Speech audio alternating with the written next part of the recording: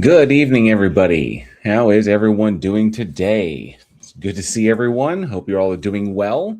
Welcome to another Stage of Reason here at Bridge the Divide. I am the host, JL, and I hope you all are doing well on this Sunday evening. Let's see who we have in the chat today before we dive in. I see Spam Goes Here is here. Good to see you, Spam. Clive Wells with some alternative energy. Thank you so much, Clive. Appreciate that. Turtle Moves, good to see you. Andrew is hanging out as well. He'll be by to join the stream a little bit later. John D, thanks so much for being here. The Mystic John D. Krakatoom is here. Good to see you, Krakatoom. Wrote in a last name as well. Good to see you. Yes, the bingo cards would work really, really well here. Reverb's in the house. Good to see you, Reverb. Jinju as well. And apparently I was right on time and I was not muted. So there you go. Ann Stevens is hanging out. Good to see you, Ann Stevens. Cord Lizard Mage, thanks so much for being here. Lindsay Bow, good to see you as well. Hope you're doing well. Yes, and please smash that like button. Smash the like button, dislike button if you don't like it, or leave a comment below. All those help with the dreaded algorithm. We must appease algorithmo, you know. And Turtle Moves for £2 says question burning answers. Yes, questioning burning answers. Oh, that's what we do here. It's what we do here at Stage of Reason. And Jessica, Transmetal Alchemist, thank you so much for being here. Good morning. Good morning. Should be lurking. That's cool. That's all good. Love a good lurker. But yeah, Spam, yes, for £2. Thank you so much for the super chat. We do question those burning answers. Those burning answers often supplied by individuals who believe certain things. And we try to figure out, why they believe them. Why do they believe them? Why, what motive, how their epistemology works, what goes behind how they've come to conclusions, and try to give people the tools they need to evaluate the things that they hold within their worldview. That is the point here at Stage of Reason, to have these conversations and to not do it in a kind of dogpiley, embarrassing way. The goal here is never to embarrass people about what they believe or try to convert them away from the things they hold dear, but to just explore these things and help people to self-evaluate, to help people, I would say, improve their intellectual honesty regarding what, the things they've been told, to how to critically evaluate these things and to establish better control and a better understanding of themselves and the things that people have told them, why people have told them those things. So that's the purpose of it. And that's why we like to have these conversations. We also do review stuff. If we don't have any callers, I have plenty of content that we can dive into and we can take a look at and debunk that stuff. But if you are interested in having a conversation, the link is pinned in the chat. The link is pinned there in the side chat. You can click that. You can come on up as long as your audio is working. You don't have to be on camera. And we'd love to have a chat with you to talk about, various stuff. Or if you have questions about how a non-believer justifies things in their worldview, we'd be more than happy to have that conversation as well. As a matter of fact, I'm setting it up. I'm setting up the room over on the Politics Discord, so I can kind of try and funnel people into the show, because that worked really well last Wednesday. So let me get that finalized. I should have done it earlier. I was an hour ahead of time earlier. But hopefully we will see. We may see some guests pop in. That'll be really, really good. But I hope everybody is doing well. And we will kick this thing off. So let me join this real quick.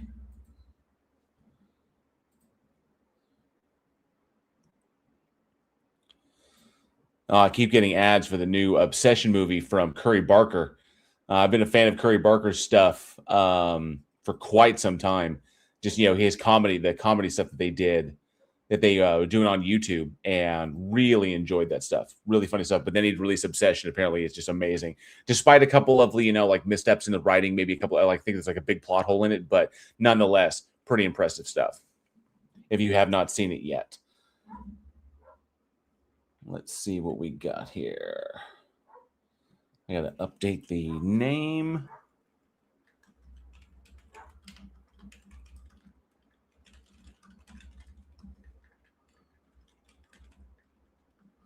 And the status. Yeah.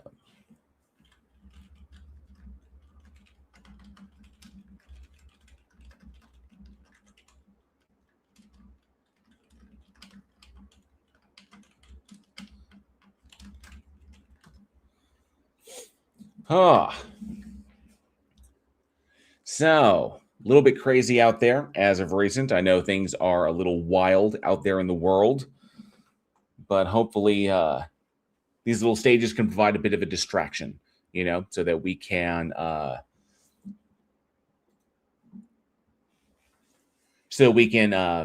I guess, maintain a sort of community. I know that things out there are wild, and given what's going on with the economy, I just know that things are not very conducive right now. So, to just, getting along.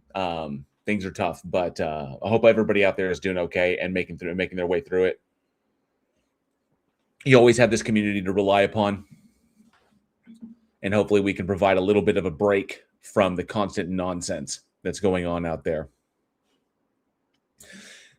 Oh, thank you, Spam. Yeah, bi-weekly sanity shows. I'm hoping so. I'm hoping that's what we're providing here, is a bi-weekly sanity show to try and break the nonstop stream of just craziness. Let's see. All right, I've got that room set up, so hopefully we will hopefully pick up a guest or two, hopefully, and we'll see someone come in. So let's see here right quick. Let me go ahead and clean this up.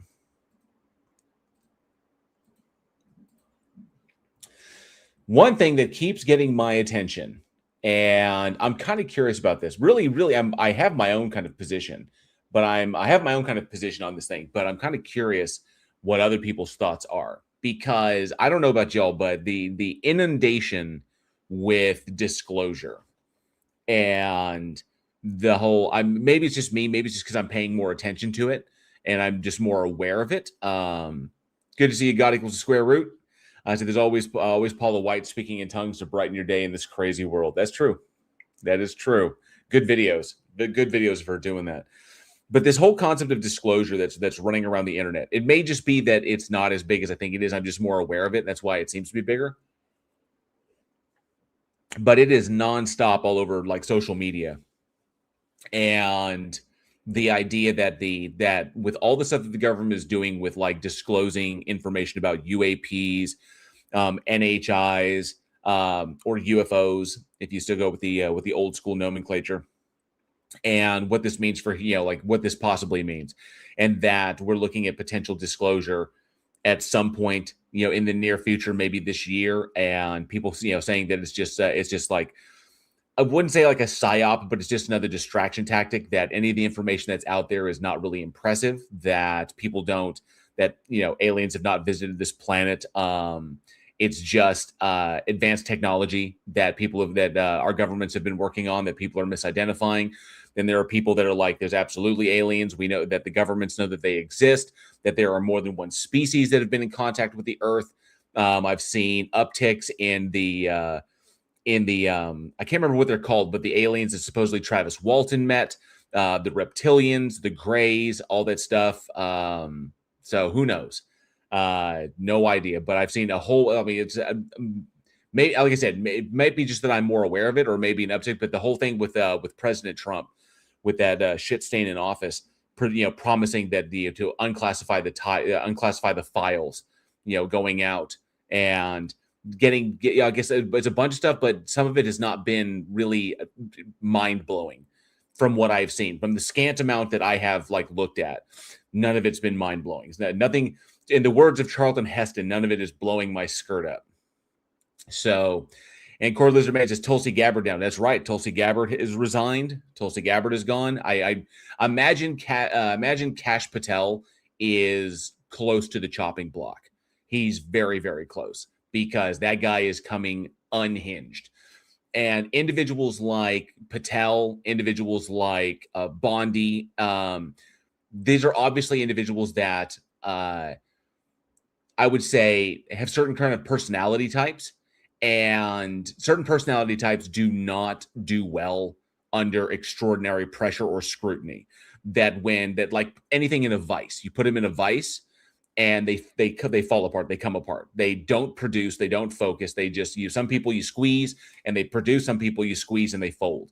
And these are individuals who fold under that immense pressure, which is why you see them so often acting like 2-year-olds, because That's ultimately who they are. And under the immense pressure, the weights of the offices that they occupy, we're seeing that more and more and more. And so I imagine that Kash Patel is very close to the chopping block, if not next in line.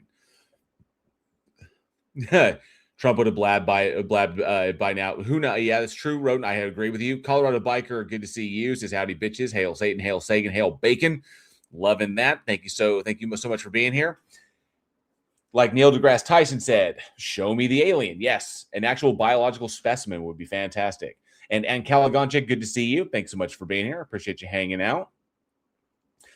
And Moon Reverb says, I got to see a Sasquatch disclosure coming from one who gets GFIA Sasquatch files.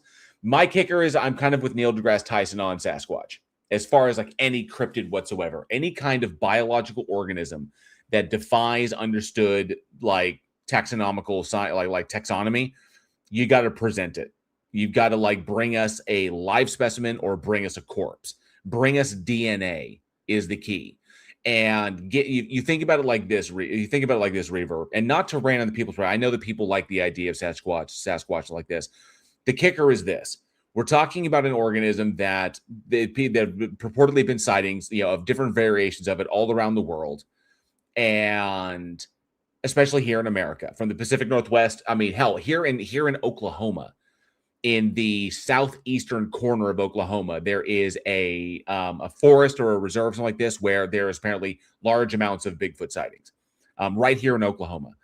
And yet, despite all that, yes, Rodent, but despite all that, no one has ever brought any DNA from a corpse, DNA from hair, DNA from scat, any type of evidence of something. With so many sightings all over the place and people bringing back evidence, the footprints, if we're able to investigate them fast enough and apply the scrutiny to them, turn out to be fakes or misidentified bears.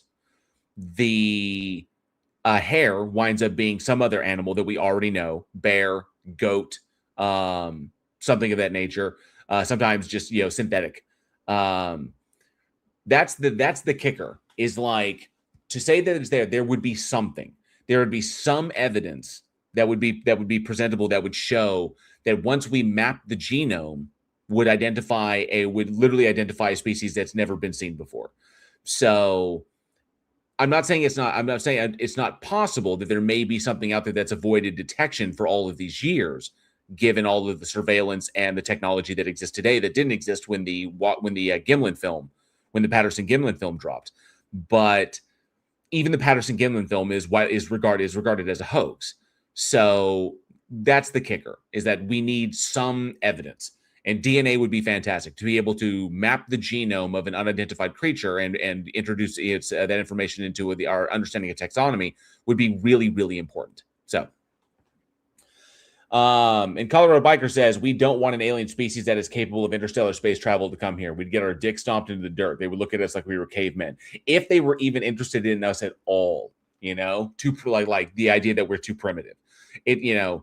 To just kind of like watch and see what we do. We have nuclear weapons to see if they blow themselves up or something of that nature. Who knows? But yeah, that's I would not want that. I mean, if you think about it, in order for for there to be a spacefaring species that's able to reach us from their planet, likely it would still be. I mean, it would have to be within the Milky Way galaxy. But if it came from outside of our galaxy, we're talking millions of light years, and for a species to be able to traverse that means it's one of two things. They've either conquered physics, or they've established a control over physics that is beyond our understanding. So they've either conquered physics or they've conquered biology. And that's why I kind of like the idea that if we were to encounter anything from any other alien civilization, like in space, it would be some sort of probe or some sort of machine that would be a remnant of them they sent out into the universe. So some like it would not be biological in nature. It'd be something that could maintain itself over time, with advanced technology. So it would be mechanical in nature. That's what I see, because conquering biology, that's terrifying. Effectively immortal entities, or conquering physics to that degree, where pretty much their level of science appears like magic to us, we would have no chance. Not to mention the whatever pathogens they could potentially bring, or the pathogens that we have on our planet that they would be susceptible to. Who knows? So that's true. We live in the boonies of the Milky Way. Why would aliens visit us backward, Hicks? Better to go towards the center of the galaxy. Yes, towards the great attractor. Somebody's been watching Farscape. Spam. So yeah. It's a cookbook. Twilight Zone fan. The enormous amounts of energy would be into, like I said, conquering physics to that degree. It's just insane. Like we would not want that species to come to this planet, because they would be so far beyond basic human understanding that it would be, I mean, humans would react in one of two ways. They'd be frozen in awe, or they would likely react in terror. There may be a few of us, like a small percentage of the population, that's able to reconcile this and actually able to deal with it in a rational manner. But the vast majority of human beings, especially humans in large groups, are either going to react in panic or react in terror. So they're either going to panic and they're going to attack and run, or they're going to just freeze in place, completely overwhelmed. So I would agree with this, Greg Sanich, and good to see you, Greg. Says there's no alien agenda that would be in our best interest as a species. I agree with that. But I know that a lot of people want to know if they exist. I think that this is my hypothesis on this is kind of like it's an extension of socioeconomic issues, that individuals who feel, and this it also is kind of like a driving thing behind flat Earth that I've somewhat identified, that kind of like in my musings on this. The idea being that there are certain socioeconomic issues that plague society today, and a lot of people feel that they are being that they've been left out in the cold or abandoned by the forces that be, or the powers that be, like or the governments or whatever, and that they're not getting their fair share. That they do the work, they pay their taxes, they bust their asses, and life just doesn't break their way. And so they need to blame somebody. And so if aliens are there, and there is a tremendous massive cover-up, like with Flat Earth, if Flat Earth is hiding the idea that there's more land out there, okay, that there's more land, and that real estate is a controlled thing, is a thing that's controlled by governments in order to maintain kind of socioeconomic shackles on people, that if everybody knew about all of this extra land that's out there, then real estate prices would plummet and these great corporations would lose power. And so that's why they hide, the secret of Flat Earth and shit like that, because they themselves struggle on a daily basis. So they have to blame somebody because they don't feel it's their fault. Sometimes it is their fault, but not always. And I do have somebody in the back room. Lux, can you hear me? So I'm doing a live stream right now. Would you like to come up on stage and talk about what you believe and why?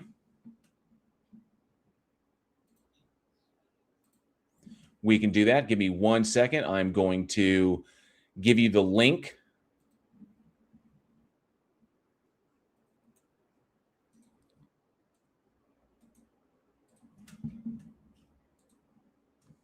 Yeah, I'm here. I'm getting the link for you. Okay. Okay. Do you see in the side chat on Discord? Okay. You can click on that link. That will take you to the YouTube stream.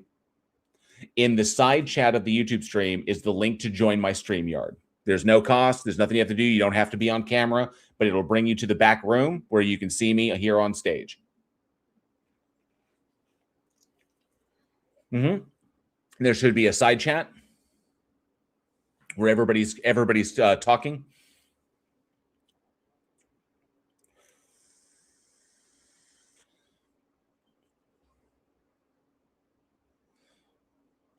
Do you see a comment? Do you see a comment section?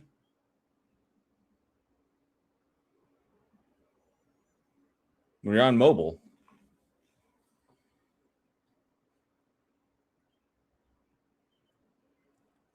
So if I pull up my phone, probably want to turn the volume off, and I go to my stream,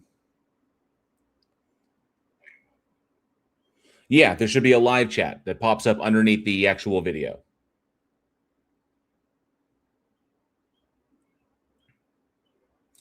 Okay, in the live chat, down at the bottom, you'll see a pinned comment. It has my name, JL Warren, highlighted in yellow. And that has a link in it to come to my StreamYard.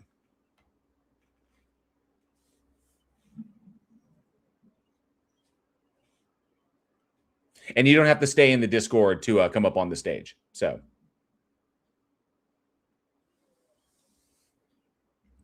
yep.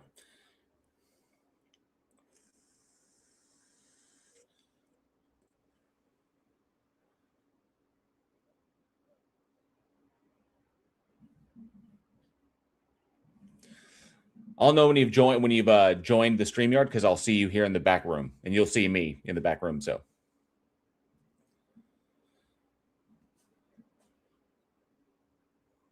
that's your login. So if you're on YouTube, if it would be whatever your account is, so that it can transfer your name over. So if you because StreamYard does Facebook or YouTube logins.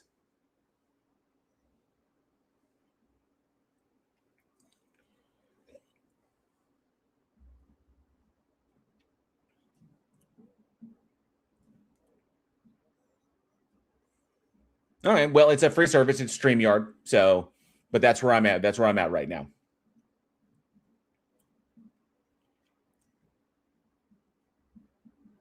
You can't trust you can't trust StreamYard, or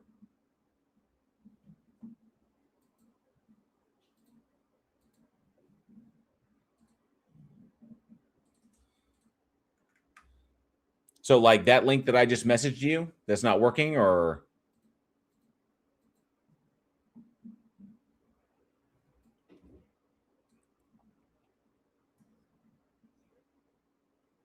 oh, okay, because we're live on StreamYard right now. So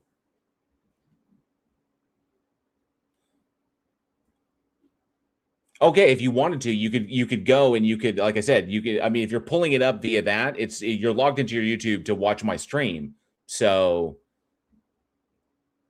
that's where it would be pulling from. So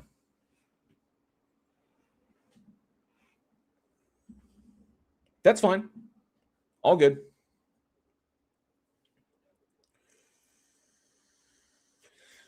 The prompts are on the screen on the live stream.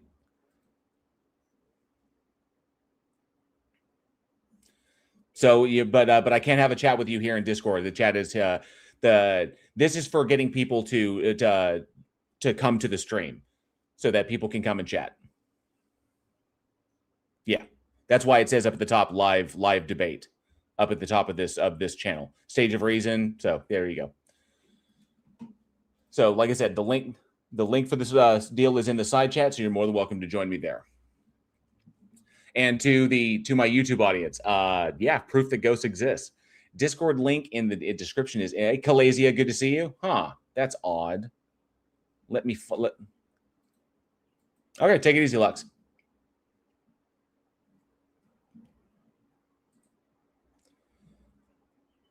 My Discord link is invalid. That's funky. Invite invalid. This link may be expired. Oh, I have to update it. Durr. Thank you, Kalasia, for letting me know about that. I will update that link. Well, you can set them to never expire, but apparently I didn't do that with one. So if I invite that, edit invite link, number of uses, expire after expire after never. Again, no limit, generate new link, copy that, and I will edit that. Thank you, Kalasia, for letting me know. Let's see here. Live. And I will update that right now. Save. Done and done. Thank you, Kalasia, for letting me know about that. Appreciate that. Okay. All updated. So thank you, Kalasia, for the heads up. Let's see. You rock, Kalasia. I appreciate that big time. Let me see. So going back to what I was kind of digressing on. I think there's a socioeconomic issue or thing that kind of feeds into the issues that like the kind of conspiratorial mentality. So with flat Earth, I see common times it's about real estate, people having to pay their mortgages or people having to rent and prices constantly going up, stuff like that. And then of course, like places that are cheap enough for them to afford, they're typically trash and they're not well kept. So people have that issue. With aliens, I find it's about energy. And it's about energy costs and how the alien conspiracy is the government's efforts to hide free energy that people should not have to pay for the energy uses the energy that they need for their daily lives.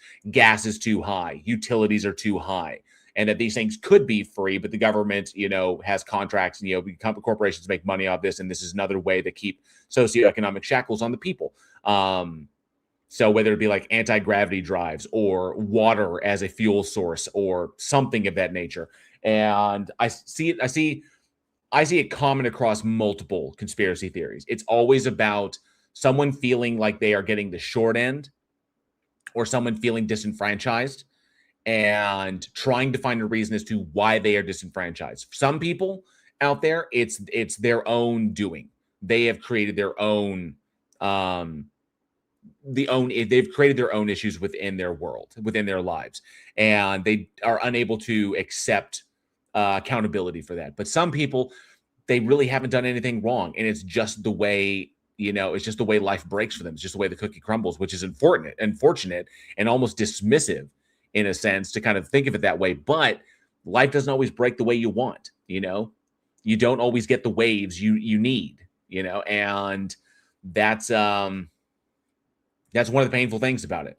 And their inability to psychologically or emotionally reconcile these things, that there is no one to blame. They're not to blame. The world is not to blame. It's just that sometimes your numbers don't come up and they get stuck, because life is not fair.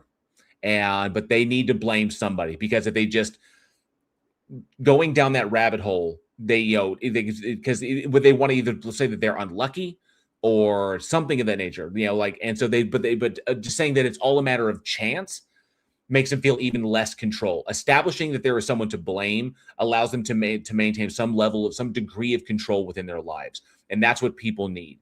Without that control, people tend to self-destruct psychologically. And to avoid doing that, you'll come up with any reason you can to try and maintain that control. And that even includes inventing bad guys or inventing villains, inventing enemies, that are keeping you down.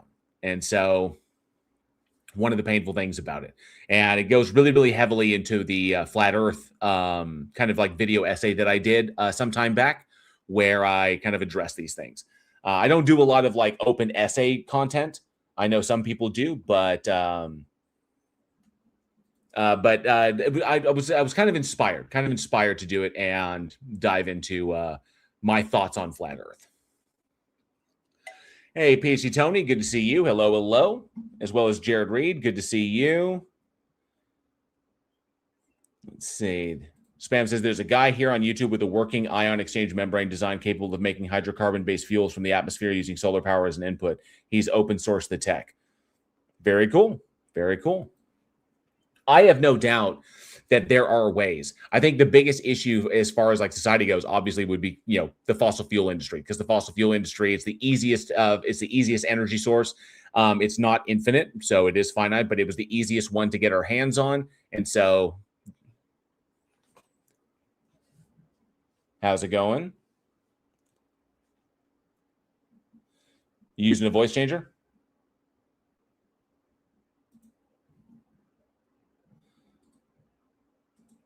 No, I'm not. Okay. So had somebody in the back, but not. I don't trust that at all whatsoever. Trolls are pretty easy to figure out. But Gretchen, good to see you. Thanks so much for being here, Gretchen. I appreciate you hanging out. Yes, we do need a Mr. Fusion. Back to the Future reference. Very nice. That's right, Cord. That is interesting. I mentioned Flat Earth and PhD Tony shows up.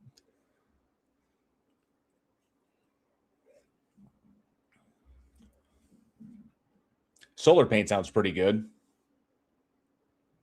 But yeah, I see that as a commonality. I don't know if Tony would agree with me on that, but I see like okay, I think I ought to just do, let me see here real quick. Ba, ba, ba, ba.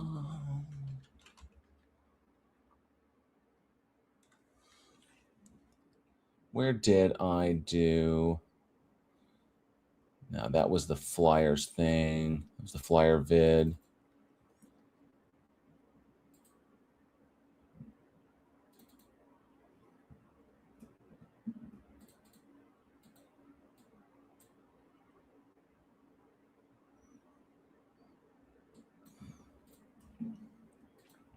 I don't know. I did that video. You know, I could like kind of watch it do like a self review. I could do that. The flux capacitor and the oscillation overthruster. Cat buttered toast technology. Yes, I remember that commercial. Butter always lands side down, butter side down, and the cat always lands on its feet. So they strap the butter to the top of the cat, strap the toast to the top of the cat, and then drop it. And poor cat. How's it going, WBT? Doing good. I'm currently doing a live stream over on YouTube where I'm having these conversations. If you're interested, you are able to join. The link to the live chat, the live stream is here in the side chat over on my channel, Bridge the Divide. If you join over there, you can use the StreamYard link that's pinned in the chat to join me on stage. Whatever you want. If you have questions or I have prompts up on the screen, you can discuss there. Whatever you like. But yeah, if you check out the live stream, the link for that, the open panel is right there in the side chat. I've linked it there. Here on YouTube. Yeah, that'll take you to the YouTube stream.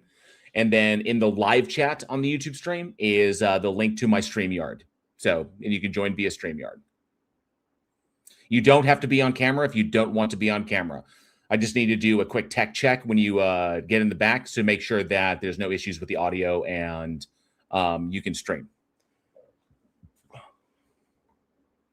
No problem. Take your time.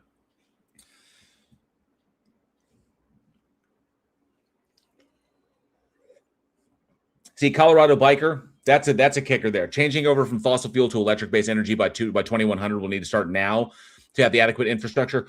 I don't know. And given the latest reports, I don't know if it would help. From what I've seen, we're beyond the tipping point, and that at this point it's just going to be just a cascading failure. From what I've seen, it's a negative feedback loop that has to run itself out before it can get better. I'm of the mind that that's what's going to happen. That nothing that we do at this point is going to help. And I know that's dark in that respect, or kind of like, like, I don't know. I don't have, I know that I won't live to see that, obviously. I'm hoping to make it to the next Halley's Comet. That's what, because I'd love to be one of those individuals that Halley's Comet passed twice in their life. I think that would be really, really cool. I saw the first one, and I'm hoping to make it to the second one. If I don't, I probably won't, but I would like to. It means I'm going to be in my 80s. But yeah, I'd hope to see the Halley's Comet a second time. I think that would be really, really cool. Oh, I do not want to think about me in 35 years.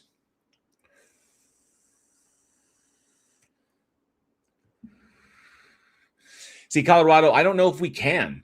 I don't know if we could mitigate it to a degree, and we could slow down the progression, but I don't think we can stop the progression. I think we have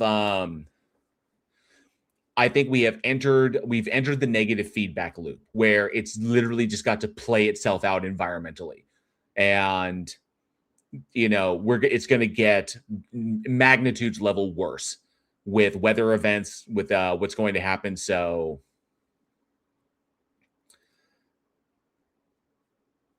yeah, it would be a massive accomplishment. I would agree with that. Yeah. It would be a massive accomplishment to be able to do it. It would take a global effort, and virtually every single country, putting the lion's share of their GDP towards solving the problem. But that's not going to happen. Maybe. I mean, if every single country on the planet dedicated the lion's share of their GDPs towards solving this one global existential problem, I still say maybe. Maybe it would happen. But obviously the world is not going to do that. Clive Wilson. Clive, you know what Halley's Comet is. Come on.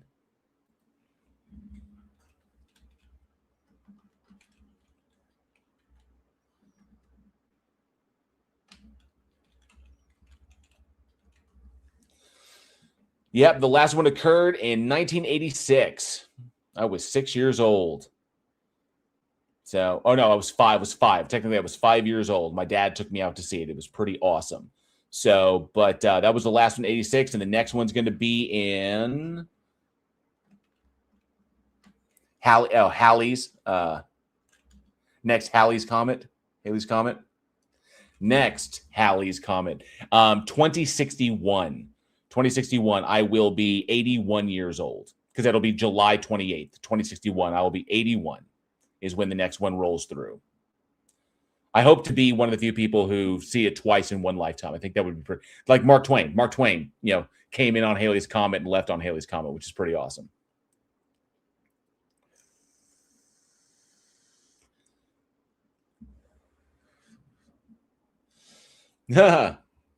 Hey, comrade, good to see you. I'm doing a live stream right now. I'm over on YouTube. If you're interested in having a chat about what you believe and why or stuff like that, I have prompts on the screen. You're welcome to join. The link for the live chat is in the side chat here on Discord. Here in the side chat, in the chat here on Discord, the link is available to my YouTube stream, and you can join my panel from the side chat there. That's why you hear me talking to people that are not in the room. They're over here on the YouTube stream.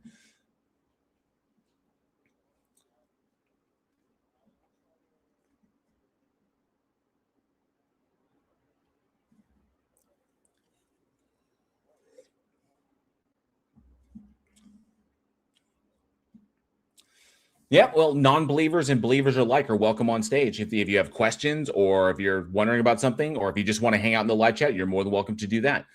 But I set up this room here on Discord so people can find me and have the chats over on YouTube, over on my live stream.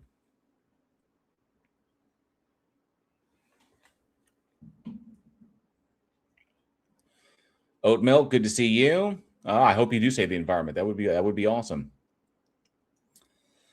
PC Tony says the thing that impressed me was that jail was there for the first Haley. No, not the first Halley's Comet.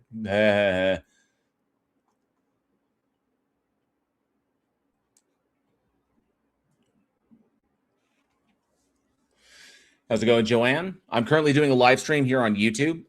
You're more than welcome to join. The link is in the side chat here on Discord, and the link for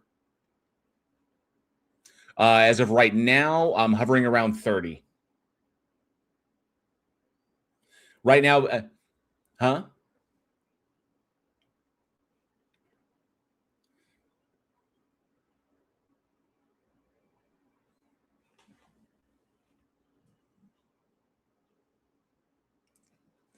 Okay. Well, people have it, but nobody's come on yet. But they do have the link, so they're more than welcome to join. Let's see.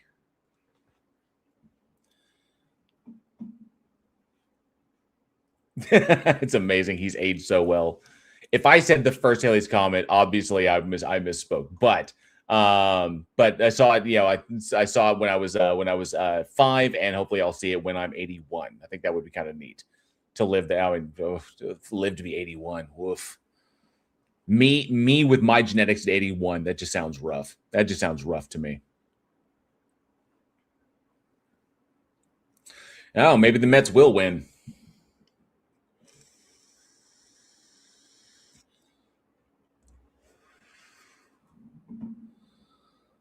Okay, good. Change that. Fantastic.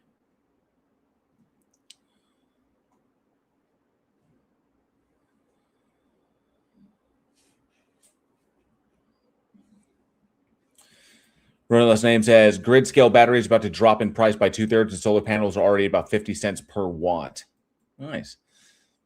Like I said, I don't know. I don't know if it's possible. I know that we could affect change. We could, but I don't see it. I don't see it happening. Kind of a realist in that respect. I don't see it happening in the future of humanity. I don't know. I have the sneaking suspicion that that we're going to wind that the last remnants of humanity are going to wind up in a Cormac McCarthy novel. It's going to look like Blood Meridian before it turns into The Road. So.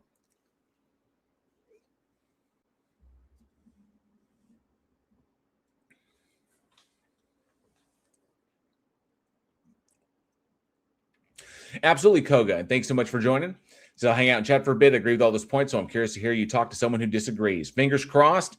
If we don't have anybody who wants to come up on stage, I do review content. I have I have a backlog of content that I haven't gotten to on my main channel, on this channel. So we do go and we just kind of review stuff, the videos that believers or theists or apologists put out, kind of address that stuff. So I got plenty of stuff to look at.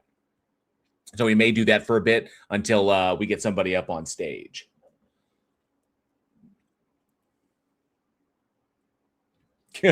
Newton was a kind and sensitive soul, well known for his respect and empathy for others. Right. He just a good friend to Leibniz, just a good friend.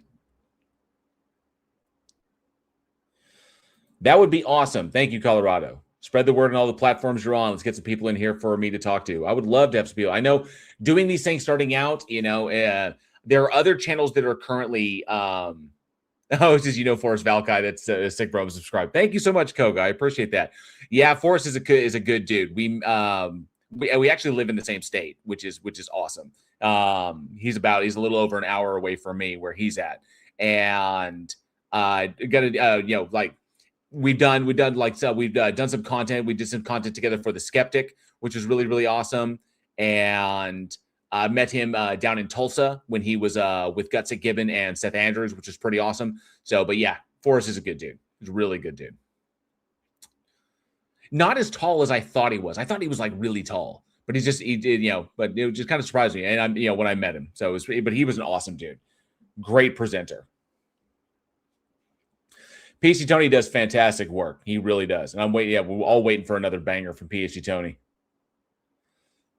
Big Nick is back in the chat, who has lots of claims and still does not come up on stage. Says the irony that atheists need believers in order to make content and also can't recognize that fact is off the charts. Cognitive dissonance in the flesh. Not really, Nick. And you know why, because this has been explained to you. Good to see you, Spooky Bed Hair. Thanks so much for being here. The kicker, Nick, and let me I'll describe this, as much. We all share this planet. Okay. I hypothesize, or I'm assuming that you are in America, that you're here in the US, and Christian nationalism and extremist Christians do have an effect on society. And that affects other people who are not Christians, who are not believers, don't hold to the same nonsense. So the things you do in society reverberate throughout the lives of other people. Okay. So yes, talking to believers, but I also talk to non-believers here as well. I have plenty of non-believers that come on here and talk to them about how various things. There's things that we can talk about with non-believers. I've talked with many atheists. I've talked with atheists who are moral realists. I'm a moral anti-realist, and we hash that stuff out. So yes, believers do provide content because I think that these conversations are important to have. Okay. And I do recognize that. But I don't need them for it, because the thing that you fail to recognize, Nick, is that the unwillingness of believers to have these conversations is evidence in and of itself that to a degree they know their position is indefensible. That's the point. When the group has an underlying principle to have these conversations and defend their position as though they know it's true, and they refuse to do so, that should tell you something about the group in question.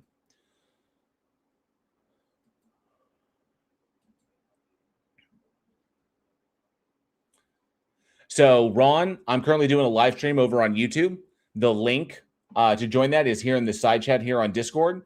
You can join that. If you'd like to come up on stage, the StreamYard link is in the chat.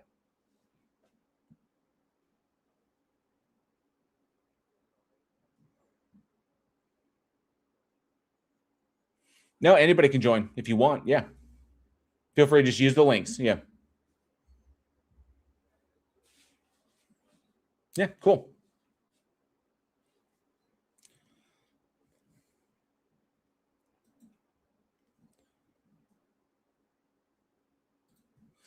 All right. I don't need them. I'm just waiting for them to call in so I have something to do. We have been chatting. There are many things to chat about. What do you think I was talking about earlier was the issue of disclosure that's currently going around social media. There's many things to talk about. Okay. Plus, I love interacting with the live chat. Anybody in the live chat is welcome to come up here and have a chat. This is an opportunity for me to touch base with my subscribers. Okay, to say hello to them, to check in with them, to see how everybody is doing. That's the point, Nick. You trying to turn it into this fucking like whatever psychodrama that you think it is, where it's me desperate for something is, whatever. This is how this right here is what I do outside of like my gig work.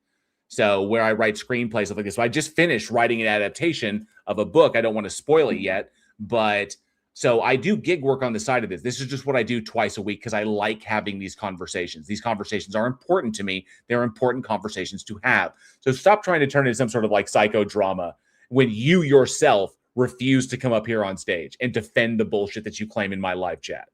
How about that? How's that work? I mean, I have no problem with you being in my live chat until you spam the shit out of the chat people and you annoy the mods and the mods end up like muting you because all you do is like talk shit. If you had the courage of your convictions, if you had the stones, you'd come up here on stage and you would defend your shit like 1 Peter 3:15 tells you to, but you refuse to do so. So that tells me that you can't defend it. You know you can't defend it. So all you can do is flail wildly in the live chat until somebody mutes you so that you can walk away going, haha, they muted me, I win. So who's the subject of the psychodrama now? Cindy Johnson, good to see you. Thanks so much for being here. Appreciate it. Make sure I didn't miss anybody else. I say, yeah, agreed, Jared Reed. The fact Big Nick won't go up because he knows his position is weak at best. Agreed with that. I start Trekkie talk with non-believers. The Way says, Jail, is this your replacement for church? Technically, it's a replacement for for believers, because I think that this is a more productive place to spend your time than in church, having beliefs reinforced that they can't logically defend or rationally defend. I think any place that addresses epistemology and helps people develop the tools they need to critically examine what they believe and why, I think is a better place to be than in a church, which is only there to reinforce the things that people have been convinced of, but never defending them. Let's see. Like I said, Nick, I assumed you're in the US, okay? Because you have the audacity of an American. So I'll give you that. I don't have a problem rating. I would just rather have you up here defending the shit because people ask. Here's the problem, Nick. You ask questions and then people answer them, and then you just like act like nobody has. So you repeat the same bullshit over and over and over again. That's the problem I have.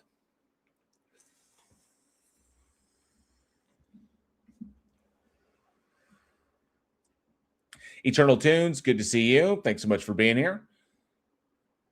I agree with this, Andrews and Andrews channel. Good to see you. Says Nick is a child troll, wants attention. Yeah. Just a goblin, just an imp. Rohan Rodriguez, thanks so much for hanging out. Thanks so much for being here. Like I said, if you're into, and Angel Rivera. Good to see you, Angel Rivera. Thanks so much for hanging out. Appreciate you being here. Rohan, anybody is welcome to come up on stage. The link is pinned in the live chat. You can come up on the StreamYard. We'll do a quick tech check and we can bring you up. You do not have to be on camera. There are prompts on the screen. You could use those prompts if you disagree with any one of them, or we can talk about what you believe and why, or you can ask me questions about my own worldview and how a non-believer justifies things in their worldview. So noise ending. Thanks so much for being here. Says, hi, everybody. I'm new to this channel, but I found it from a Ways to Human stream last week. Thank you so much. Yeah, it was a lot of fun being over there working with AJ. Love being on stage with AJ. She's awesome. She rocks. Love doing that work over there. Resist OP's in the house. Good to see you, Resist. Thanks so much for being here. Yeah, we sometimes miss it too. We, at least I do. I know Johnny does. Johnny misses doing Week in Horror, and he would. I think of everybody involved, Johnny is the one who really wants me to, reboot it and bring it back for a sixth season. It's a lot of logistics that go into doing that show. The way we developed it, 5 years, we got a lot of stuff under our belts, and it was it got much. But we do have someone in the backstage, Rohan. Rohan, can you do me a favor? Let me know in the private chat here that my audio is coming through, that you can hear me.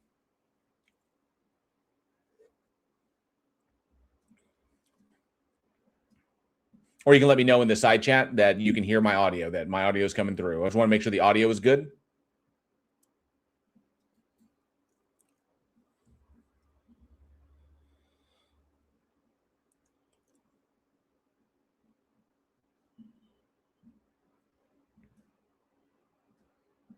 Yeah, I know, Cindy. Cindy misses the talks on Week in Horror. It was fun. Yeah, it was a lot of fun. The Christians love that term. They really do.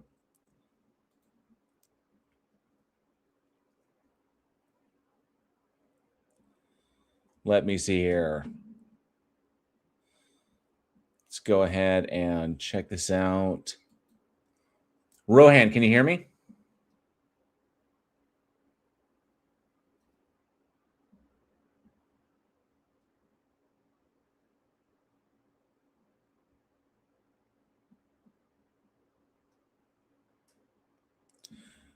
Rohan, I've got you on stage, but I'm not able to hear you.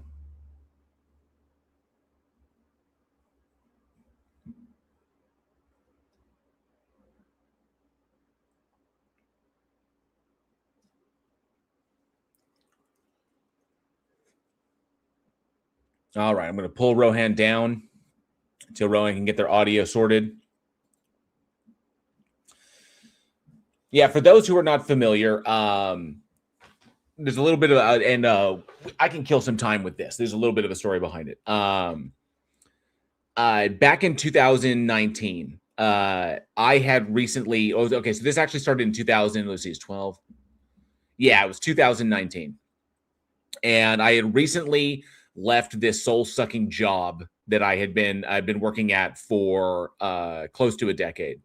And I just, I had to get out of there. It was killing me. And I was needing something creative to do because I put all my creative energies on hold for the better part of a decade. And I had not done any plays. I hadn't done any writing. It was just growth. I was creatively unfulfilled.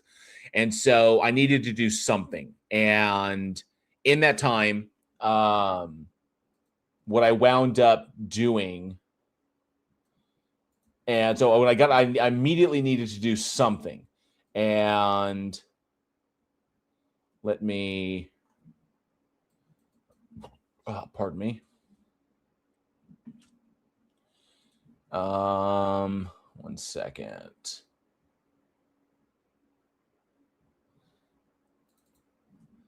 And like this, because I actually want to. And so I sat down and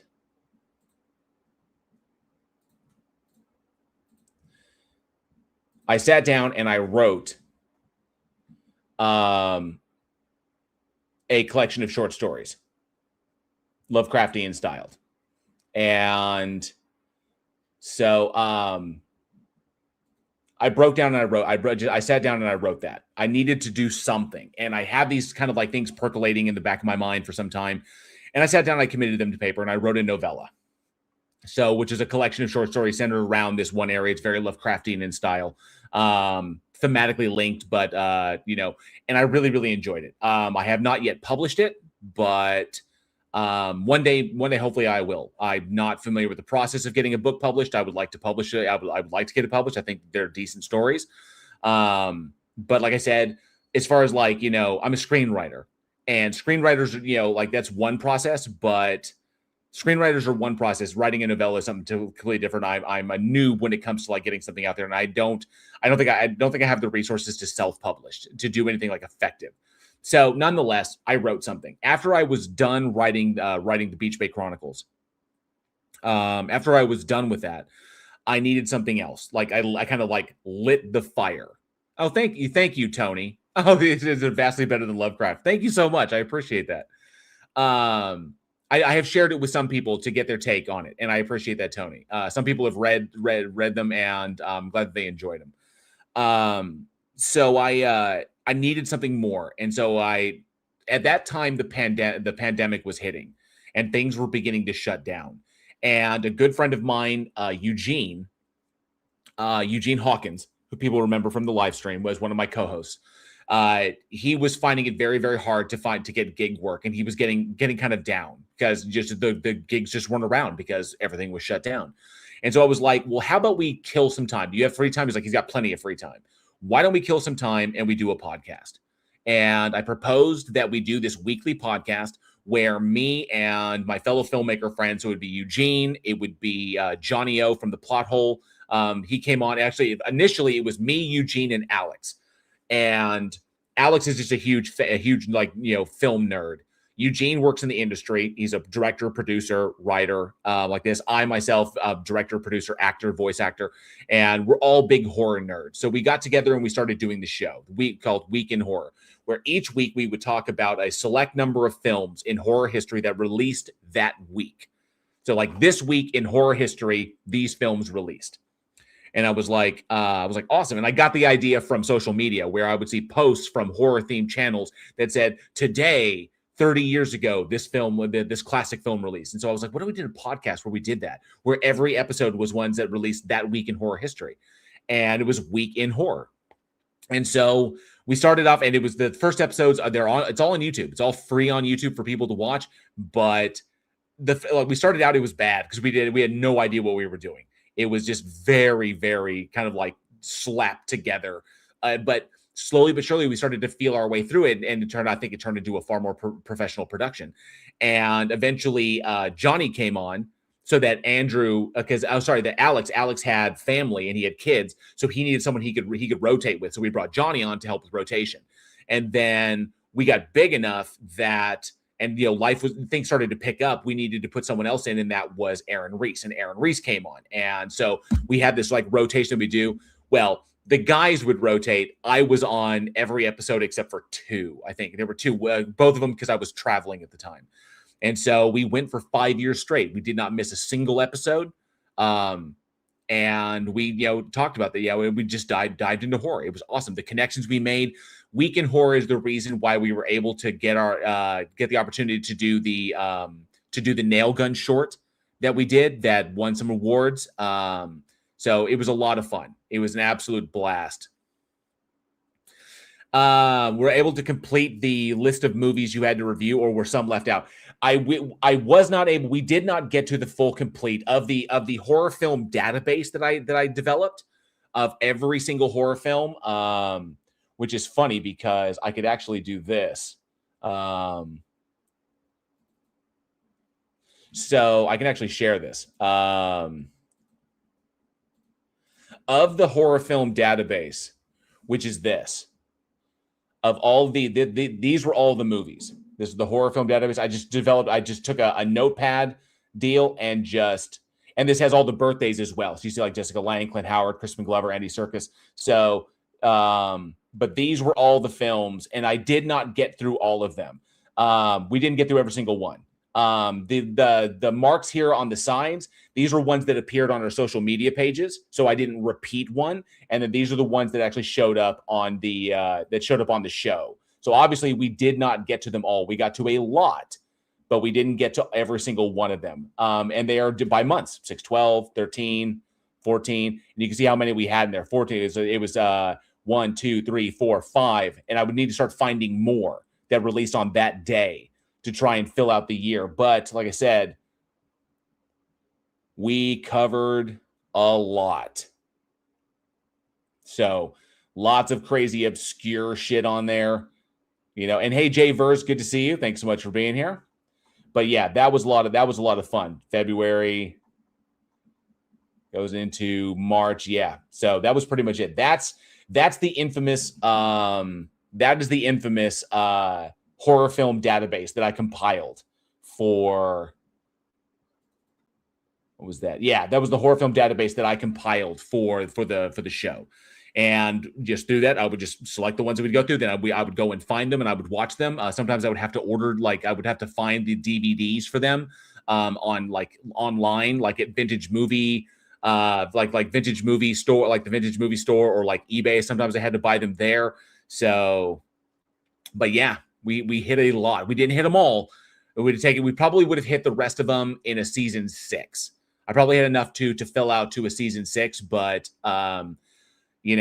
but it was a lot of fun. It was an absolute blast. And every single episode of Week in Horror is, yes, that's right, Angel. I see the new weekly releases of horror flicks on Bloody Disgusting and always think of you guys in the show. Right.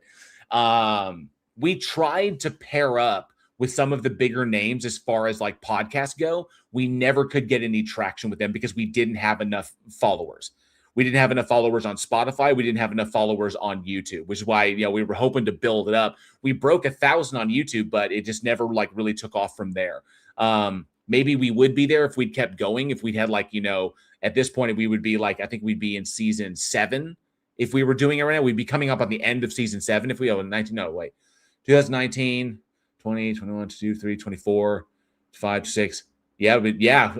So 20. So, math. 19 to 20, 21, 3, 5, we're in 26. We got 5 seasons in. So we would be probably, I think, if my math is right, we'd be coming up on the end of season 7. Well, we'd be about midway season 7 because the seasons always ended in September. They began and ended in September is when we did that one. So that was pretty much it. And so we just kept going. We eventually towards the end there, the other guys were busy. Their lives were, Aaron was doing his thing. Alex had stuff with his family going on. Eugene was back to work regularly, and Johnny was going through dealing with his stuff, and he had gig work going on because he transitioned from retail to full on filmmaker stuff, working in the industry. And it was just me kind of running everything.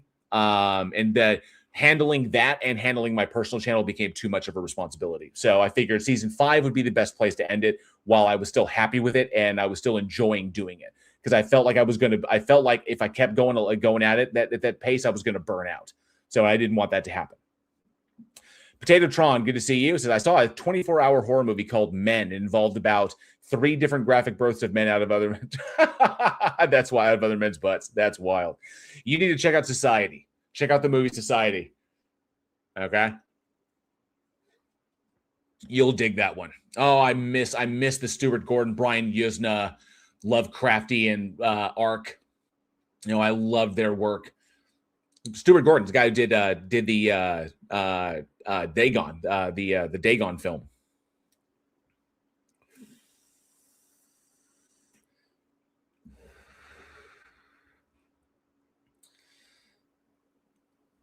But yeah, Primordial Puggles, good to see you. Thanks so much for being here. Appreciate you hanging out.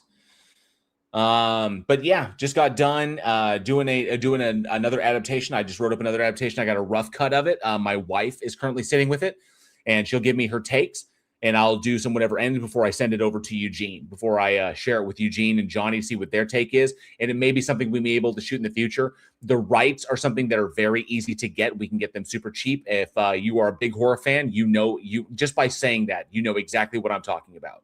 That we could get the rights for $1.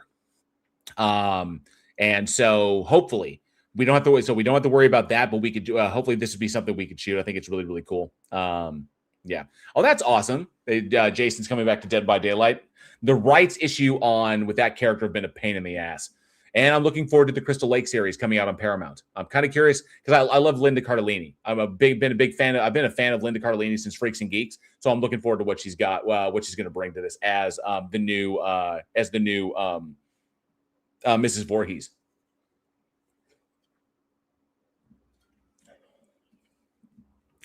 Yes, Eternal Tunes. I have The Case for Christ by Lee Strobel. I have dealt with that.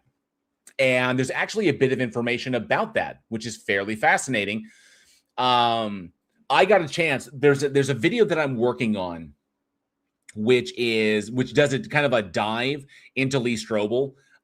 It's kind of a rabbit hole that I went down, and where Lee Strobel took a lot of his inspiration to write that book, because what is in Lee Strobel's book, what is in The Case for Christ, is not actually all that original. That you may not know this. Okay. In Lee Strobel's book, a lot of the stuff that he's written in there comes from the work of one dude. It comes from the work of a guy. And you may not know who he is. But this guy here, oh, dang it. No, I don't want to do that. Because some people may not know who this guy is. But this guy here is Lionel Luckhoo. Okay. This guy, Lionel Luckhoo, was a believer. He passed away fairly recently. I think in 2019 he passed away, or maybe 2018. I have to double check. But Lionel Luckhoo was a big inspiration for a lot of the stuff that Lee Strobel put in that book. He's kind of the source for it. And his story, because Lionel Luckhoo was a lawyer. Okay, he was a defense attorney. And I'm doing a video which does a huge deep dive into Lionel Luckhoo's work, and something that this letter that he wrote for his children before a few years before he died, and doing a huge giant breakdown. The stuff that's in his letter, you can see, informed a lot of the shit that appears in A Case for Christ, about basically trying to provide a legal defense for the truth of the resurrection and basically the claims surrounding the character of Jesus. And it's pretty comprehensive, but like I said, it's been a pretty difficult video to put together, but I'm still working on it. Hopefully I'll be able to release it soon. But yeah, keep that in mind, keep that name in mind. And it was a huge rabbit hole that I went down, because it started off with a short video that I found on YouTube that was all like edited up and looked really, really silly. And then I found the original short, and I looked at that one. That led me to a podcast that Lee Strobel was on. That led me to a podcast that led me to. So I checked out that episode of the podcast, and that led me to the individual who inspired a lot of what Lee Strobel has done. So yeah, it was a rabbit hole that I went down, from a short to a podcast episode to a book. To several books, to a letter, and I'm looking forward to getting. I don't want to spoil too much about it because it's going to be new content, but yeah, familiar with it. If you did not know the name Lionel Luckhoo, or how it connects to The Case for Christ, I'm looking forward to dropping that video. I hope you all enjoy it when I eventually do.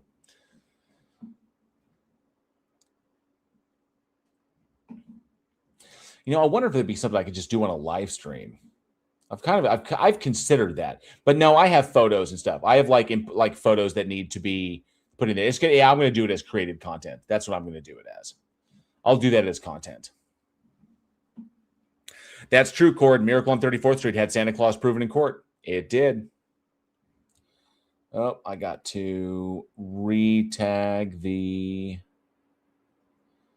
live stream to make sure that link is still there.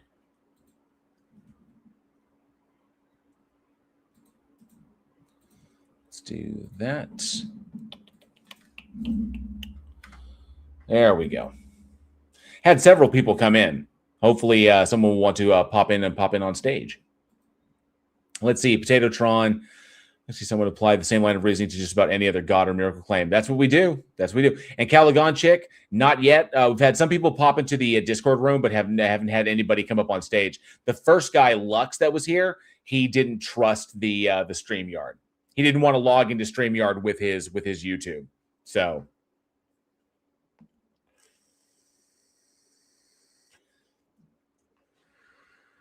Love Alex Garland's work. Noise. Love Alex Garland. His work with Danny Boyle, and of course, like his film Annihilation. Really, really good stuff. So Equinox, good to see you. Thanks so much for being here. Make sure I didn't miss anybody. Oh, the A24 movie. Yeah, A24. A24 and Neon are kind of in an arms race for the best horror films this year.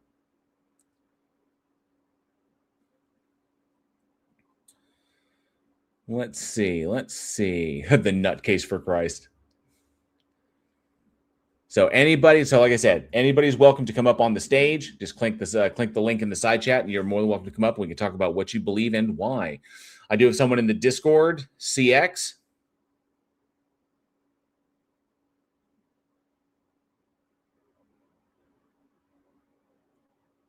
Can't hear you.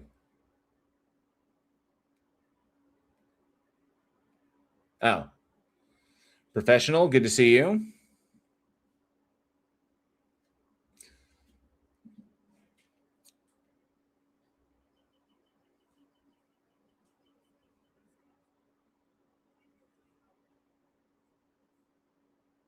Don't know.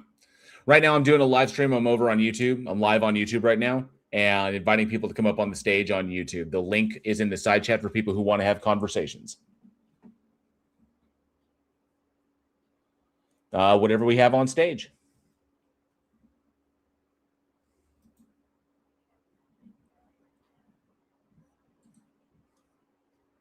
Cool. Yeah, nothing going on here. Just me talking with people on YouTube. So that's the conversations what I'm currently having. Okay. Cord says, totally off topic since there are no guests. What is your favorite Palladium Rifts character class? Ooh. Okay, my absolute favorite. The character that I loved the most was I played a dog boy.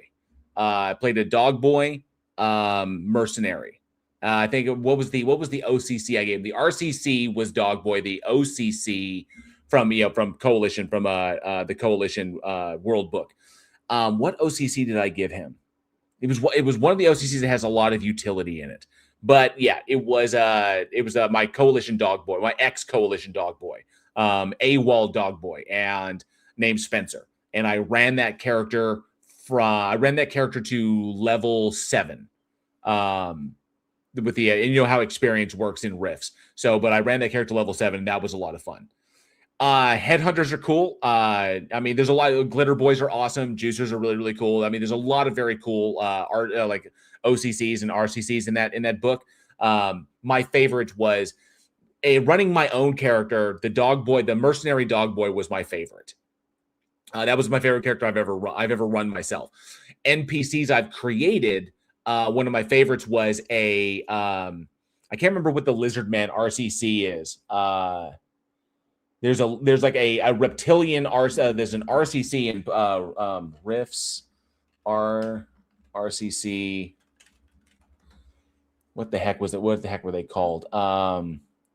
Yeah, so Lizard Man was a Lizard Man hacker. So was my favorite. Was one of the favorite NPCs I've ever run as part of the campaign that I was running. Was a Lizard Man was a Lizard Man hacker that helped the mercenary group of all the players. He was one of the NPCs that worked on the base.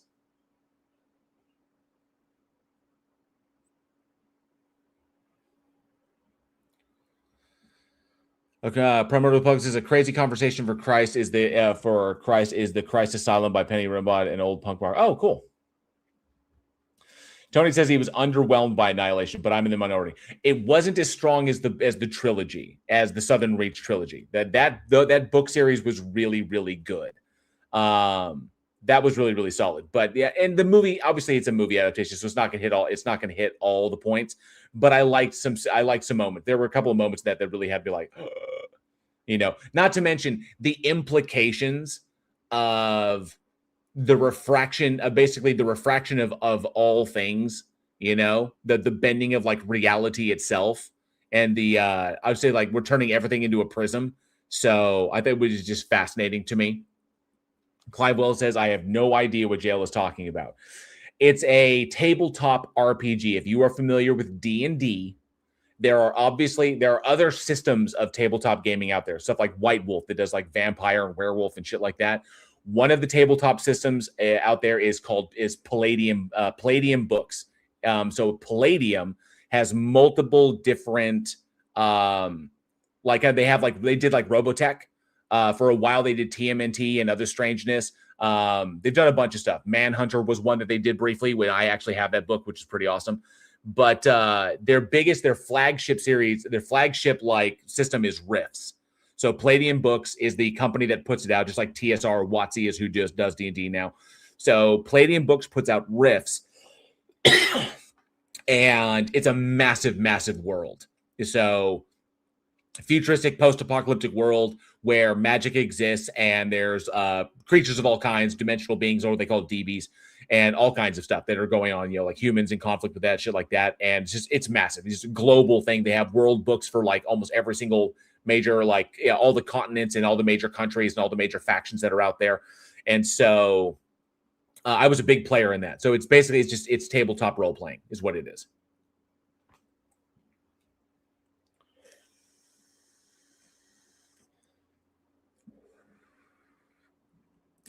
Clive Wells, you are familiar with D&D. Come on.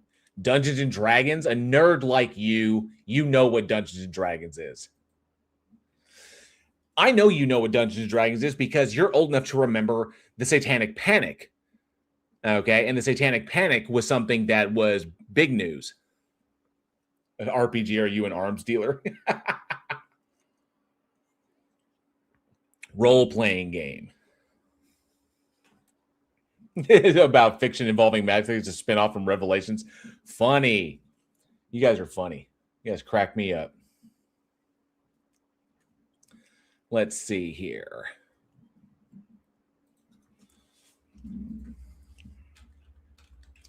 I see all my books are in the all my books are out in the front bookshelf.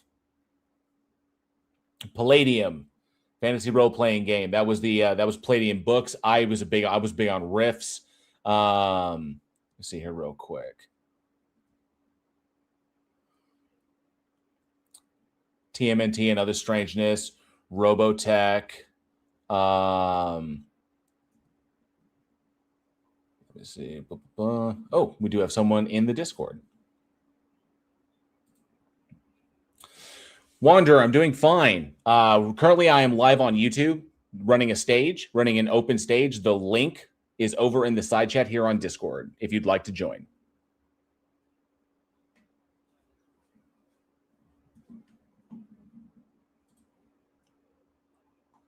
I do.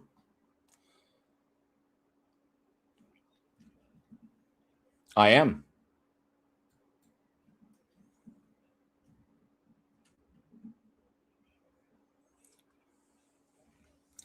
Well, this is a conversation that I'd like to have over on the YouTube as part of the live stream. So the purpose of this room here on Discord is to help people find the live stream so we can have these discussions.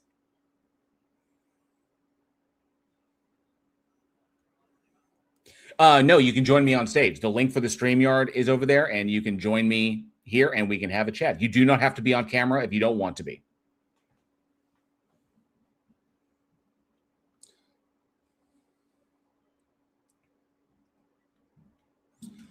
That was the Wanderer. We'll see if the Wanderer joins us. What JL Cindy Johnson, what JL just said reminds me of when someone talks to me about Pokemon, One Piece, or Magic the Gathering. Yeah, pretty much. Peace Jones says there was at least one RPG set in a post-Rapture setting. The tagline was "The meek shall inherit the earth" was actually a curse. If I remember that correct,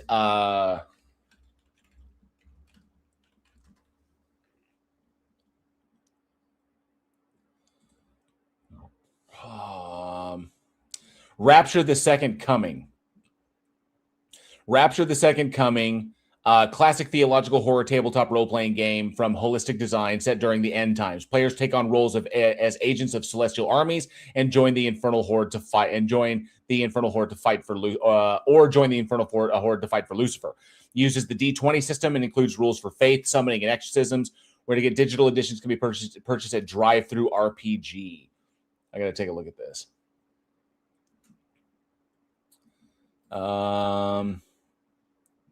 Rapture, the Second Coming. Oh, that is wild. Hang on a sec. Rapture, the Second Coming.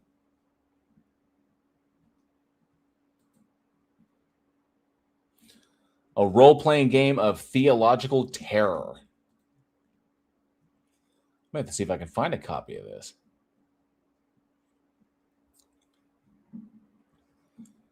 The game takes inspiration from various Orthodox Christian views of the apocalypse, the end of the world prophesied in the Bible, particularly the book of Revelations.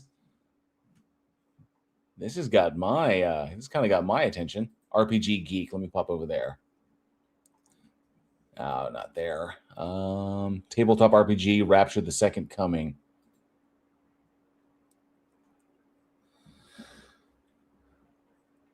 That's right. You pretty much, so, okay, this, it released around the time of like GURPS. Interesting. Very cool. Okay. Rapture, the Second Coming, RPG game. If that's the one you're talking about, PhD Tony, that's the one that I found.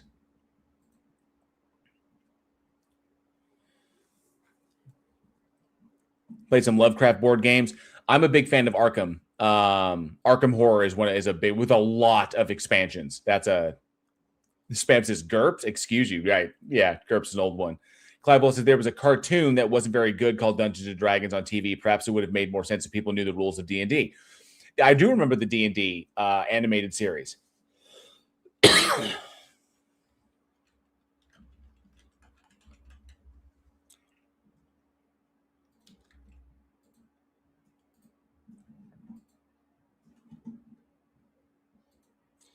I do recall that.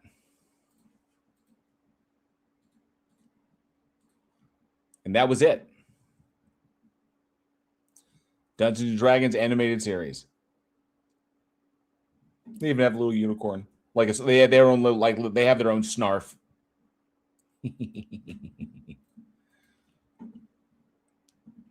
Yeah, not great. It wasn't great.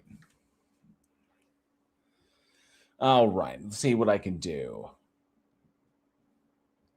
See if we can fill the time. I wonder. So I've got three old vids here. Evolution, school's biggest lie.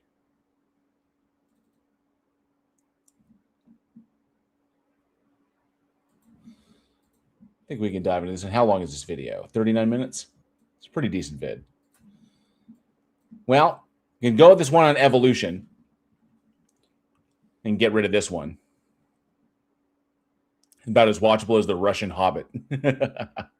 A Lovecraft Sunday morning cartoon. Hell yes. Hell yes, we do. All right. Well, while we have people here and have yet to have anybody come up in the chat, anybody to come up on stage yet, which is interesting. But I can do this.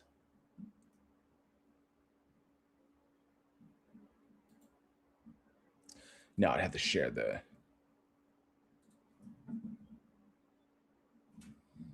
And share video file. Where to go? Evolution.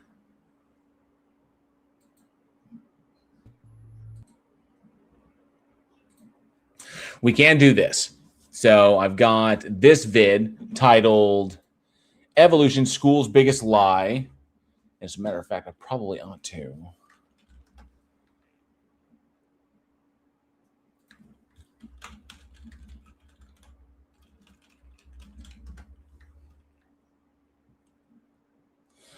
From the channel I Am Lucid.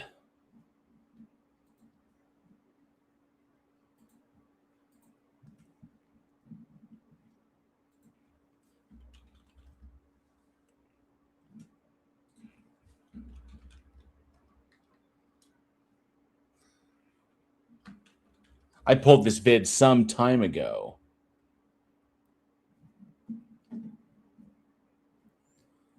I see Forrest and Seth Andrews are currently live right now, as well as Godless Engineer and Jim Barrows are live over of Skeptic Haven. And I see, and those 1.5K live over on the line to them. So, and who knows how long they will go, because they can go for a minute. I'm 49 away from 15,000 subscribers. 49 away. And let's do this video review. And this is from the channel I Am Lucid, which apparently has over 1 million subscribers.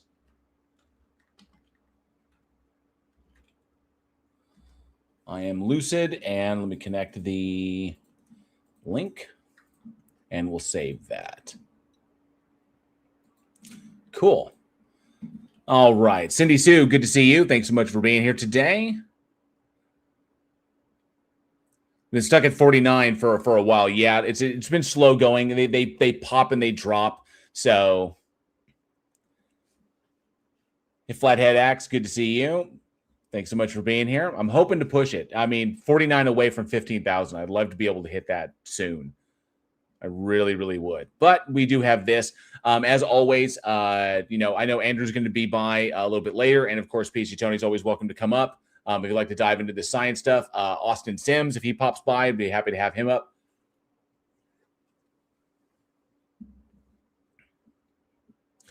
I've seen GMS new vid about free thinker communes in Texas. I have not, Cindy. I have not seen those. Free thinker communes in Texas. Interesting. Let's see what we have here. Evolution, school's biggest lie from I Am Lucid.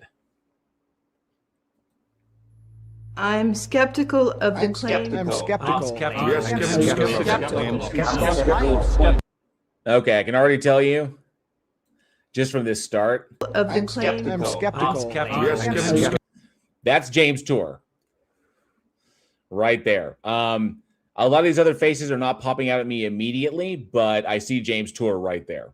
Mr. Farina. So if this guy is leaning on Tour, it's going to be really problematic. We have a scientific descent from Darwinism. We are skeptical of claims for the ability of random mutation and natural selection to account for the complexity of life. Careful examination of the evidence for Darwinian theory should be encouraged, so long as it's taking in all the evidence, in between Darwin and now. I mean, that would be, important. skeptical Of claims for the ability of random mutations And natural selection. to account for the complexity of life. And obviously, we know that that's not accurate. The March of Progress. I wrote about 10 icons of evolution in my book. I could have written about more, but I had to stop somewhere. Survival of the fittest has had a disastrous history. So that comment, survival of the fittest, has had a disastrous history. Not really, because it's describing. I mean, if you're using fittest if you're understanding the context in which that term is used, fittest. I have no doubt about that, Clive. That at least one of them, at least from the Discovery Institute, no doubt in my mind. Drew McCoy discovered Karl Marx almost moved to Texas. Interesting. The problem being spam says all scientists are skeptical of all claims. That's what it means. It doesn't mean they don't think it's true. Agreed. The kicker on that is that if all you're doing is appealing to the incidents where people took survival of the fittest to mean like survival of the strongest, those in power, and that those in power can because they are the ones in power, they have the evolutionary right or the evolutionary privilege of enforcing or like imposing their will upon others. That's not what survival of the fittest is talking about. So that's nothing more than an appeal to emotion. Not sustain any kind of Darwinian prediction that can be intelligently derived from Darwinian. We don't even know how to define life, Mr. Farina! let alone knowing how to spark it to begin. That's abiogenesis, not evolution. So, and a whole lot of Ray Comfort style of editing. Agreed, Jinju. You are correct on that one. But yeah, that's not even evolution that he's talking about. That's abiogenesis. Taught you that we came from apes. They said that this theory was so solidified in reality that it's practically a fact. No, we didn't come from apes. We are apes, taxonomically speaking. We are apes, and we share a common ancestor with other apes that was itself also a primate. So, because we are primates. So we are primates, they are primates. We have a common ancestor that was a primate. Done. They lied to you. Lock in with me and let me fix your brain. So please tell, I would love to know this guy's background if he's going to try and teach this shit. I'm kind of curious. I am lucid.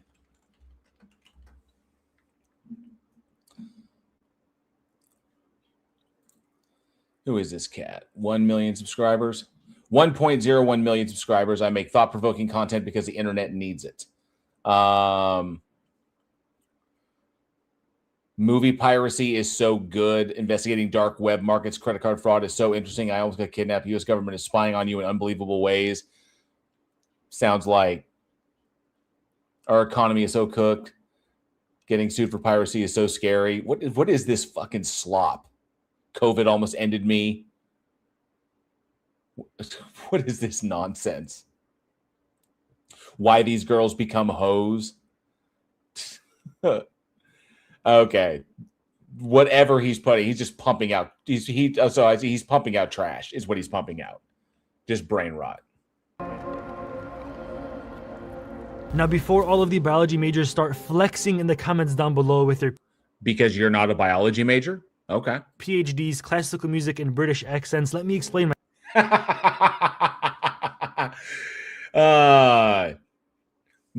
if they have Australian accents? You know? myself. I am not anti-evolution. I do believe that human beings actually have evolved. We have seen this. We can measure this. It's an undeniable fact, but it's on a much smaller scale, and more importantly, a scale that we can actually test. These can be measured within human populations that I'll explain later on in the video, but I do believe that humans actually have evolved. Wait, so is he going to be debunking like false notions about evolution? I mean, is that what he's debunking?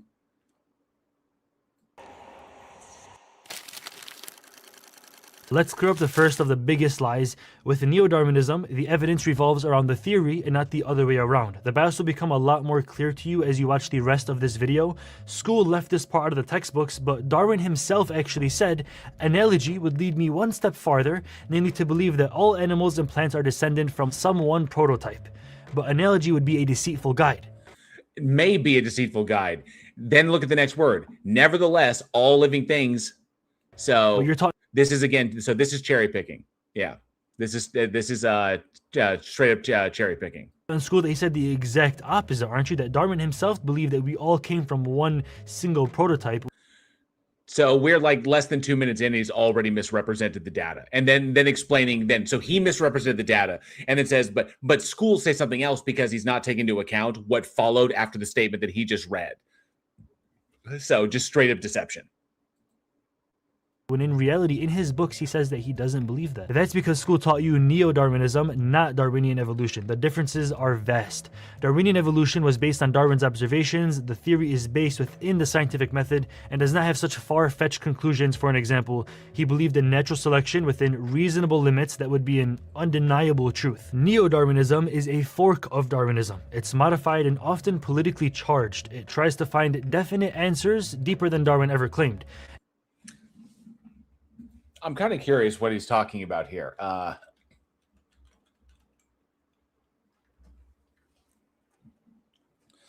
So neo-Darwinism is the updated modern version, often called the modern synthesis, that integrates Darwin's concepts with Mendel's genetics to explain how traits are inherited. I do not know where he's getting this. Like, because neo meaning new. Okay, so it would be the updated modern version, or the theory of modern synthesis is where this is going. So I don't know where he's getting like this socio-political like slant or this interpretation of it. I honestly don't know. Ryan Murphy, good to see you. Thanks so much for being here. What's with the hoodie? I don't think he's advertising for Branson. And Bent Up, good to see you as well. Thanks so much for being here. Kes Ploticus, good to see you. I don't remember evolution being political at all. There are people who have used it to inspire political positions or have twisted it to inspire certain political positions, but itself, obviously is not political. So this is obviously very weird. I have the feeling that this is going to go into some sort of like sociology, this aspect of sociology, and address things that he personally doesn't like. or he's going to be appeal to consequences by addressing people or invoking people in the past who have twisted the ideas to fit their own antisocial agendas. That would be my thoughts. Rembrandt, good to see you. Thanks so much for being here. It does this through an artificial epigenetics and genetic mutations beyond the normal three, which are insertions, deletions, and duplications. This theory brings in specific gene expression and draws bold conclusions from vague evidences. No. Laboratory tested, confirmed, observed, predicted. So this is a complete misrepresentation of the actual science. This guy did, for just like I said, was it 2.5 minutes in? This cat does not know. He's either deliberately straight up lying or has no idea what the fuck he's talking about. He's just regurgitating bullshit he's heard elsewhere. I'll explain more later on in this video, but this is the most known theory, and Darwin is wrongly credited for the creation of this theory. It's what you're taught in school, and it's not the truth. That's because you misrepresented what it was. We are taught in it because that's the most updated model. So, the origin of life is abiogenesis, not evolution. Darwinist leading theory of how they assume life started on Earth was by something called abiogenesis. To put simply, a pond of amino acids got heated from hydrothermal vents in the ocean floor that eventually evolved into all different types of life. Natural selection over time plus random DNA copying mistakes somehow equals all of life on Earth. So the evidence supports that. That's a very, very rudimentary, I would say, an overly rudimentary way of describing this process. Plus, like I've often said, that abiogenesis is very much like a large jigsaw puzzle of which we have many large sections solved, but not all of them. And we don't know what the picture is going to look like, and we don't have the box that it came in, so we don't know what the picture should be. And it's possible that there are some pieces that are missing because they've been lost to time. So we do the best with what we have, but the evidence supports that like a version of that. So what's the issue? It's a result of organic chemical interactions. That's pretty much what it is. What's the problem here? Just because he addresses it in a derisive tone and expresses his personal incredulity doesn't make it false. It's a GeoSam, good to see you. Said attempt at drawing a conclusion of the origin of life. In my opinion, it's a hypothesis is what it is. It's a hypothesis based upon the evidence. Unbelievable to even accept this theory. Even if this was possible, it doesn't go into the maintenance and subsequent reproduction of the organism that was created. Furthermore, prerequisites to this well, unless it simply self-replicate, unless it was capable of self-replication, that's what essentially is a self-replicating molecule is what we're talking about. So, but these things are a result of evolution, of the different manners of reproduction that developed in bacteria, archaea, and eukaryota. So theories such as spontaneous generation, which is basically saying that something can come from nothing, or life can come. That's not what spontaneous generation is. He's completely misrepresented that. That's not something from nothing. That's just non-living material spontaneously generating life. So it's not something from nothing. It's something from that's what that was describing, like rotting meat suddenly producing flies, shit like that, or dirty laundry suddenly producing rats, which has been obviously debunked.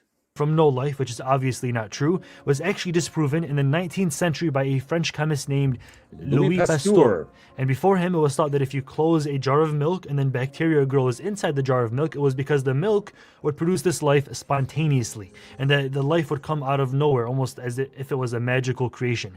He came to the conclusion that there were already organisms alive inside, and the bacteria there, we just couldn't see. So that's why it would grow, because it was always there. It didn't just come out of nowhere. Additionally, we're aware of that, and that's not what abiogenesis is stating. So abiogenesis has never been recreated, and the closest scientists have come to recreating it is the formation of protocells in the lab. So check out the Planet Simulator at McMaster's. The creation of simple peptides using artificial conditions. We've gone beyond that. So this may be, I don't know how old this video is, but we've gone beyond that. So he's not up to date on his science at all. Peptides created were not capable of having a secondary structure, let alone a globular structure, whilst at the same time ignoring all the conditions required to keep that enzyme stable and prevent it from denaturing artificially. This is very likely to not ever have happened naturally. No, because if it can happen in the lab under controlled conditions, and those conditions are possible in the world, then it can happen in reality. So, like I said, it's a hypothesis. Abiogenesis is a hypothesis. We don't have a theory developed around it. We have multiple working hypotheses about how it took place. But the conclusion that life is a result of natural organic chemical interactions and that life diversified after its development via natural selection, that's like solid. That's fact. So there's no arguing this. R. Graham Cooks, who serves as the distinguished professor of analytical chemistry, said that proteins are formed from amino acids by loss of water, and loss of water in water will not occur because the process will be reversed by the water. Unless, of course, there is a barrier that allows for the loss of water in the contained structure. And so the water on the outside would not replace that because of the loss of water from within. So that's like, and who did he cite? Who is he citing here? Created, we're not capable of having a secondary structure, let alone a globular structure, whilst at the same time ignoring all the conditions required to keep that enzyme stable and prevent it from denaturing artificially. This is very likely to not ever have happened naturally. R. Graham Cooks, who serves as the distinguished professor of analytical chemistry, said,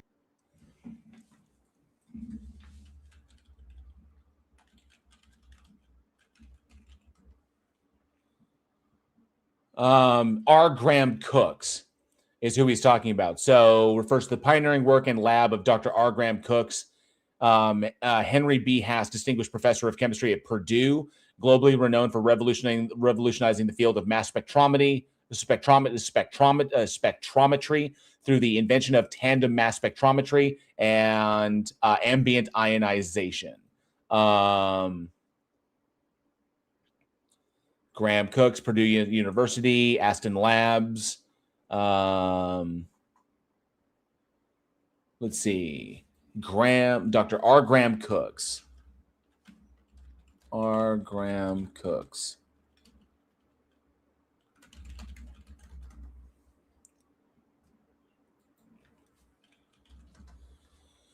Let me see here. And Dr. R. Graham Cooks is not a creationist. He's a highly prominent analytical chemist and a pioneer in mass spectrometry at Purdue University. So he may be challenging some of the hypothetical models of how these things took place, but he's not asserting that it was created by an agent. His research group actively explores abiogenesis. Specifically, his laboratory studies how the fundamental building blocks of life, like amino acids and peptides, can form and assemble spontaneously in aqueous microdroplets. He's not a creationist, and he's not trying to prove the existence of anything that created life and like that. So he works in origin of life research. That's all he does. I Killed Earl. Good to see you. Thanks so much for being here.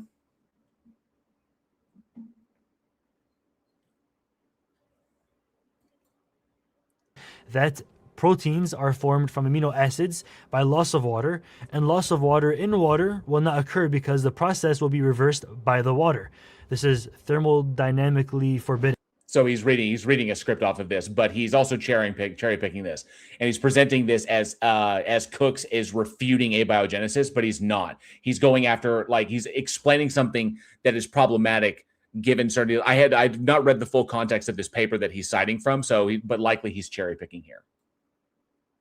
There are a very large number of studies showing peptide formation, but they all use catalyst or modified amino acids to make species unlikely to exist naturally. It simply just couldn't have happened naturally, and believing in so is a far stretch outside the bounds of reality.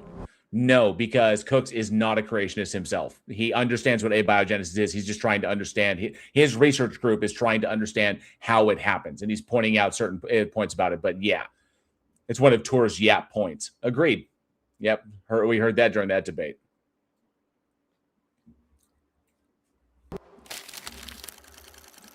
There are different stages of human evolution in the theory, the latest of which are Homo habilis, Homo erectus, and Homo sapien, respectively. The debate here is, do we have a common ancestor to these species? Are they our ancestors? No, well, they're still within the they're still within the same genus, so we're related. They're technically like cousins. But yes, all the members of the genus share a common ancestor with our closest genetically related genus, which is Pan. And we have a common ancestor between our two genuses. So yes. Ancestors that we've evolved from, or are they a subspecies? And if we didn't evolve from them, then why did they go extinct? Did we just wipe them out and smoke them all and outperform them to their extinction? That's how extinction works. Usually a combination of resource allocation, climate change, reproduction, and intel, and the ability to utilize the environment. Homo sapiens had morphological differences that gave them hunting advantages over our cousins, and I think the consensus is that we bred faster. So we outbred them, we interbred with them, and we could hunt better than them, and we can organize in larger groups better than they could. So, and our ability to develop complex languages to convey information to one another. So our coordinative ability, because of our brains, helped us to outlast and outcompete and outsurvive our fellow humans, our fellow now extinct humans. Latest claim isn't too hard to believe, actually. If you look at the nature of our species, what would we do if somebody just claimed a brand new land, a brand new territory on the planet Earth? Immediate war would be waged to gain control of the resources and of the land. We don't shake their hand and team up like we're playing a squad in Fortnite. We go in for the kill and take Sometimes we did all the land that we could for our. That's why we interbred with them. Obviously, if you're interbreeding with them, typically if it's happening large scale, some of it may be as a result of conflict, but obviously there was some overlap in the societies that allow these individuals to survive. Own monetary and which is why the Neanderthalensis genome still exists within Homo sapiens today. Beneficial gain. That's the nature of our species. Literally every single country would wage war against this little small country that has no army, because what are they going to do? Stop us? We want the money and resources, so we'll do it anyways. That's how we're built. The oldest Homo sapien fossil on Earth is a skull found in Jebel Urhoud, Morocco. It was thought to initially be 40,000 years old, then it was recently reappraised in the year 2017 to actually be roughly 300,000 years old. Now this is crucial because it shakes up the entire theory of evolution by slowing down the timeline way further than is possible to hold the current theory. The difference between what? Our skull currently and the 300,000-year-old skull is from Jebel Urhoud was that it had a double-arched eyebrow ridge, a larger and protruding nasal cavity, a broader face, and a smaller brain casing. If that's all that happened in 300,000 years, then how many years ago were we apes? Now, if still apes, always apes, always apes, even the fossil remnant, whatever.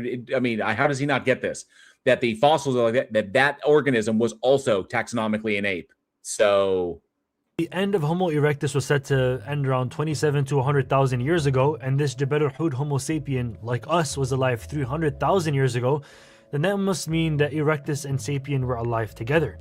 However, the current theory claims that we went back further and further in stages, that our species was once their species. Now, this is problematic. Yeah, because we're constantly evolving. So, but anatomically modern Homo sapiens entered the fossil record roughly 250 to 300,000 years ago. So what's the issue here?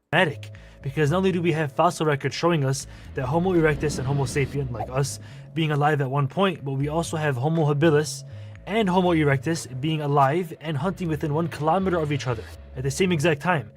For these to be alive at the same time and in the same geographical region shows us that they weren't ancestors of each other. They weren't going back in stages. Which is not what evolution claims, and no one who understands this, who understands anthropology, claims.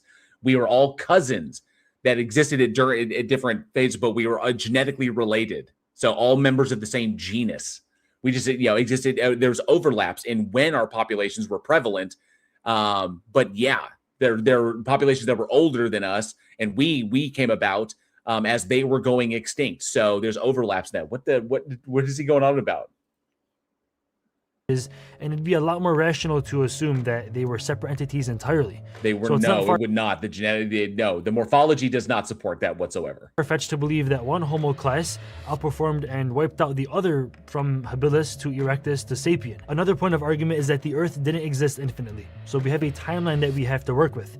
The Earth has been a viable place of life for the last 4.6 billion years, which might make sense to you. However, we've had many mass extinction events such as the Cretaceous Paleogene event, reducing the timeline of evolution to about 66 million years only. Is he going to address the genetic bottleneck event 70,000 years ago that affected Homo sapiens, that reduced us down to around what I think the estimate is like 1,000 members of our species? That was the last genetic bottleneck that affected Homo sapiens. He says it's entirely possible for sapiens to be descended directly from erectus and for there to be pure erectus population at the same point. Right, they're overlapping. Exactly. You are 100% correct that they could come about before us. We came about during them as a result of offshoots from them, and then they went extinct after our population. The reason our population gained prevalence is because they went extinct. There was no more competition. So agreed with that. So with that in mind, the timeline no longer adds up. Yeah, he said 4.6 Cord. But I don't think the Earth was viable for life from its very, very beginning. Not during the like the initial stages. It had to really reach a certain point where life became viable on the planet, which I think is roughly a little over 3.5 billion years. So I think the planet itself was physically around. The hypothesis I've heard is that the planet was around for roughly 1 billion years before it became habitable for the chemical interactions that produce what we would call the early stages of life were able to develop within those conditions. If we were still Homo sapiens for the last 300,000 years minimum and have undergone limited evolution since, then how many years ago did we evolve from a pond of amino acids again? That would be something like billions of years if you're talking about abiogenesis, and it wouldn't be where's that developed. So we're talking billions of years. He seems to have a problem with like timescales, like 300,000 versus billions. So not 1, not 2, but over 3 billion years. So doesn't make sense. It's because you're misrepresenting it. You're not accurately reporting it. So if you don't understand it and you talk nonsense because you're just pulling shit from other people, then that would hazard why it doesn't make sense to you, because the shit is nonsensical the way it's presented. These fossils are probably the first thing that come to mind when you think about human evolution. Yeah, then you have to ask yourself, how do we find out that they're fakes? Which they always say that they'll bring up the fact that there were frauds in the past, but how do we find out that they are frauds? That's the key. If it was the fact that there was a methodology for determining what is real and part of that methodology eliminates fakes, then how do we determine these things? You're looking at the methodology. Yes, there are people that try to pass off fakes, but for whatever reason, for whatever selfish reason they have, but you have to think about, how did we find out they were fakes? Is because the methodology works to determine what is true, what is real. They always forget this.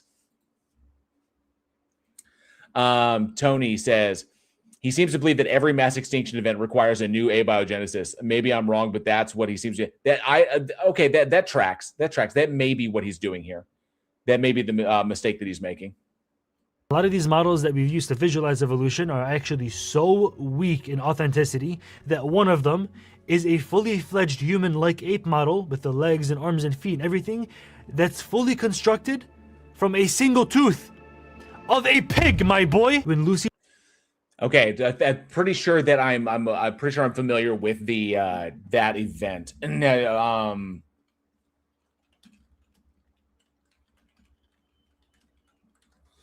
So that was likely referring to Nebraska Man back in 1922, which was a scientific misidentification rather than a deliberate hoax. So Nebraska Man was a scientific misidentification, but that was discovered because of the methodology, while it's often grouped with Piltdown Man, which was a famous hoax. But Nebraska Man was an honest error based on a single weathered tooth found in Nebraska, and that's directly from the NIH. Discovered in 1917, Harold Cook found a fossilized molar in Nebraska. In 22, Henry Fairfield Osborne identified it as belonging to an ancient anthropoid primate. The $1 million tooth, the correction. By 1927, further excavations at the site uncovered more skeletal remains, proving the tooth actually belonged to Prosthenops, an extinct species of peccary, which is a wild pig-like animal. Unlike the Piltdown Man, which was a deliberate fraud involving a human skull and an orangutan jaw, Nebraska Man was a mistake that the scientific community eventually corrected itself. Done. She was first discovered in the 1970s. People thought that she was the missing link between humans and apes. Now, experts usually agree that this was just a 3-foot-tall chimpanzee, not a human in the making. The reason that they thought so was because of their neo-Darwinian presupposition. Hang on a second. I want to back that up real quick. Is a fully fledged human-like ape model with the legs and arms and feet and everything that's fully constructed from a single tooth of a pig, my boy. When Lucy was first discovered in the 1970s, people thought that she was the missing link between humans and apes. Now, It's understandable, but now we know that Lucy was a representative of Australopithecus afarensis, which was one step along that evolutionary journey, and we have many other additions to that clade. So, because we found many fossils from afarensis. Experts usually agree that this was just a 3-foot tall chimpanzee, not a human in the making. The reason no, the morphology doesn't support that, and that's not the conclusion about that. That's what Australopithecus afarensis is specifically. The morphology that supported it was a 3-foot tall chimpanzee. that they thought so was because of their neo-Darwinian presuppositions. No, it's because the methodology was still developing at the time. So that's why there's a difference between like the technology that they used back then and the technology we use today, which has helped us to establish these things more concretely than they were in the past, because it was still a developing field back then. Mistakes will be made. The fact that there were mistakes in the past, that's every single scientific effort, that as technology improves and our understanding gets better and we're able to test these things more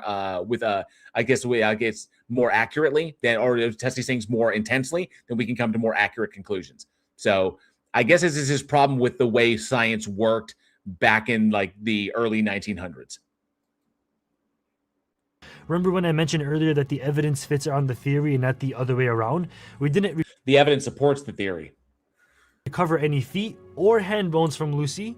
Doesn't matter. So when they talk about Planet Peterson brings this up when they talk about having a percentage of a skeleton. If you think about how much of the skeleton remains, you could have half a skeleton and the skeleton is only missing its hands and its feet and some other things, because the vast majority, because there are a ton of bones in the hands and the feet that are, like there's numerous little bones which make up a percentage of the total skeleton itself. Also, you could have like half a skeleton, but because we understand how body shapes work, with the symmetrical body plans work, you could have half a skeleton and you can hypothesize to a high degree about what the other side looked like. So even if we have half a skeleton, we pretty much know what the skeleton looks like because of symmetrical body plans. All right. Not to mention, there are fields of science that study how muscles attach to bones, and we can see those attachment points in fossils. And so we know how they walked, and we can construct these things from studying the bones themselves. So studying small details, how like tendons and ligaments and muscles connect, and those connection points leave points of attachment or attachment points on the bones themselves. And anyone who understands I believe it's osteology, can see and identify this is the bone itself, and this is where the ligaments and muscles attach to it to support this. And if you look at the shape of the foot or the pieces there, you can determine how it walked. Whether it's bipedal or plantar is what they talk about. So there's a lot of shit he's leaving out of here. There are a lot of details in the science that he's completely ignoring. But it was assumed that she had human feet and human hands. This further proves my point that there is until other specimens were found. So he's completely leaving that out. Oh, I thought I had somebody pop in for a brief moment. Okay. Definite bias here. The Hannover Sandman was made by an anthropology professor named Rainer Prosch.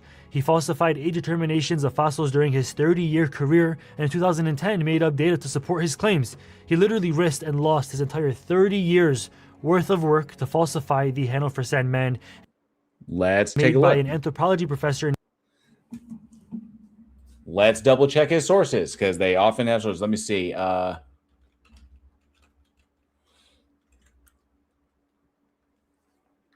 Number one, he did not spell his name correctly. His first name is Reiner, but his last name is Prosch, Protschch. So he did not spell his last name correctly.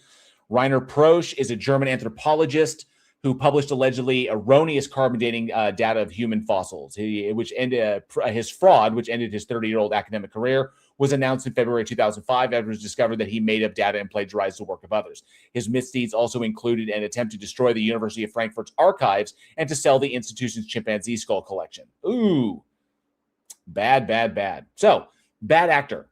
So a bad actor in science does not invalidate the science itself. But we'll agree, he was a bad actor. So what? There are bad actors in every field. Gosh, he falsified age determinations of fossils during his 30-year career, and in 2010 made up data to support his claims.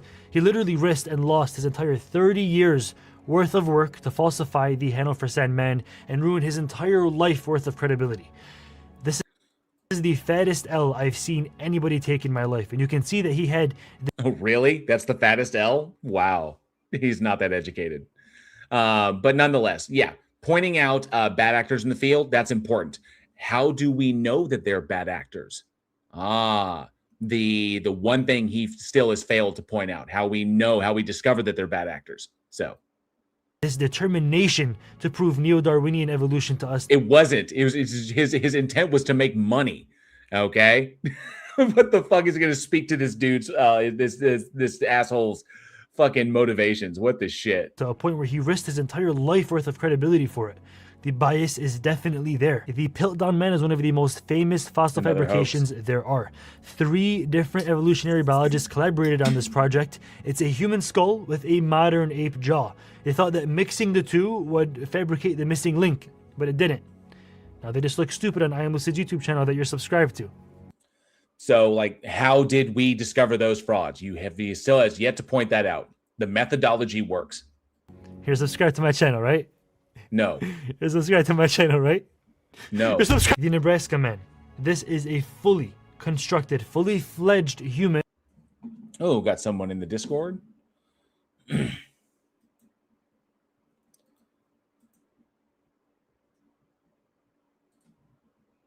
Vinci, can you hear me? I'm doing good.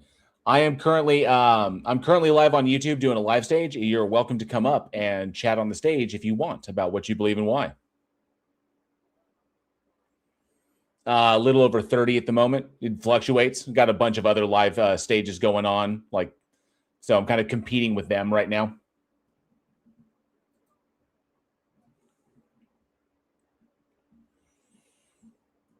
Well, it's on StreamYard, so the link is over there in the side chat of Discord, and then just use the StreamYard link that's in the live chat, and you can join. Yeah, that right there. So you open that, and there's the link to the Stage of Reason. That'll take you to side chat, Bridge the Divide.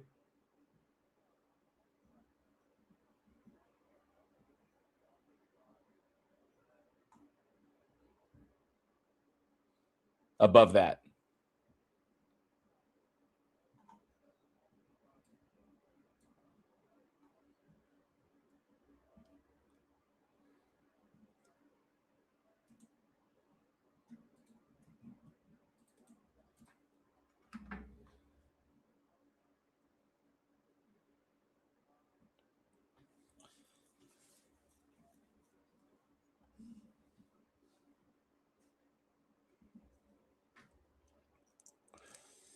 Click on that. That'll take you to YouTube, and then you can use the link that is pinned in the side chat on YouTube to join the stage. It's a StreamYard link, so just a heads up.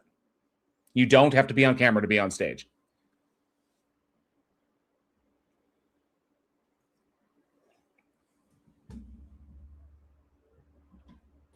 You're welcome. Yeah, you'll see the link pinned in there. It's pinned in the physical live chat.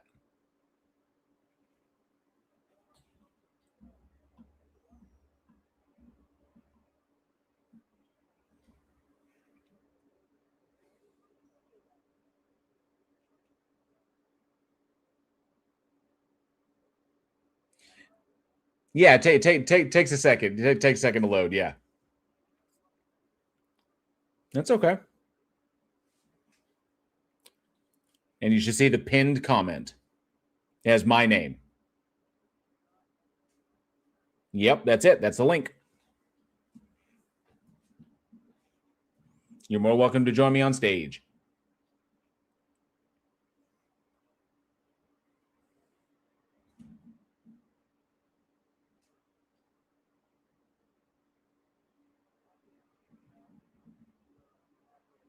That's fine. Yeah, you don't need you don't need it open.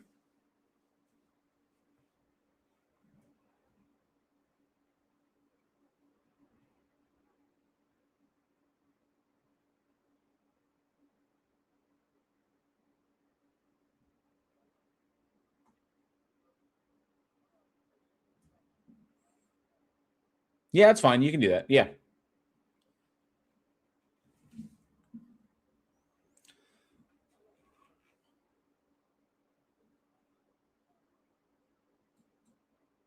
Oh, appreciate that. Idaho. How's it going, Jay Patrick? Good to see you, bud. Got somebody who's going to come up on stage here in just a moment. Yeah, I heard that. I wasn't sure. I was like, oh, let me see if I can join, but maybe the person might get scared if there's two of us. And if that's the case, if they feel uncomfortable, I can back on out. They want to just do a one-on-one with you.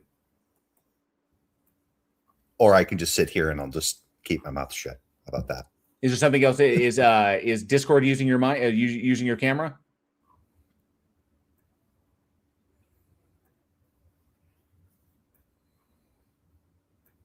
That might be it. I mean, you don't have to be in Discord to be on the stage. You don't need to be in both places.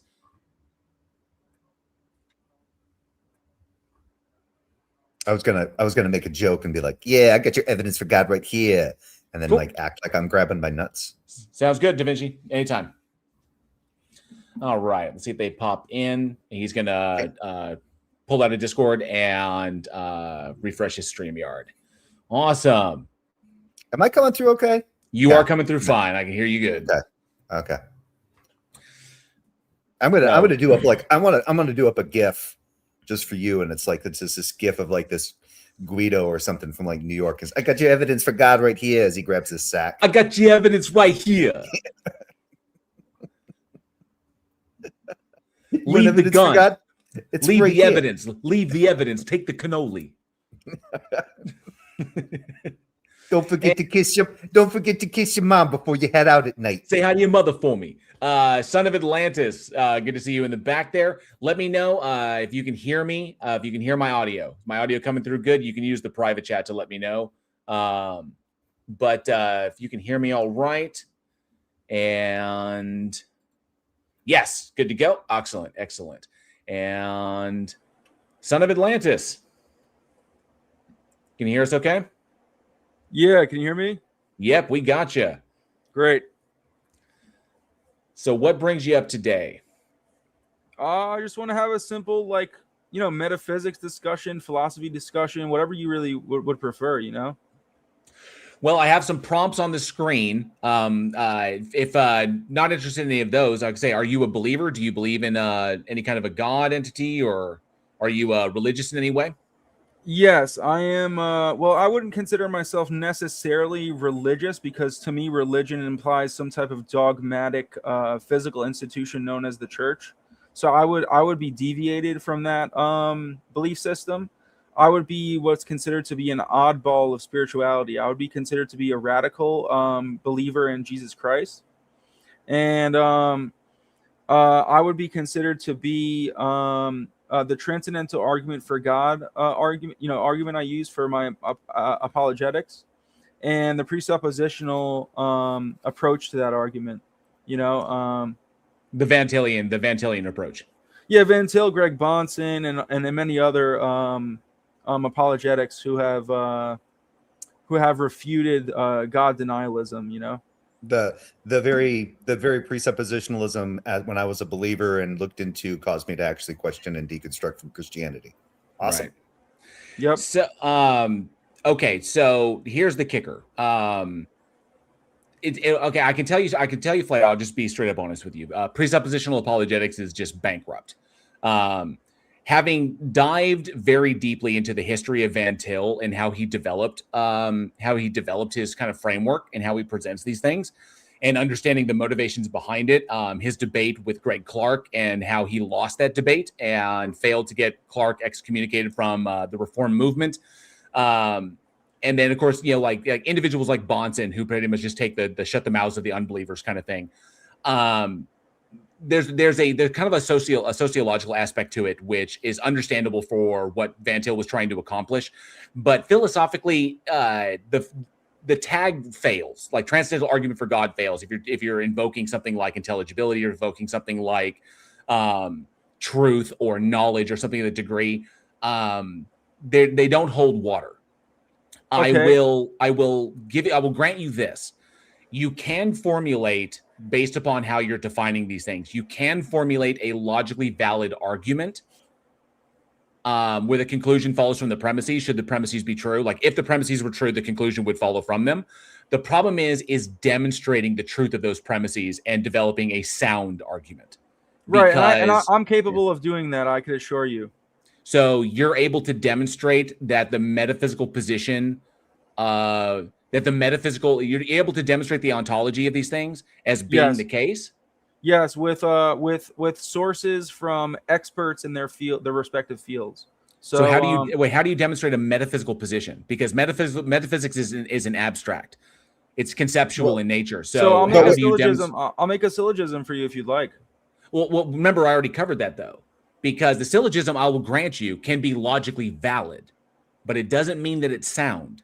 No, I could provide evidence, supporting evidence for the syllogism, with sources like Greg Braden, Robert Edward Grant, other biblical apologetics like Wes Huff and stuff. But Robert Edward Grant and Greg Braden would be considered in the scientific field, where they support metaphysics and spirituality.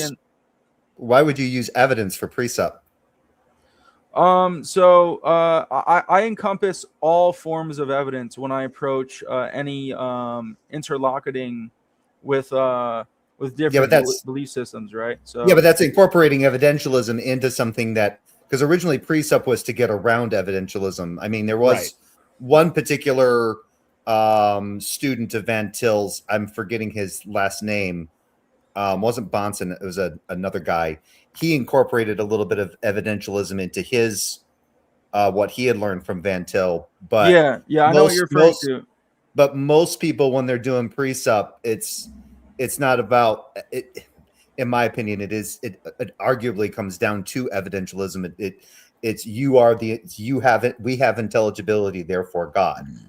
Yeah, without committing the authority fallacy or the appeal to ignorance fallacy or the argument out of incredulity fallacy or any of the fallacies that, any of the 300 or more fallacies that are formal and informal that are known in forms of logic. I could provide you a sound and clear argument that is all encompassing, all interconnecting, and shows the relationality of God with his creation. I already know where this is going. Okay, but here's the question. In order, this is the question I have to ask. In order for the metaphysical assumption that you're making regarding the ontology of the thing that you're pointing at, whether it be like intelligibility, in order for that metaphysical assumption to be true, the God would have to exist as you're defining it. Are you able to demonstrate? You just made a claim. You just made a claim that God would have to exist, right? No, but hold up. Would have to exist for the metaphysical assumption you're making to be true. But that metaphysical assumption doesn't have to be true. It would just mean that something like intelligibility doesn't mean what you think it means in the context that you're talking about. So we can look at it from two completely different angles. That's the argument out of ignorance fallacy that you just No, it's not, because I can ground intelligibility is that we are products of the system, and as products of the system that can survive within it, we survive because we're products of the system. We're able to understand the environment we live in. That's what intelligibility is. A product of what? Randomness? No, a product of the system that we live in, a product of nature. What is nature? The environment that we live in. That which you could say technically that which exists would be. So we are a species that developed on this planet. All species developed on this planet, as far as that we have access to. Those species can survive in their environments because they can understand to a degree, whether it be extraordinarily rudimentary, just like understanding like light and shadow and pressure and shit like that, or complex organisms like us and other organisms like cetaceans and other creatures on this planet that can derive more complex understanding about the environments they're in. But I agree. We can survive it, but if you look at it, those organisms that can't do that can't navigate their environment successfully, they typically tend to die off.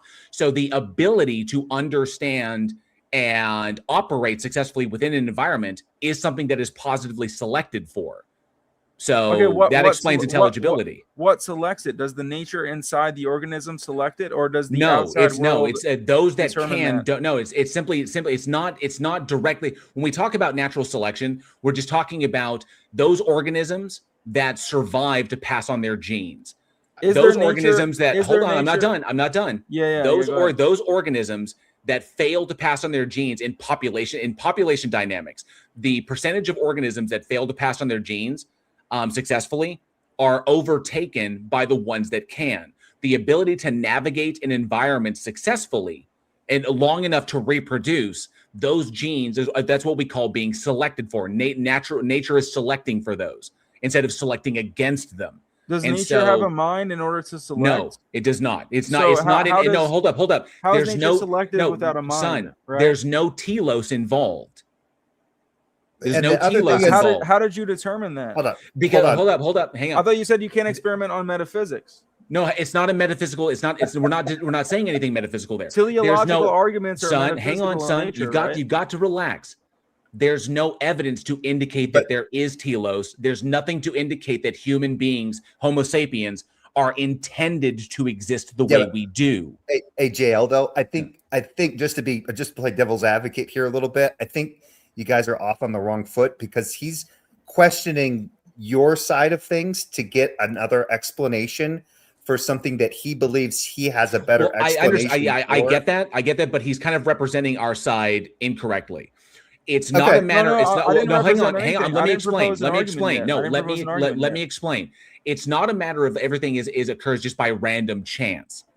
Okay, causal determinism is a thing. It's not that every single step the dice completely reset and re-roll. That's not what we're talking about. So let me propose to you a true dichotomy with what you just said. Okay, it's either everything is selectively determined in the natural world by the inner nature and outer nature's reflection of one another, or randomness has a mind, in which case it would be incoherent. That's a false dichotomy.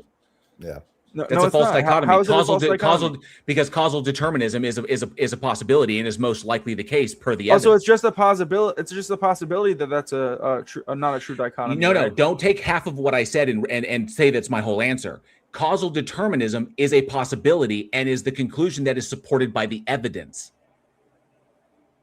It's non-random, but it's non-random, but it's non-intentional. There's no end goal in mind. It's not like nature is trying to produce the perfect organism. It's not like there's a goal in mind. It's just that we are the species, the one member amongst our genus of like 12 other members of the Homo genus. We are the ones that outlasted our other ones, the other members, because for various reasons. But we're the ones that survived. We're the last remaining members of our genus. So I'll make another attempt at a true dichotomy. A question, okay? Do natures have persons or animals or organisms, or do organisms and persons have natures? My TV has a nature. Okay, so right. That's what I'm getting at, right? So the idea of a thing's nature is something that we ascribe to things, and their nature is the things that they do. The nature of a TV is to show images. Because we designed it to do that. But nature in itself, like what we call like existence itself, the things that naturally exist, the field that science studies, organisms exist within that. Right, but physicality is a mental construct, is it not? Physicality? No, it's a mental construct. Physicality is just a term that describes what an organism physically does. No. How is physicality not a mental construct? It's an abstract term that refers to the field that studies what organisms are physically capable of. What we accept to be, quote unquote, the physical. The physical, yeah. Not physical. Do you mean physicalism? No. I'm saying like. So if you see that something is ontologically physical, like for instance, this PC monitor that I'm looking into right now, right? The function, the design, everything. The design implies that there is a creator of the screen. Does it not? Once you have an example. Yeah, well, we have examples. Yeah, we have examples of objects being made by agents with intention, but that doesn't logically follow that the system itself is made with intention. That would be a composition fallacy. Right, but my next question would be: is that it's not a fallacy because I didn't say that. So the composition fallacy implies that it's it's composed of what it already existed as, right? No. The composition fallacy would be that there are things in the system that are created by intelligent minds. Therefore, the system itself is created by an intelligent mind. That would be that parts of that what is true for parts of the whole is necessarily true for the whole itself. That would be a composition fallacy. So my question would be is, do you hold to the idea that energy is eternal? The energy of a system can either be created or destroyed and never changes and remains the same. So if you're looking at the universe in and of itself, the energy that is within this universe, the amount of it will always remain the same, but the amount of available work will decrease over time as the universe expands.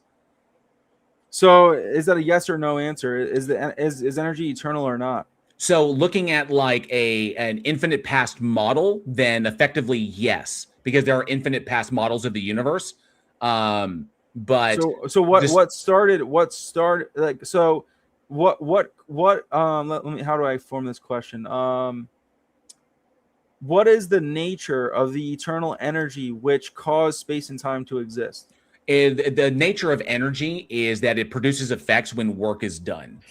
Hey, JL, have you noticed that they'll ask these questions about the universe, but they don't ask them about the God itself? The God itself can exist. One thing I want to point out. Here's one thing that in the years that I've been doing the Sun, this is a conclusion that I've come across. Is it logically possible that it is? These are just statements. It is logically possible that everything we know about science is entirely wrong, like completely and utterly wrong. It's pseudoscience. I agree. No, hang on. No, son, hang on. You got to let me finish. You got to let me finish. You got to let me finish. You did. You stopped talking. No, I didn't. So look, it is entirely pseudoscience. Dude, no, it's not. Right? No, it's not. I'm making a point here about going into science when we're having these discussions. It is entirely possible that everything we know about science could be completely and utterly wrong, but that would not logically entail that a God does exist. It's also logically possible. That's your Hang position, on. I'm not done. It is also logically possible that everything we know about science could be entirely correct, but that would not logically entail that a God doesn't exist. So it's either God or not God, right? The law of non-contradiction and the law of excluded middle. If you're positing a God, if you're talking about a God entity, it either exists or it doesn't exist. True, that's a true dichotomy. So how whether or not we can determine it is something else entirely. So how have you determined that the means at which determining God is probabilistic? Okay, so it depends. That depends upon which God we're invoking, and we have to explore it via its asserted attributes. Right. What I'm proposing is the Christian God. So can you refute that, please? It's a logical contradiction per its attributes. Okay, how? Do you hold that the Christian God is omniscient, knowing all true propositions infallibly? So can you ask that again? Do you hold that the Christian God is omniscient, that it knows all true propositions infallibly? Yes. Okay. Does it know not just holds, but dictates, institutes, and secures all propositions? Cool. Does it know what it's like to fail? No. Then it's not omniscient. No, failure is not the nature of the essence of the eternal God. It doesn't matter. It's knowledge that it doesn't have. It's unchanging, so it can't change. It's knowledge that it doesn't have. The true proposition of what it is like to fail. No, failure is not knowledge. Failure is not knowledge. No, the experience. No, son. The experience. There's no experience leads to the. There's only experience in space and time. There's not experience. Son, hang on a sec. If the God is interacting, and if it has knowledge, the knowledge of what it is to succeed and the knowledge of what it is to fail in an endeavor, to succeed at an endeavor and fail at an endeavor. These are both true propositions. You asserted that God, the ultimate, which is outside of space and time and within all of space. That doesn't make any sense. Outside of space and time makes no sense. God cannot create time. How do you know that? Because there can't be a before in a timeless state. How do you know that? It's contradictory. It's logically contradictory. How do you know it's contradictory? Because it's analytically contradictory. What experiment shows you that? No, it's analytically contradictory. There's no such thing as analytical contradiction. Yes, there is. There's things that this is the difference between analytic truth and synthetic truth. No, there's no such thing. There's only one truth. It's absolute. No. Do you know what analytically true is? No, I just know what absolute truth is. Okay, no, there's okay. So analytically true are things that are true simply by definition. A bachelor So is it's a semantical. Hold up. It's a semantical. You've got to stop interrupting. Argument. An analytical truth is something that is merely true by definition. A bachelor is an unmarried man. That is an analytical truth, simply by how bachelor is unmarried. That's a definition. Those are terms. Show me how that truth. You've got to hang on a sec. And then there are synthetic truths, which are truths that are demonstrated to be the case. Okay. The thing is that the way we define God time, is a synthetic truth. Then the way we define time, to say that there is a before, to say that there is a before in a timeless state, would be, in what you're asserting is a timeless state, that God is outside space and time, that there is no time there. How can God exist at a point which is a temporal inference, or I'm not sure, but that's a temporal that invokes a temporal state, is existence. How can there be a before in a timeless state? If there is no time, how can there be a before? Because God is all knowing and all knowledge, eternal knowledge, wisdom, and love, and that love permeates. That's incoherent. No, it's not. It is, because you're invoking a before in a timeless state. You didn't let me finish. I wasn't finished yet. No, so what I was going to say is, because you're repeating the same thing and you didn't address what I said. The actual syllogism for this is actually quite simple. No, I addressed your question. You said why premise one, a timeless state cannot, premise one, a timeless state does not change. Premise two, if God created time, then a timeless state would change into a time state. Conclusion, therefore God did not create time. How did the second premise is incorrect? That's a what is it called? Fallacy. Did God create time? Yes. Then did God exist in a timeless state prior to time? Yes. Then that would indicate a timeless state changing to a time state. No, it wouldn't, because so look, is the universe God? No, I'm not a pantheist or a panentheist.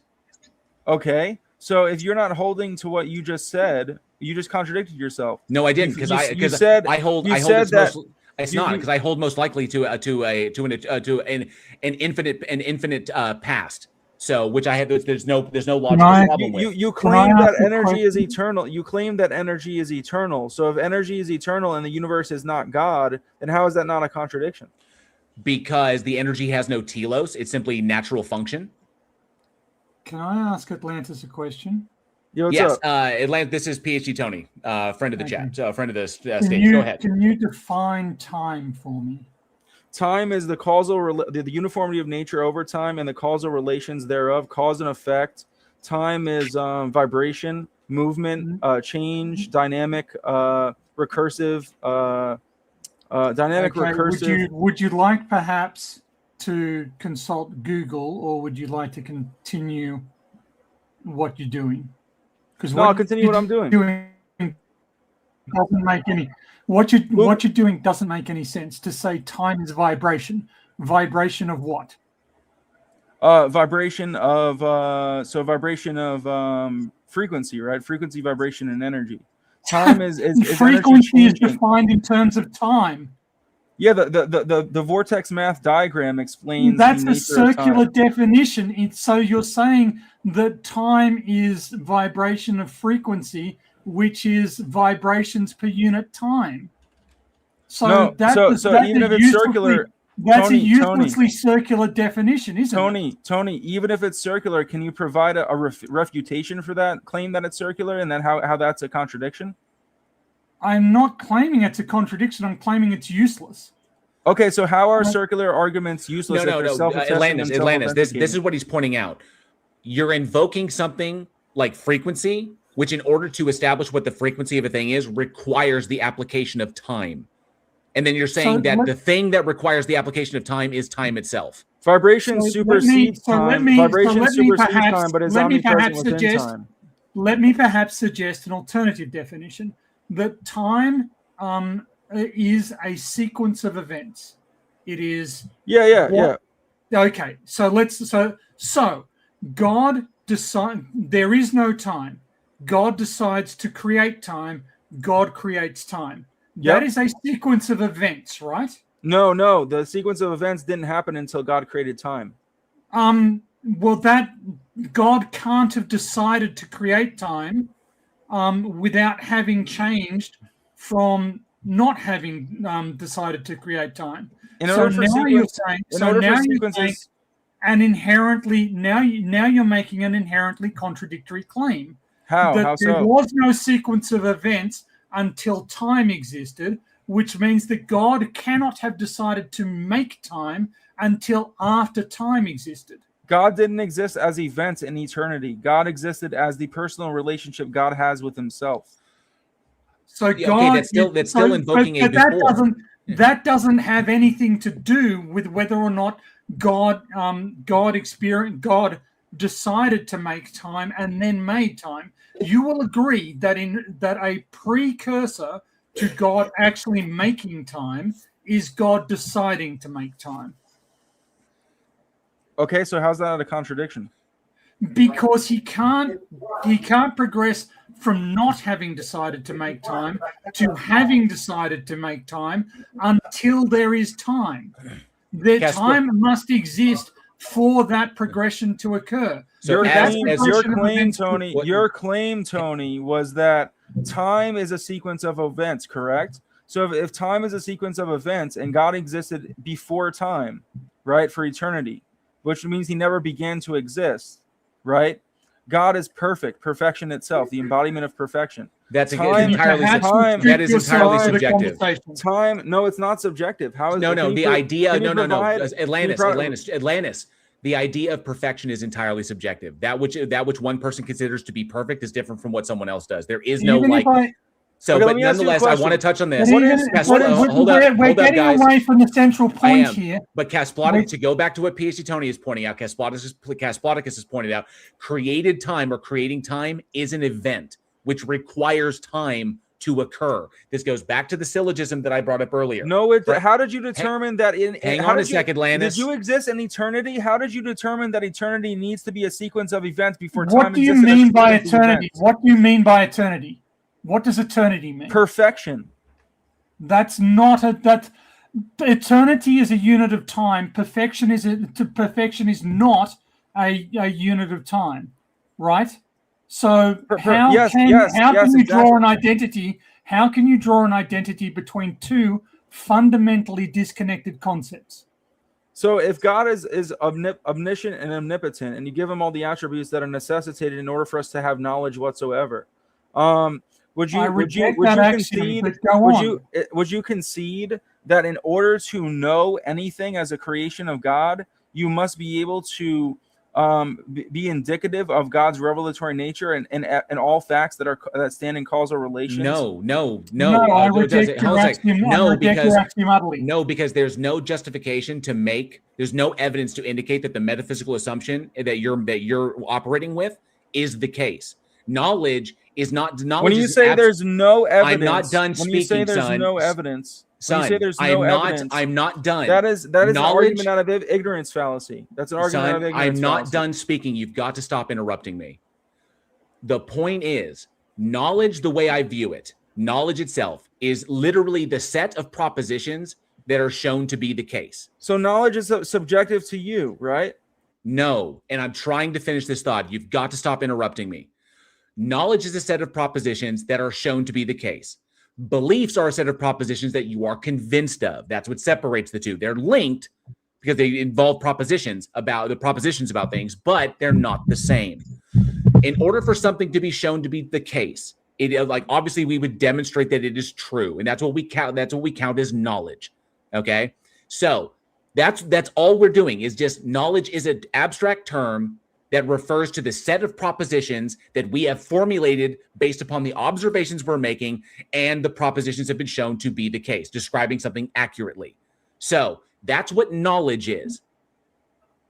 It's not something metaphysical. There's not something beyond this. It's not something that's instituted. It's prior. It's not prescriptive in nature. It's descriptive in nature. You went on your diatribe, okay? So is knowledge determinate by what is revelatory or not? No, because we don't hold that there is any revelation going on. There are organisms. How did you determine?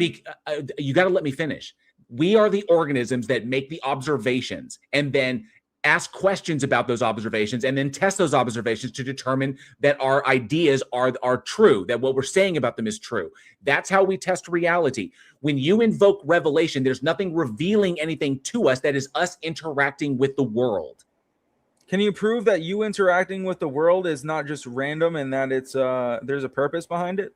Yes, the purpose that I do it. I interact with the world for a purpose. So you are God. You are God. You created. No, I'm not God. I am simply an organism on this planet that is surviving on this planet. First, you claim to be there in eternity, to be knowledgeable that there are sequences of events in eternity before sequences of events were created. And I never claimed that, and you're ignoring that. I'm sorry. I never claimed that. For a second? Yeah, 1 second. I never claimed that. Okay. And the key thing here is that you're still ignoring the logical contradiction in how you're invoking these things. If time itself has a beginning point and God existed prior to that, you're saying that the creation of time, before the creation of time, the moment of creation of time, and then post the creation of time, those are all linear progressions of events that we would call the progression of time. You're invoking a before state when there technically is no time by your own assertion. You can't have a before time. There is no logical contradiction with saying that God exists outside of time. That statement in and of itself is not a logical contradiction. But saying that he's outside of time and created time, that is a contradiction. How if he's perfection and embodied? That's something that means nothing. Perfection has nothing to do with it. That means nothing. That's just that is simply the way you are defining it, and it holds no water whatsoever, because ultimately how tag fails, you cannot demonstrate that the God exists as a concrete entity independent of human minds without begging the question. No, I could post it in the chat if you'd like, the demonstrations of spirituality, supernaturalism. There we go. Now we can go back to that, because see, I wanted to just bring this up. You guys kind of got stuck in the presuppositional interrogation hot seat. Yeah, and I'm being dogpiled. It's 3 against 1, but guess what? No. God is evidently true, and it's obviously true that God is alive. No, right? It is not. Okay, son. Number one, I'm going to clarify this. You are not being dogpiled. Okay, you have consistently, performatively interrupted every single one of us at every turn. I'm trying to keep the stream on track. PhD Tony has his own line of inquiry that he's trying to go down, but you continue to interrupt midway through his sentences and then trying to take that as his ultimate statement, because you are not actively listening. Okay, so I'm going to do this. I'm going to unmute you here in just a second, and I'm going to leave you. I'm going to ask you this question. I want you to answer before we continue on. Is it logically possible that no God exists? No. Okay. What is the contradiction? What is the P not P that shows that? P, if God exists, or no, wait, a premise says, does it have if in it? I think it does, right? So if God exists, then God must have perfection, truth, love, and all the creation attributes that are required for eternality to begin into space and time. P2. P2, which is let me just take a second to formulate this syllogism. This is not showing the P not P. Well, I'm going to show you the evidence afterwards for the syllogism. No, you have to show me what is impossible if the God doesn't exist. What's impossible? Yeah. Oh, knowledge. Yes. Knowledge is impossible. No, because if I simply define knowledge as the set of propositions that we have shown to be the case, that's all knowledge is. That is sufficient to understand knowledge. Okay, what is knowledge? Is it subjective? The set of propositions that have been shown to be the case. And yes, it is like us literally formulating propositions, which are abstracts, which are mental constructs, and then describing things and then confirming them to actually represent reality. But earlier you claimed that. Wait. One second. I was speaking first. So no, you fucking weren't. Jail Warren. You mentioned earlier that energy is eternal. Is energy knowledge within photons, informational knowledge? No.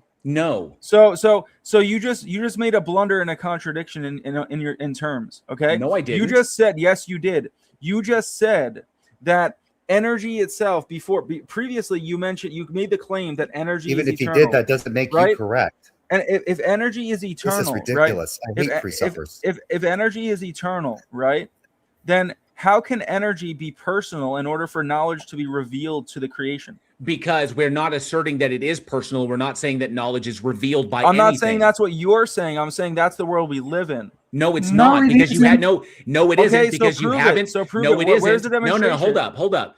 It isn't, because you haven't demonstrated that a God exists to do any revealing. I'm not claiming that there is a You God. haven't demonstrated that a God doesn't exist. To a more You fundamental haven't level. demonstrated that a God No, doesn't exist. you don't just You get claim- to talk over me all the time, guy. Hey, Tony. No, Tony, shut up. I'm claim- talking.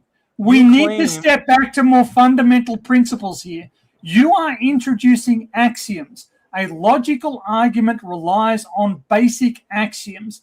You are taking as an axiom that humans cannot achieve knowledge unless that knowledge has been revealed to them by some entity.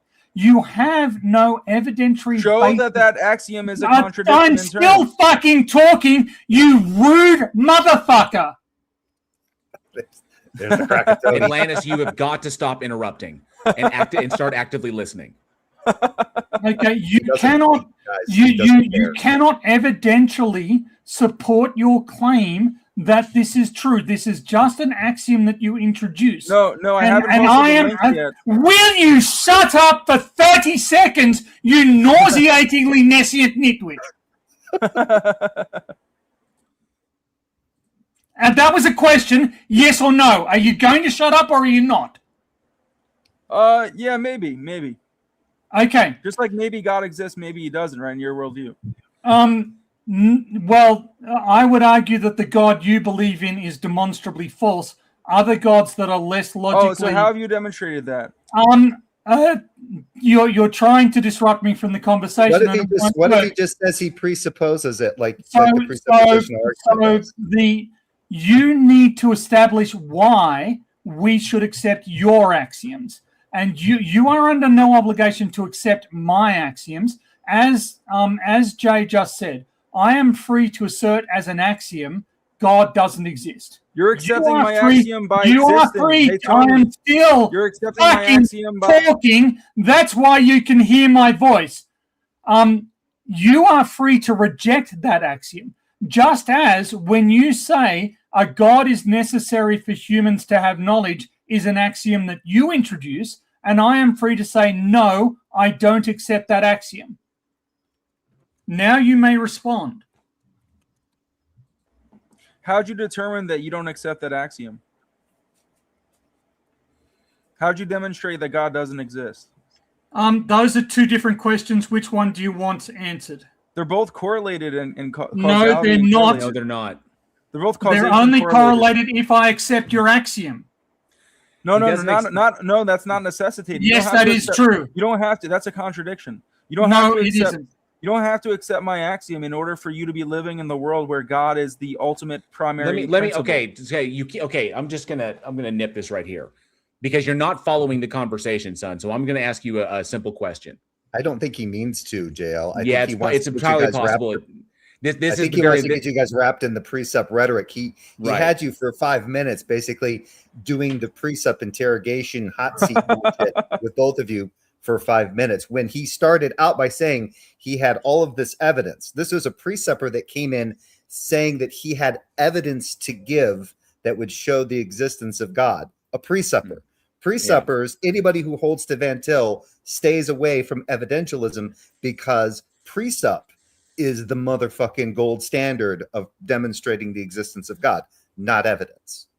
So he's already done this disingenuously, in my opinion. I'm going to straight up ask you, son, are you able to demonstrate that your God entity exists as a concrete thing, existing independently of human minds, without begging the question? Yes, I just posted the evidence, the YouTube video right there in the YouTube video is not a demonstration that somebody repeating claims they heard somewhere else. In the YouTube video, there's a demonstration. There's not a demonstration. I'm asking if you can. I didn't ask you for a link. I'm asking, can you show that the God exists without begging the question? How can you show that you're not begging the question by asking if God doesn't exist? Yes, because I'm not assuming the truth of my conclusion within my premises. Yes, you are. You're No, assuming I'm not. that you're committing the argument out of ignorance fallacy. No, I'm not. Yes, you are. Because how did No, you I'm determine not. that you're ignorant of God's existence? No, I'm not. I know particular gods don't exist. Some versions, you do understand that there are multiple like versions of like God concepts throughout human history, right? Oh, so you're now I need you to answer the question. I need you to answer the question.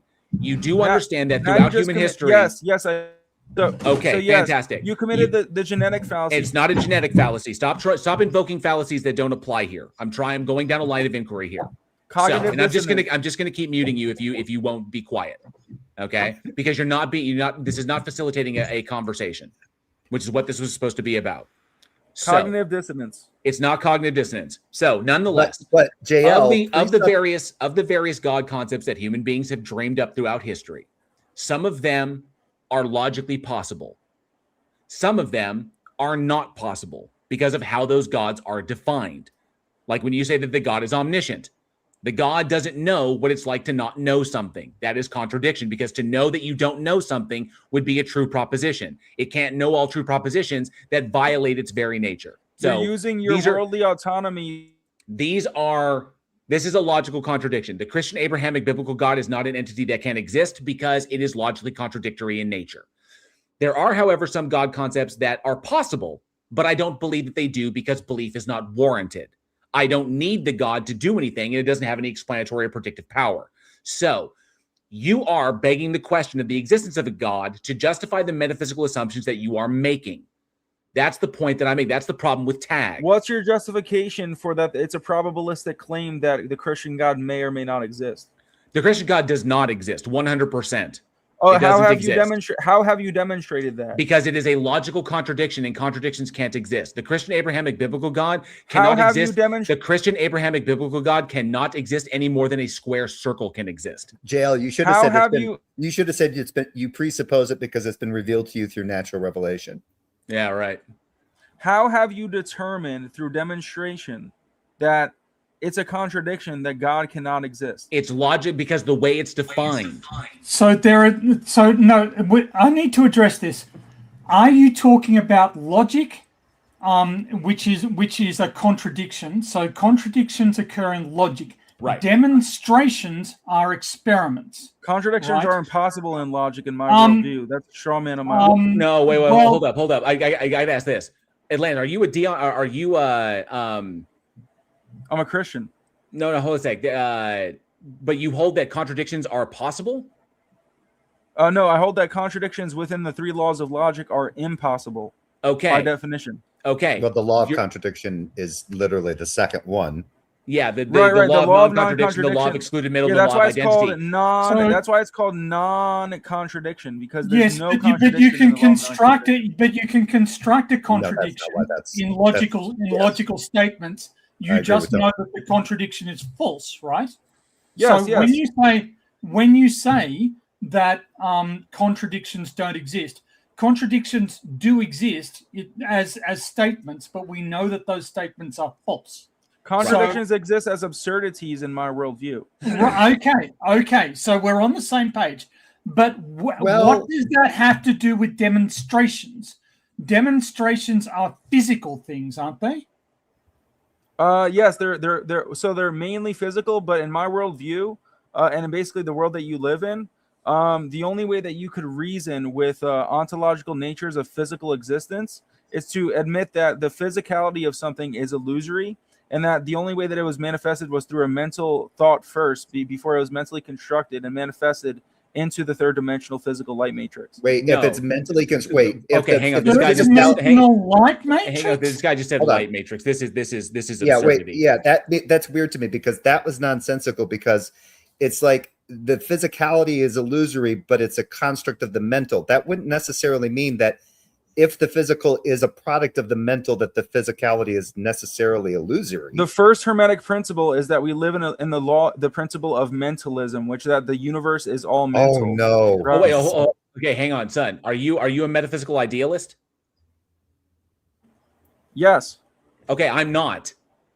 Okay, yeah, I know that. I know that. That's evident. Okay, great. Okay, no, hang on a sec. So hang on a sec. But in my worldview, I work from a bottom-up process. I don't work from a top-down. I am not assuming that the universe is that reality is entirely conceptual. I am not a metaphysical idealist because there is sufficient evidence to warrant that the sufficient evidence to indicate or infer that it is not the metaphysical position that is true. Do all thoughts already exist? No. There's no evidence to indicate that they do. There's no evidence to indicate that they do. How did you determine? And all experimental testing indicates that it is likely that they don't. So how did you demonstrate that all thoughts don't already exist? He thinks that you just made a universal claim when you just assumed. I didn't. No. There is no evidence to indicate that thoughts exist outside of minds. There is no evidence to indicate that thoughts persist beyond minds. There's no evidence to indicate that everything requires a mind to exist. And all experimentation that we are capable of doing provides the data, makes it probabilistic that it is not the case, which is why, because I work bottom up. I don't start at a metaphysical position and try to fit everything to fit that model. That's not the way I work. Jo, when you go to, let's say, I'll give you an example, okay? When you're walking in nature, right, and there's a rock that's overturned, right, in a seemingly interacted and artificial way, right? Like somebody interacted with this rock in order for it to be overturned, right? And you're walking by and you say, I wonder what overturned this rock, right? What interacted with it to make it the way that it exists, the way that I perceive it, right? If I'm just walking in nature and I see this and I just say, hey, somebody overturned that rock, I can conclude that because I have a prior experience of people overturning rocks and myself overturning a rock. Right, so but so I know what an overturned rock looks like. I'm relying on my priors. Right, but how would you distinguish that? How would you distinguish that from a rock that had been kicked over by a moose? Right, that's my point. My point is how can you distinguish that the Christian God is not the God that we live in, or that lives in us? Because the Christian God, as it's defined, is a logical contradiction. Therefore, the proposition that it exists is false. You can redefine the God into a logically consistent state. And that God is possible. It's possible it could exist, but there is no evidence to indicate that it does, and therefore it is unwarranted to believe that it does. Are you typing in like ChatGPT?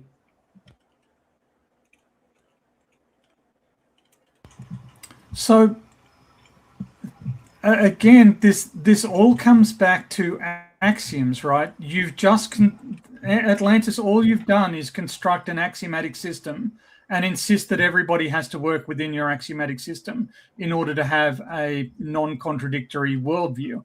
No, it's necessitated. It's necessitated, by the way. That's a straw man. Well, but it isn't necessitated. It's not necessary. It's not necessary that I agree with your axioms. More cognitive dissonance. No, it's not. Cognitive dissonance. No, it isn't, and there is no logical contradiction in my worldview. The other thing is if he's saying it's necessitated, that means that in some cases, depending on how that's phrased, necessitated would mean that God could not create things. So all of reality would be not contingent on God, his mind. It would be a necessary thing that had to take place because God exists. So my next formulation of questions. Okay, what is the origin nature of consciousness itself? Does it come from the mind or the brain? It's an emergent property of the brain. The evidence, the overwhelming evidence indicates that it is an emergent property of the brain, just like digestion is an emergent property of a gastrointestinal system. So if consciousness comes from the brain in your worldview, right? Mm-hmm. And in my worldview, consciousness comes from the uncaused cause, the eternality of existence. Which one of us is begging the question? Well, that's the real question. Is that like? Am I assuming that brains exist, or are you assuming that a God exists? No, you're assuming that brains, that consciousness comes from brains. That's a category error. No, it's not. No, it's not because we can. No, it's not because we can test these things in a lab. That's a false equivalency fallacy. No, it's not. Okay. No, it's not. So, yes, we it is can to test compare we can compare the eternality of God. Fundamental. No. Because you're not operating with my definition of what consciousness is. We can see fundamental changes in what we call consciousness. Consciousness being the umbrella term under which we put all mental phenomena. So we can see fundamental changes in the capacity for consciousness and how consciousness presents itself by fundamentally altering the structures of the brain. There's virtually a 1-to-1 correlation and causation factor when it comes to the brain and what we call consciousness, which is we don't even need to change the structure. We only need to change the chemistry. Change the chemistry. And we know like experimentally conclusively, if we fuck with the brain, we fuck with the brain's ability to operate, we fundamentally alter the presentation of what we call consciousness or the set of mental phenomena. We can apply electromagnetic fields or indeed infrasonic stimuli to brains, and we can induce fixed conscious responses, right? Fixed emotional and conscious responses. So we know that physical manipulation of the brain affects what people perceive and what conclusions they come to. We also have confirmed via fMRIs that the brain is operating, and your conscious awareness of the decision making processes is operating on a lag. That your brain makes decisions before you're consciously aware of them. So we know the physical system is there. We have access to the physical system. We can demonstrate the existence of brains. We can experimentally confirm these things. We can make predictions that come true regarding our understanding of the physicality of the brain and presentations of consciousness. None of that is begging the question. We're not assuming that God exists. We're looking what we have access to. Do you have access to a God? Is your vibratory state of awareness determined by the operation and function of the mirror neurons in your brain? He's running a script on you guys. Okay, so I don't know what you mean by vibrational awareness. That's very, very weird. Mirror neurons play a role in empathetic capacity. Right. So what about the experiment with Greg Braden, which he took they took him and his scientists as experts. They took a mirror neuron out of someone's brain, right? And they were able to, without plugging in a console for the game Pong, they played the game Pong from the memory of the person's brain and within the mirror neuron, separate from the brain. And they played. That's not how that experiment went. They used the neuron in order to play the game as a result of how it's able to conduct information. Which the way information translates, that's not something about like a piece of a human mind interacting with a game. That's not the way that works. Well, JL, let me ask, because I hadn't heard of that one. Out of curiosity, even if that was let's say, yeah, that's neat. We can take a neuron and we can put it in someone else, and then we can observe this particular phenomenon occur, that seems similar to like when that neuron was in this other person. Well, Jay, not put it in someone else. You put it on a petri dish and you play the game Pong from the memory. Okay. Yeah, Greg Braden. I found it. So hang on. Scientists from Cortical Labs created Dish Brain, an experimental system where 800,000 lab-grown human and mouse neurons learned to play the classic 1970s video game Pong. Placed on a microelectrode array, the cells received electrical signals indicating the ball's position and successfully learned to hit it.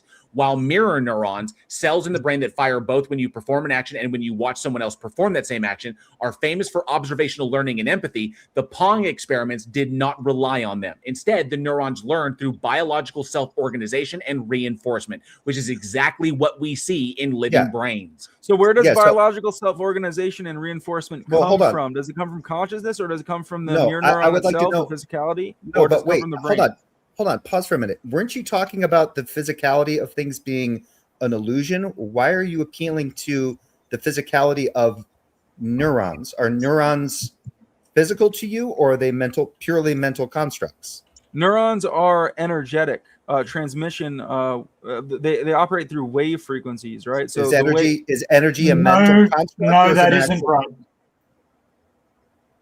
How is that not right? And to explain how this happens, neurons self-organize into complex networks through physical growth and activity-dependent adaptation. But basically, how they're functioning and the stimulus that they receive, this process is guided by chemical signposts, axons, and dendrites that form initial pathways. As the brain processes experience, these connections are continuously reshaped by the biological principle, neurons that fire together, wire together, driving structural and functional connectivity, which is what was happening in that petri dish. So, J.L. Warren, are mirror neurons electric in nature? Are they electricity? They're not electricity themselves, no. But so they don't work. They don't operate off of the luminiferous ether at all, right? That's like saying electrolytes are electrical. Wait. The luminiferous ether is not a thing that exists. Yes, it is. Nikola Tesla was the greatest scientist of the end of the 19th and and early 20th century. You can't say that. And Nikola Tesla. No. So 1 second. That's methaniferous ether. Oh yeah, thank you. I'm sorry, my bad. So right. You guys joke all you want. Okay, so this is gone. The existence of a luminiferous ether has been investigated using the best scientific techniques that we have available, and we have failed to find any indication whatsoever of a luminiferous ether. This genetic fallacy. No, it's not a genetic fallacy. I'm not saying you don't even know what these terms mean. A genetic fallacy would be like saying everything that Tesla said was wrong because Tesla married a pigeon. That's a genetic fallacy. What I am saying is that we have scientifically investigated the possibility of a luminiferous ether, and every hypothesis we have so far come up with, we have failed to substantiate. But you haven't debunked it. You need to shut up and listen, because there's a PhD in front of my name. There's not one in front of yours. I'm explaining to you something there will be. Don't fucking know. So shut up and learn.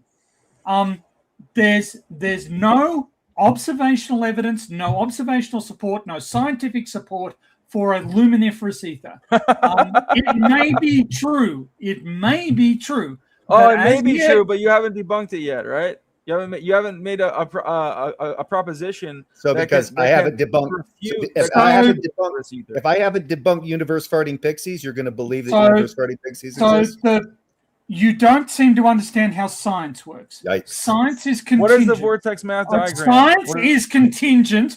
All of the results we obtain by science are restricted to the evidence that we currently have access to. It may happen tomorrow that the sun does not come up. It may be the case that the sun didn't come up yesterday because the earth didn't exist yesterday, because it was created yesterday by some deity who implanted all of our memories and implanted all of the evidence that it did come up yesterday.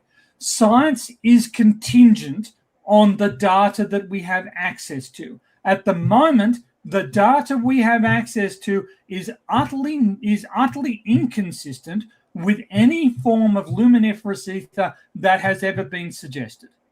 Without metaphysics, you can't have scientific facts.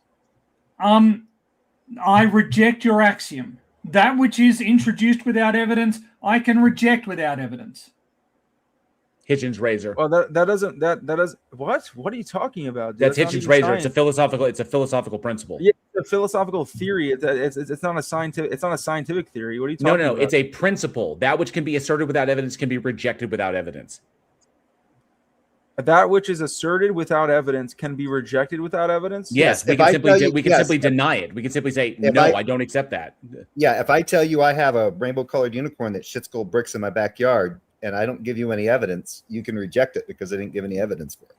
Well, unicorns do exist. They're also they're in the Bible. They're called rainbow-colored unicorns that shit gold bricks. Are we now at the point where if it's written in the Bible, it's true?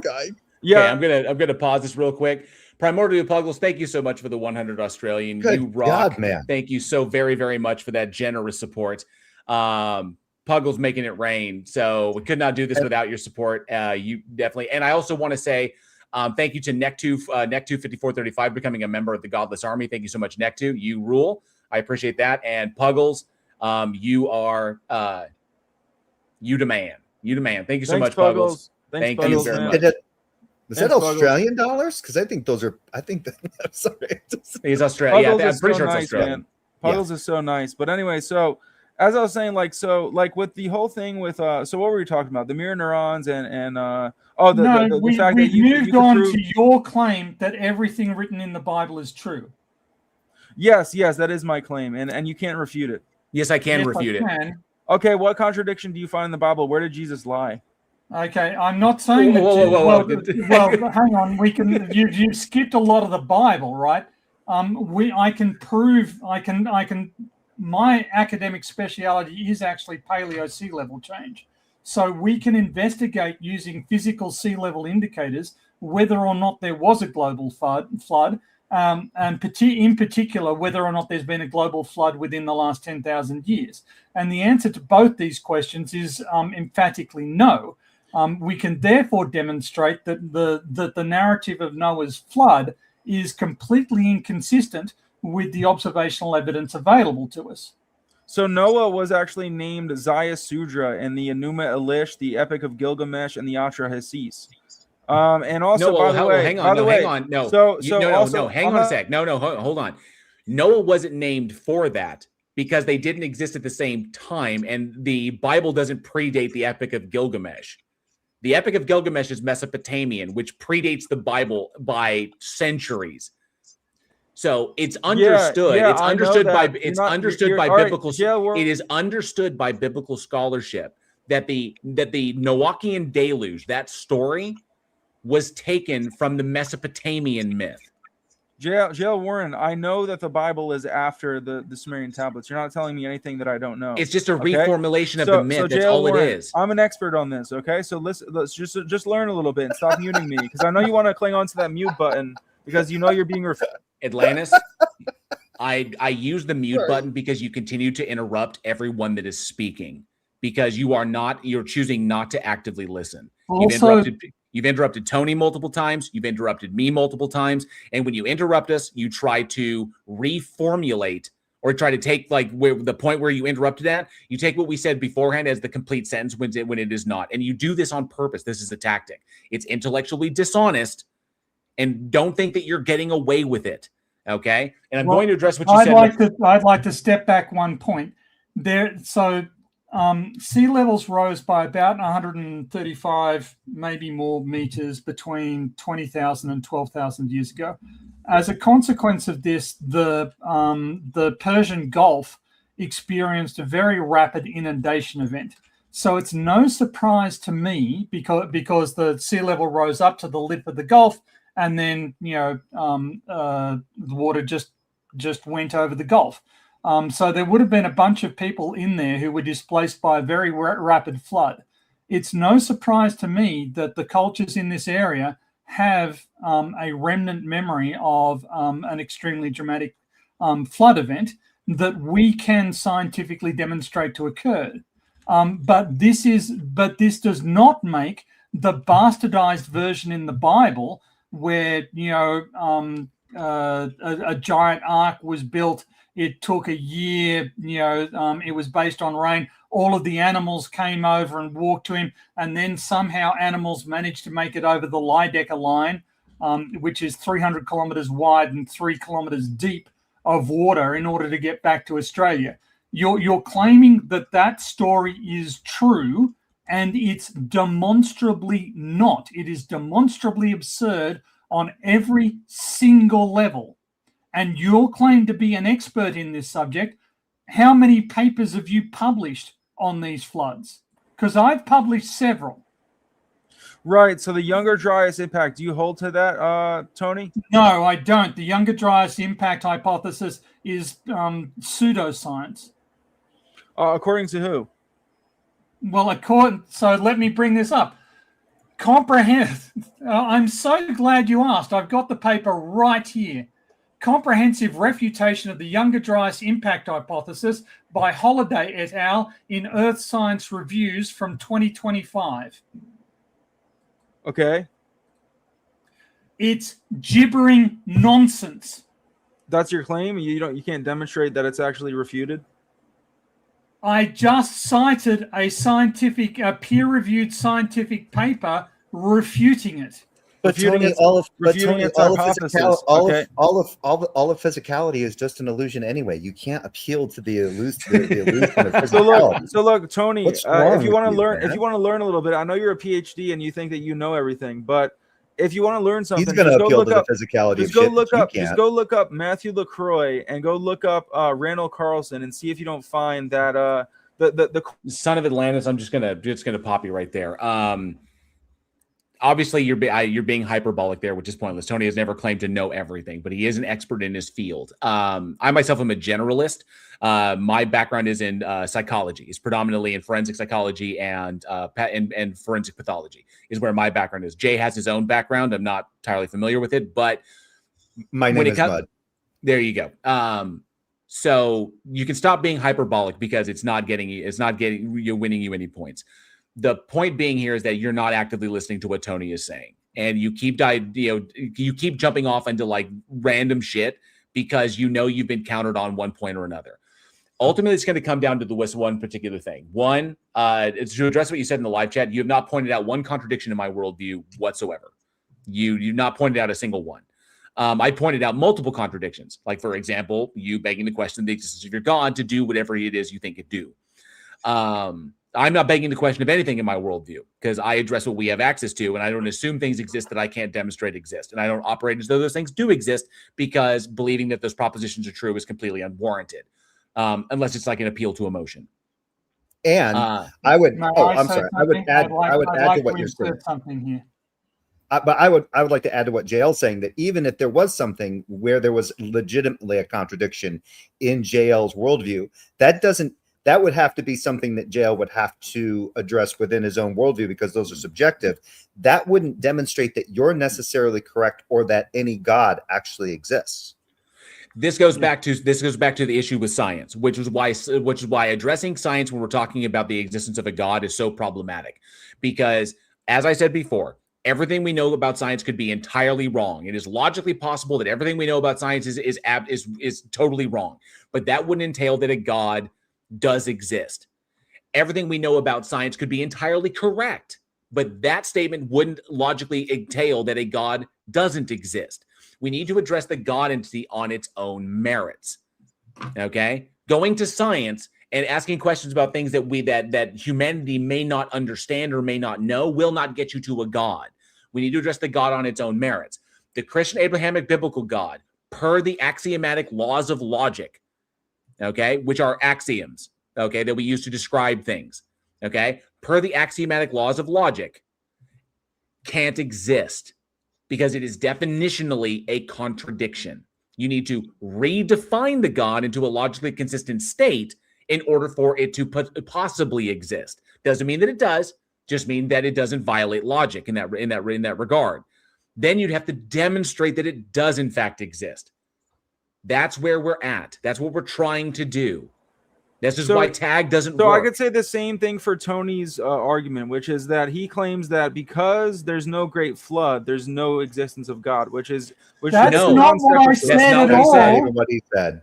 That's not what I said at all. That's your worldview. What you said was everything in the Bible is true, and I responded that the Noah's flood narrative is demonstrably untrue. That doesn't mean that God doesn't exist. That doesn't mean that there are no gods. That is only addressing whether or not everything in the Bible is true, right? You're the one who introduced the claim everything in the Bible is true, and I counted that, and I'll finish up in just a second. I can logically demonstrate that the God claimed to exist by you does not seem to me to be consistent with reality. That's what I claim. I do not claim that therefore I am absolutely right and God cannot exist. I am saying that according to my interpretation of reality and my interpretation of your claim seems internally inconsistent and inconsistent with observed reality. So I don't accept your claim. How did you determine Go that away. your Hold up, reality or your Atlantis, sense Atlantis, perception? Atlantis. Hold up. Go ahead, Jay.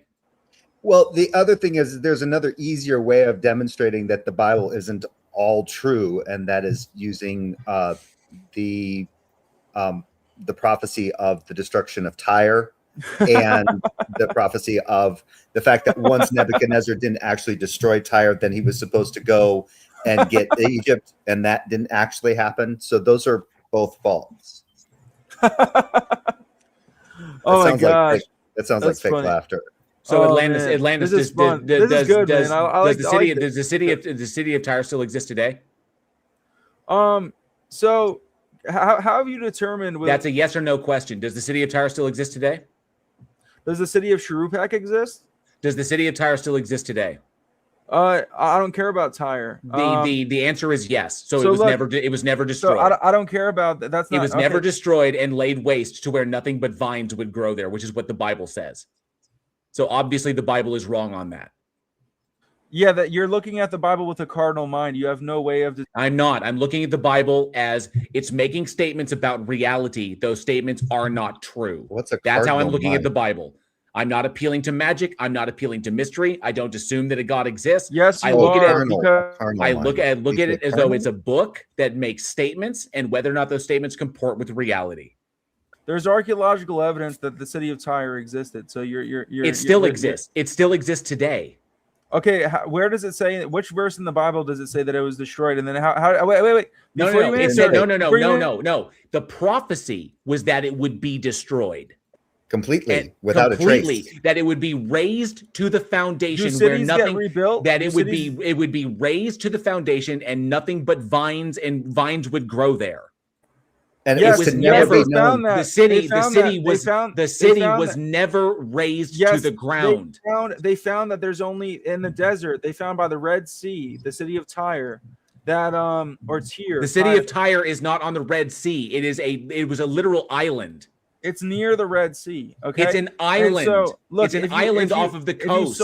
If you saw the same documentary the original city of Tyre. If you saw the same documentary that I saw with biblical experts and also archaeologists, experts in their field, they found that there is a place that was destroyed by an impact, and that place has melted buildings, and that place has This is not germane to the topic at hand. The city of Tyre was never destroyed. It was never razed to the ground. You haven't demonstrated that never happened. The prophecy is wrong. You have not demonstrated that. We demonstrated what? That the prophecy's wrong. Okay. Here, I'll go to it. We're going to go right to it. Show. All right. Can you prove that something doesn't exist? According to your core prophecy, the prophet Ezekiel outlined 6 predictions: multiple nations, Babylonian siege, the destruction, debris in the sea, bare rock, and never rebuilt. The prediction that Ezekiel outlined in this, the city of Tyre would never be rebuilt. The city of Tyre, it said, well, hold up, I'm not done. They found many nations would come against Tyre like crashing waves. Which also didn't happen. The only one that came against Tyre was Alexander the Great and his army. King Nebuchadnezzar of Babylon would be the first to attack. That the Babylonian siege didn't play out like they thought it would. The city's walls and towers would be broken down. That didn't happen either. The city's stones, timber, and soil would be scraped and thrown into the water. That didn't happen. The site would become a bare rock used for spreading fishermen's nets. That didn't happen. The city of Tyre would never be rebuilt. Incorrect. Okay.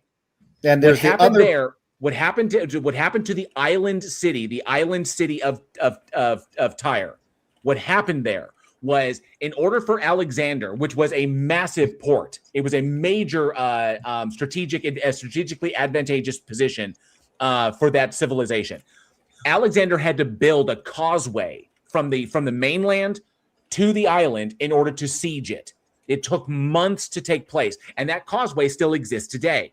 When he sacked Tyre, he then repurposed it as a Macedonian outpost that facilitated the trade routes that were already existing at the time.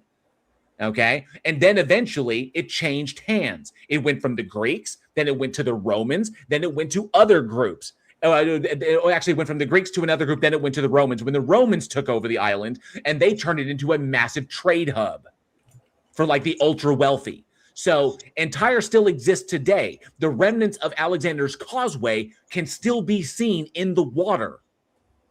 So, in the water in between the mainland and the island. So he's saying it doesn't follow that because you just say something didn't happen, appealing to ignorance or what was actually found in the desert of the Red Sea. There's a documentary about shows your blunder. Okay, so let's just look at this from, because you're talking about the claims that are made in the Bible are all true. The claim in the Bible, when it comes to Ezekiel making the prophecy, is that Nebuchadnezzar would destroy the city of Tyre, and it would be left, and it would be lost to history. Nobody would even remember it. It would be completely wiped out. Then, wait, you're done. Okay, wait. So why did I just search on Google, and I found that it says yes, the destroyed city of Tyre has been found. Why did Google say that, huh? I thought Tony's Google didn't support the contradiction of your argument. The prophecy says that it will never be found again. The claim in the prophecy is that it would never be found again. Okay, which verse, dude? That it would never be rebuilt. Look it up. Look it up? Okay, the city of Tyre look up stuff. What I find ironic was this entire discussion was introduced because Jay said it would be simpler. Right. Yeah. I can demonstrate the falseness of the Younger Dryas impact hypothesis. Are you smarter than Reynolds? The Younger Dryas is not even a unique event, right? Well, the whole thing about the Younger Dryas impact hypothesis is that a large bolide came in and either airburst or struck the Laurentide ice sheet and therefore kicked off the Younger Dryas. But the Younger Dryas is just the cooling phase of what's called a Dansgaard-Oshka event. There are 25 to 26 of those that are recorded in the last glacial cycle. So, do we therefore need an impactor for every one of those? And if so, where are the impact events? Did they all occur over? So we can deconstruct. To my mind, this is not a lot simpler than deconstructing the Younger Dryas impact hypothesis. Son of Atlantis, yes, I know the core samples from Greenland and Antarctica, and no, they don't support the Younger Dryas impact event. The platinum excursion that's reported in support actually occurs a meter above the start of the Younger Dryas. The reason that the researchers get away with it is because there's a radiocarbon age plateau at about the start of the Younger Dryas. No, the Earth has not been reset by catastrophism. That's again a pseudoscientific assertion on your part. We can reconstruct events back to this time period with great precision, and we can demonstrate that the claims in the YDIH literature, that's the Younger Dryas impact hypothesis literature, are just completely unsubstantiated. They go through, they say, look, here's an ash layer, it lies above a Clovis settlement, therefore it must date to the Younger Dryas. This is evidence of a Younger Dryas catastrophic wildfires. No, it isn't. You just made up the fact that it dates to the Younger Dryas.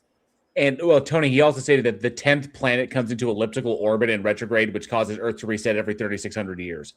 This is so fucking absurd. Like, so why is that necessary? How is it absurd, Tony? You don't know this stuff? I thought you were. Why are you appealing? But again, why are you appealing to physical things that if like you actually said the Earth has been reset by catastrophism?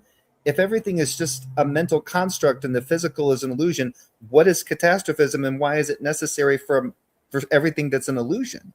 Well, physicality is not is only subjectively perceived in the lens and scope of the eye of the beholder to be illusory, right? But the objective nature. Provide the citation for this 10th planet. Oh, the citation. Yeah, I could easily get that for you. And please explain why it isn't in an elliptical orbit all the time. Yeah, it comes into an elliptical orbit, so it's just it sits there and then it eventually pops into an elliptical orbit.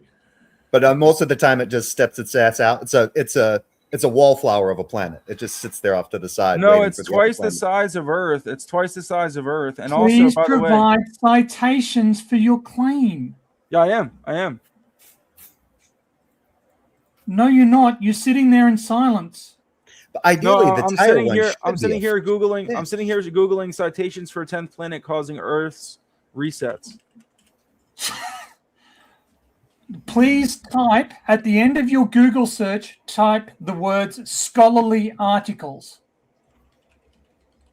Scholarly articles, okay. Yes. Okay, so just pulling this up because it only took me a second. The concept of a 10th planet causing catastrophic Earth resets is rooted in science fiction and pseudoscientific internet conspiracy theories, not established science. There is no astronomical evidence that a rogue planet is on a collision course with Earth or causing cyclical global apocalypses. Learn more about the debunked myths and why planetary scientists dismiss this threat. The Nibiru myth, Planet 9 research. So, it's such a silly thing to make up because there are real cosmic threats. There are things like supernovae and gamma ray bursts, but this isn't one of them. You haven't debunked this. You're appealing to authority. It has been debunked. That's why we're not interested in engaging with it. It has been debunked. That's an appeal to authority fallacy. It's not an appeal to authority. Let's step back. In order to substantiate your Noah claim, you're changing the timing of it by about 8,000 years, and you're invoking the Younger Dryas impact hypothesis. When it's pointed out that the Younger Dryas impact hypothesis is considered to be pseudoscience, you go back to a 10th planet. When it's pointed out that the 10th planet is pseudoscience, you immediately start cyclical extinction events have nothing to do with fucking the 10th planet. Geoscience frontiers. Look at Rompino. Yes, but that refers those are on timescales of tens of millions of years. We're talking about the Cretaceous Paleogene. We're talking about the Permian Triassic, and those have nothing to those are largely thought to be associated with volcanic events. Right. How can you discard?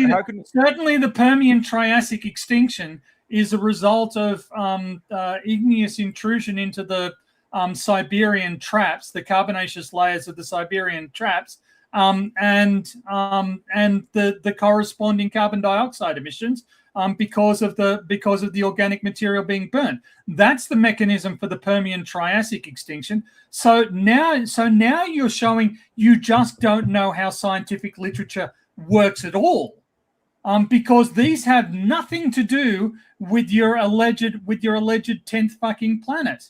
Tony, that's exactly how it works. You misrepresent it so that you can get it across. Is that a demonstrable claim?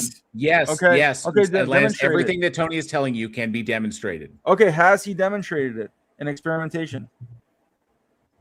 The data supporting it is experimentation is not the only form of acquiring knowledge. All right, what conclusions, Tony, have you made, Dr. Tony? What conclusions have you made about to discount and disregard entirely a potential 10th planet from causing massive axle tilts and earth shifts? The shit that you cited in the private chat doesn't indicate that a 10th planet is even the thing that's necessary for what it is that you posted. Okay, and here's the answer to that. So my question would be, here is the answer to that. You asked a question, you're getting the answer.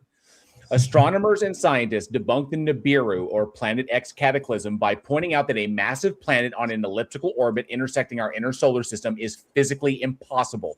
If such a planet existed, it would have been detected by telescopes, and its immense gravity would have completely disrupted the orbits of other planets. This is how we detected the planets that are within the solar system, is by the perturbations in the orbits of the previous planet. That's how we predicted them. Hey, JL. That's how we predicted them and how we found them. So these perturbations from this supposedly enormous planet don't exist. It's Hey, not. This is not something that you can classify, mate.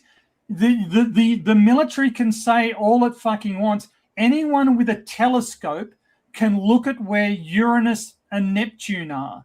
If this thing came into the inner solar system, it would deflect Uranus and Neptune from the regular orbit. That's why Uranus has a ring tilt. Okay, doctor. So Uranus has a ring tilt because of a large collision. But you're ignoring the fact that if this large planet you're proposing came into the inner solar system, it would have to go past these other planets and it would perturb their orbits. We see no evidence in their orbits of them having been perturbed. Is absence of evidence can be readily confirmed by anybody with a telescope and a computer. Is absence of evidence? Is absence of evidence evidence of absence in science? Not necessarily, no. But you are now 4 layers deep into stuff you have no evidence for. Yeah. And by the way, to answer you need Nibiru in order to explain the Younger Dryas impact hypothesis.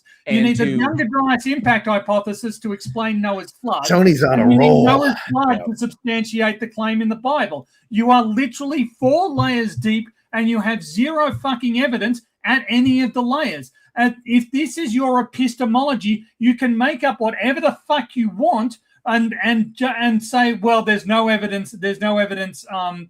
Just because there's no evidence for it doesn't mean it isn't true. Tony, just like my rainbow-colored unicorn. Like it's even worse than just lacking evidence, right? Because he's not even just lacking evidence. He's claiming something that's impossible.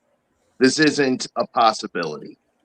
Like when we do science, what we work with are quantifiable, falsifiable, possible solutions to unanswered questions and unsolved problems.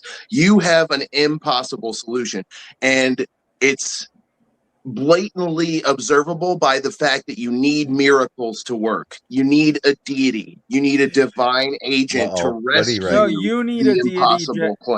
Hey. I'm not going to wait for you to finish. I'm leaving. Thank you for having me on, JL. He's fleeing. Thank you for the conversation. Yeah, that's right. I'm so scared of you, son of Atlantis. It's all good. Tony, you're buggering out. You're chickening out. You ignorant word salad, schizoid affect disorder, non-entity. Okay, yeah, I'm really hang on a second. Atlantis, just to point out, Tony is in Australia. So he's 15 hours ahead of us where we are here in the United States. Well, he's 15 hours ahead of me where I am in the United States. You're running away, bitch. He ran away. Why do you run away? He's not running away. He's not running away. Is that he has other things to do because he's in the middle of his day. Oh no, because he has a mental illness and he needs to be healed of his devils from Jesus Christ. I think that's enough. So just to bring this around, number one, to answer your question, yes, Pluto can be observed from Earth. You need a telescope with an aperture of at minimum 10 inches in order to detect it. How did that guy get a PhD if he's so incompetent?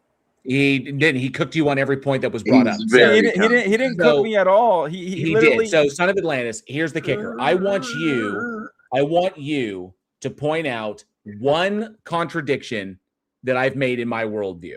What contradiction? Yeah, you said there was 8. There's a I'll steel man your worldview, and then I'll tell you how it's contradictory. Okay. How about you just tell me one of the 8 contradictions you purportedly pointed out? Without you clinging on to the mute button, JL Warren, I'll steel man your argument, and then I'll show you all. I haven't made an argument. I'm asking you for one contradiction. Your argument is that it's possible that God does or does not exist, right? It's possible that no gods. It is possible. It is within the realm of logical possibility that no gods exist. So your argument is the negation thereof of the Christian God, correct? No. Okay. No, because the Christian God can't exist because it is definitionally a logical contradiction. It can't exist. It cannot exist. It cannot exist any more than a square circle can exist. That's a category error fallacy. It's not okay. It's not a category error because we are using logic. The same reason a square circle can't exist is the same reason why the Christian Abrahamic biblical God cannot exist, because it is definitionally contradictory. The proposition that it does as is defined is false. Because the proposition is supposed to be true to the actual thing that the proposition is referring to. So you can redefine the God. You can redefine the God in a logically consistent manner, or you can drop it altogether. JL, if I say that my hammer can hit the ground and then it could cause a cataclysm on Earth, is that a category error because the hammer isn't made for that function? It's not okay. So it's not logically impossible, but it's physically impossible. So when you say you're using the laws of logic, or basically technically contradictory absurdity is using you in your laws of in your subjective perception. That is an assertion that has nothing to do with what we're talking about here. This is what we talked about between the difference between analytical truths and synthetic truths. If you said you're using the laws of logic, per the axiomatic laws of logic, the Christian Abrahamic God cannot exist as it is defined. It is entirely within the realm of logical possibility that there is such an entity that does exist, and the Bible is simply completely wrong. No, that's a contradiction in terms. How is that? No, wait, hold up. Where is the contradiction in some creating entity existing and the Bible simply being wrong like all the other holy books that you reject? Because you hate the Christian God and you reject him. That does not answer the question. Where is the contradiction in some creating entity existing and the Bible simply being a mistaken holy book, just like all the other holy books that you subjectively reject? Show me one contradiction in the Bible. You've yet to do that.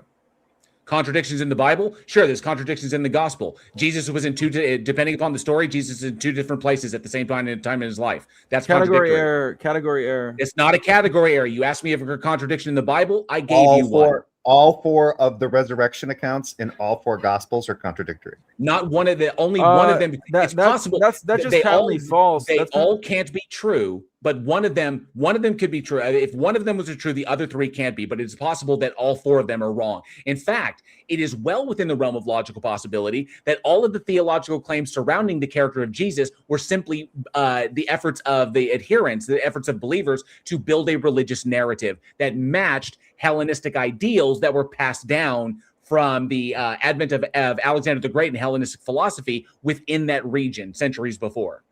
There's no logical contradiction there. I have no evidence. There's so many contradictions, it's almost hard to pick one, right? There's contradictions in semantics where he's literally saying no one has seen the face of God and I have seen the face of God. Literally things that are just direct contradictions. Or there's all the confusing because you have a cardinal mind verses like Exodus 4:21 where God is recruiting somebody for a job and then immediately tells him he's going to sabotage him on that job. And then God shows up on the road like a fucking human with bipedal feet and fucking flips out like my drunk uncle and starts chasing the dude around because he hasn't cut his son's penis up yet. You know, like you want to talk about contradictions? Where do you want to start? No problem, Jay. I saw you direct me. He means a carnal mind, Jay, is what he's talking about, a carnal mind. Oh, that's what I asked earlier. It sounds like he's saying cardinal. And I was like, what the fuck is a carnal mind? You mean a mind? There's no such thing in your worldview as a carnal mind because carnal would be the flesh. Flesh would be necessarily a physical thing. And everything to you is fundamentally metaphysical. Jay, what I'm trying to tell you is, man, you guys are trying to read the Bible from with the wrong lens. You know how you use a lens when you wear glasses, like JL's wearing glasses. Yeah, we're trying to read it with the lens where when it doesn't make sense, we're just gonna fucking acknowledge that. Because in order for facts to be intelligible, everything in the universe must necessitate referencing God as the ultimate. No, it doesn't. That is an assertion you're making. That's an axiom that you're invoking that we do not have to accept. So here's another contradiction. One of my favorites. Here's another contradiction. Here's another contradiction in the Bible. One that I really, really like. 1 John 48. John 4:7-8. Sorry. 1 John 4:7-8. God is love. Okay. So John 4:8 declares that love is not merely something God does, but is the very essence of who he is. And then you go to 1 Corinthians 13:4, love is never jealous. And then you go to Exodus 25 and Exodus 34:14, where God declares his name is jealous, that I am a jealous God. How can God be both love and jealous when the Bible specifically states that love is not jealous? Dude, I think he dipped. Yeah, he did. So cooked him on that contradiction. There's I mean, you can refer I was going to send a link. I got a little bit more. So there's videos from Dan McClellan. He's got excellent videos on all the different contradictions that are there, not only in the Old Testament, but also there in the New Testament. And we brought up one of the contradictions, which is, well, that's not really a contradiction. That's just kind of that's false. The whole prophecy of Tyre thing is just completely false. Yeah. Well, but he's like, carnal mind is physicalist exclusivity. He keeps saying physicalist. I think he means physicalism. He's talking about like taking the position of physicalism or or naturalism or materialism. That's what I think that's what he's actually referring to. But he keeps saying physicalist, which is weird. But the thing is that, and I don't have a problem. Like I wouldn't have. I mean, obviously Tony and you guys got on a different route there, but I would have gone a different route with the metaphysical, the mental construct, because I actually have a pretty decent argument for the idea that if you've got this one God and the God is basically thunk up everything, so all that is of the mind of God, right? He just thunk reality into existence.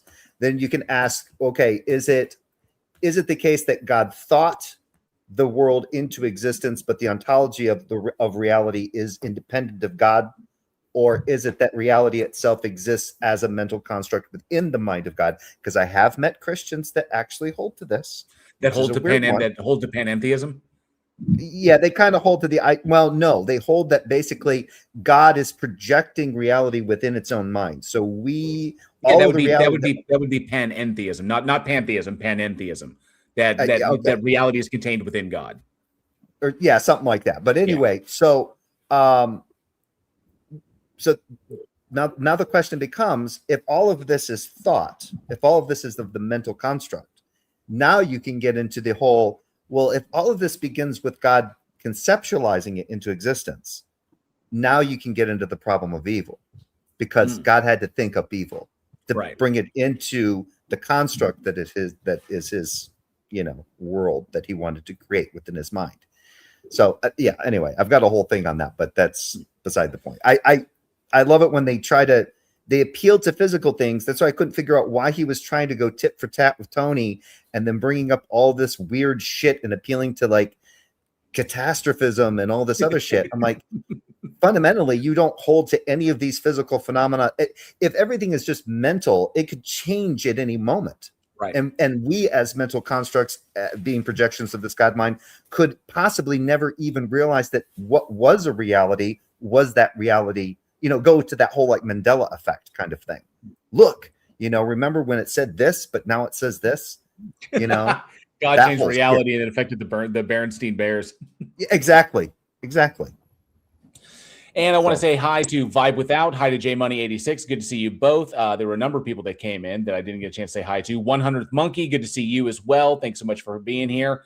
Yep, now I'm out. See you guys. Dinner's ready. Take it easy, Jay. Thanks so much for being here, bud. And of course, welcome to the stage, Austin. Good to see you, bud. What's up, motherfuckers? How's it going? Doing good. As a matter of fact, you popped in at the right time. We just got done with that one because before he came on, we were reviewing a video from the 1 million subscriber channel, I Am Lucid. It's just a slot channel. I know, and it's titled Evolution, School's Biggest Lie. Yeah, this video's garbage. That's so true. Let's see, where were we at with this? From a wild pig tooth. I can't make this up. The amount of creativity that went into this one was immaculate. How they turn a whole was immaculate, or I don't think he meant immaculate, but he was at this point in the vid, he was pointing to the Nebraska man was a scientific mistake. It was just a misidentification. It was corrected later on because the methodology works, but he's lumping it in with other deliberate hoaxes and bad actors in science, and he's invoking these things as though they debunk evolution as it's understood. He also misrepresented what neo-Darwinism is and the theory of modern synthesis, the combination of Darwin's work with Mendel's genetics. So I mean, you pretty much covered it, JL. Pretty much the only thing I can add is that we're talking about an actual process. An artifact with a museum accession number existed. Scientists tried to classify it. They classified it wrong. They figured out that they had classified it wrong. It was always a mammal tooth. They just got the wrong mammal. I mean, this is an example of science doing exactly what it's supposed to do. Right. Which is the methodology works and refine over time. They always say there were bad actors in the past, but there were things that turned out to be wrong. But they never say that. They always point to those, but they never point out how did we find out that they were wrong. Yeah, and you wanna bring up bad actors as a way to dismiss or demote the entire field of science. How many bad actors do you think there were in the church making interpolations and forgeries and frauds, like the freaking Shroud of Turin, tourist trap? Pay us for salvation. Yeah, exactly. Yeah. I do want to point out something that Agnostic One popped into my Discord chat and sent me a message. Said there is also no evidence that royal purple ever dried up. Royal purple was only produced entire. Which is when it was a strategically advantageous location in the region, and that's the reason why Alexander did not annihilate it down to its foundation, because he could use it and use its established infrastructure for his own means, and that's exactly what the Romans did when they eventually took over. So that's why it still exists today. Anyway, whole body, a model of a whole body with the arms, legs, bones, everything from a tooth of a pig. The Cardiff Giant was made by George Hull, who was an atheist. I'm too dumb to get evolution. It might not be true. Poor guy. Yeah.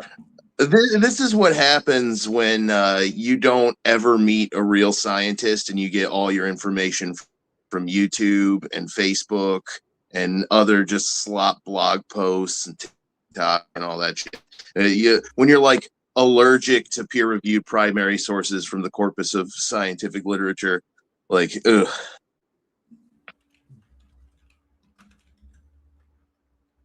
And of course, all this shit has like really deep right-wing pockets too. Like, this is all part of like Peter Thiel and the Koch brothers and right-wing politicians. They push anti-intellectualism, anti-science as a political thing. He brought up politics. He brought up that neo-Darwinism was a political effort, not like that was in his complete misread. That what he did at the very, very beginning. Can you do us a favor, Austin? Do you know anything about the Cardiff Giant?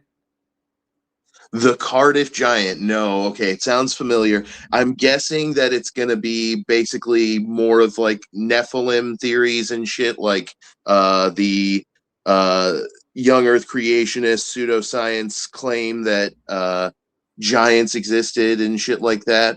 Like dinosaurs are actually dragons, and some of the reason I'm bringing this up is because I need to run to the restroom. I need to run to the restroom real quick, and I'm hoping somebody can have something to talk about before I'll be back in just a few moments. If you want to look at what the Cardiff Giant is about before we dive back into it, I will be right back. Cardiff Giant, go. Okay. The Cardiff Giant. Yeah, so I know that creationists, some young Earth creationists, claim that giants are a real thing, that giant fossils exist. They'll share photos of huge human craniums, huge human femurs, and they're all just photoshops. There's no giant or Nephilim fossils in reality. That would be cool. I mean, if giant slayers were a thing, but as far as we can tell, that's all mythology. There's absolutely no archaeological evidence to support that. But there's a bunch of pseudo archaeology out there nowadays. Graham Hancock, Jimmy Corsetti, Dan Richardson. There's a bunch of pseudo archaeological frauds that are pushing these conspiracy theories that all have like racist, white supremacist undertones, and it's all super anti-government, super anti-scholarship and anti-philosophy. Oof. All right. Sophistry. All right, let's continue. He lost the debate and wanted to prove how easily he can fool people of religion to believe in their biblical giants. So he hired some guys $3,000 to make their own 10-foot biblical giant and then buried it. This fake fossil ended up selling for $23,000, which of today's time would equal $500,000. Unbelievable. Let's look into this. So did you go over it, Austin, the Cardiff giant? Cardiff Giant, one of the most famous archaeological hoaxes in American history, unearthed in 1869 in Cardiff, New York. The 10-foot-tall, 3,000-pound petrified man was actually a statue carved from a block of Iowa gypsum by cigar maker George Hull to expose widespread public gullibility and literal biblical interpretations. So it was deliberately done to debunk nonsense. That's pretty awesome. Brilliant. Yeah. And it was decided scientists, paleontologists quickly declared it a decided humbug in December of 1869, right. And Hull publicly confessed to the hoax. That's awesome. That's fucking sweet. He didn't say, "Look how stupid you are, you'll believe anything." Right. The Cardiff Giant was believed to be real and was exhibited in multiple museums. 3,000 people actually came out to see it because they thought it was totally authentic. And then we ended up realizing that it wasn't real because he got drunk at a party and revealed that it was fake himself. The Peking Man was supposed to be the Peking Man. Oh man, this is all just going to be fucking warmed over tropes from the 90s that have been debunked to death. Yeah. It's so sad. Like so all Peking of these, Man. Let's see. All of these are just creationist talking points, just evolution denier talking points.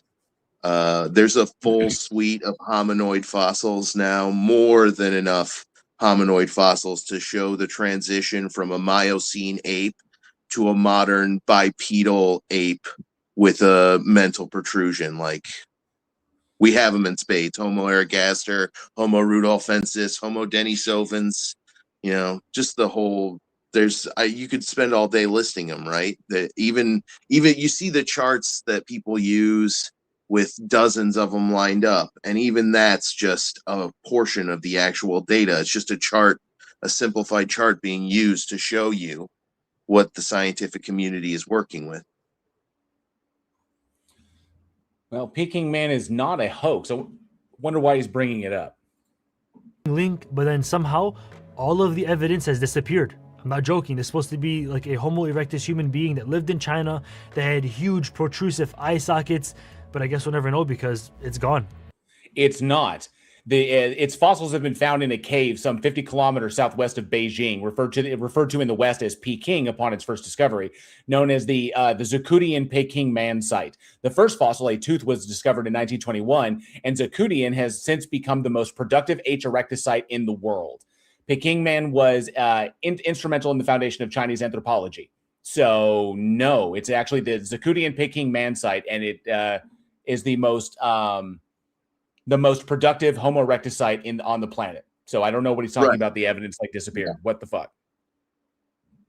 Yeah, we have lots of Homo erectuses. Yeah, it's like I can go to my local University of Michigan Natural History Museum and look at Homo erectus skeleton and skull fossils. Like I did today.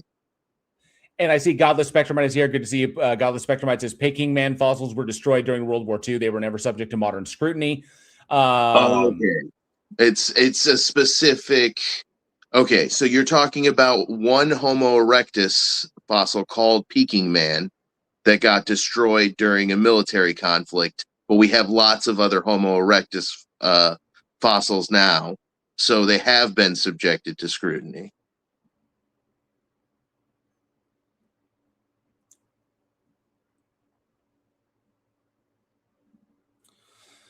Let's see. In 2000, Boaz and colleagues argued that the state of the bones is consistent with general hyena biting, gnawing, and bone crunching. They suggested that Pachycracuta, the largest known hyena to have ever lived, was more than capable of splitting robust bones, contrary to Weidenreich. They identified bite marks on 67% of the Peking man fossils, 28 specimens, and attributed this and all other paramortem around the time of death damage to hyenas. Boaz and colleagues conceded that stone tools must indicate human activity in or at least near the cave, but with few exceptions, tools were randomly scattered across the layers, as mentioned by several previous scientists. American geologist Paul Goldberg and colleagues ascribed this to bioturbation. This means that the distribution of the tools gives no indication of the duration of human habitation. In 2016, Zhangquan Zhang and colleagues were unable to detect significant evidence of animal, human, or water damage to the few deer bones collected from layer 3 and concluded they fell into the cave from above. They noted taphonomic debates are still ongoing as of 2016. So some may have been destroyed, but not all. So the evidence is still there. And good to see you, Godless Spectrumite. Good to see you, Vesuvian Doppelganger. Thanks so much for being here. As well as I see you, Joe. Thanks so much for hanging out. And Probing Time 666 is in the chat. You remember that time Probing Time came into the chat and said it's probing time and everybody probed? It was awesome.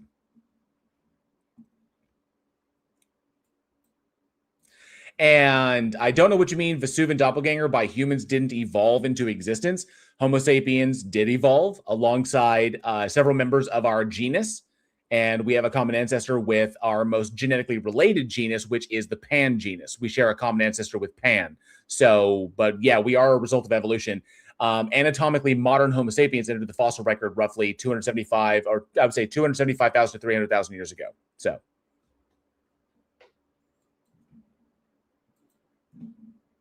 and disappeared out of nowhere. So, Homo neanderthalensis, everything with a homo in front of its name is a human.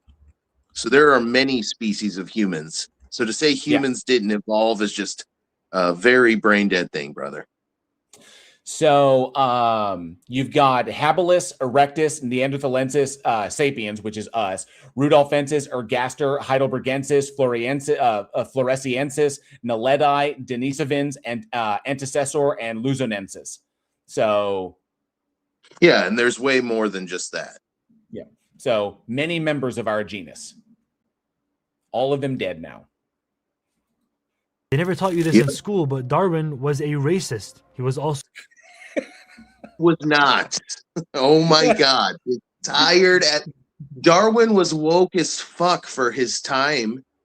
He was an abolitionist. That was that era's version of being woke. But listen to how he presents that. They don't teach this in school, but there's a reason. Real quick, I have someone in the they left. They were in the Discord chat, but they were in the Discord room, but they left. Oh well. So openly sexist, and if he was alive today, he would be canceled on Twitter, and his entire theory would have been rejected. That's not how that works. Dude. But Mystery Man, good to see you. Thanks so much for being here. JL, you need like a trope counter up in the top. Because we'd be at like 97 by now. The most shocking was when he wrote in his book, written in 1871, titled The Descent of Men, where he says, at some future period, not very distant as measured by centuries, the civilized races of men will almost certainly exterminate and replace throughout the world the savage races. That's not a racist statement. That's an observation that individuals living in civilization are better capable of, because they're not subject to the things that what you call the savage races. And that terminology back then were those individuals that lived in tribes that didn't live in like a city. So those like tribes that were living out there on the fucking savannah would be likely one day overtaken by civilization itself. So because civilization is organization, structure, defense, military, shit like that. Running around like a tribe running around on the plains is not going to be able to defend against that. And we saw that in European colonizers and the effect they had on the Aboriginal tribes, and what Western colonizers had on the effect of indigenous American tribes. So this is just him observing the difference between what they called what they referred to as civilization at the time, and savages are those who lived outside of civilization. This is not racist by any stretch. It's all just an ad hominem too, right? Like whether or not evolution is racist or mean or it is poopy, it's still true by the evidence. It like Clive Wells says he was claiming that eventually that all nations will play cricket. Which I agree. I have to agree with that. And Spam says savage is not necessarily derogatory also. Yeah, just those that lived outside of society. Right. And you know what's ironic? You know who's actually using pseudobiology to support racism? Fucking Christians. Christian fucking, oh my God. It's so irritating. Also, Godless Spectrumite, Charles Darwin was not a eugenicist, and he did not advocate for eugenic policies like forced sterilization. He was in no way a eugenicist at all. And you could say that a lot of the ideas about eugenics were based on Mendel's work about heredity and how traits are passed on.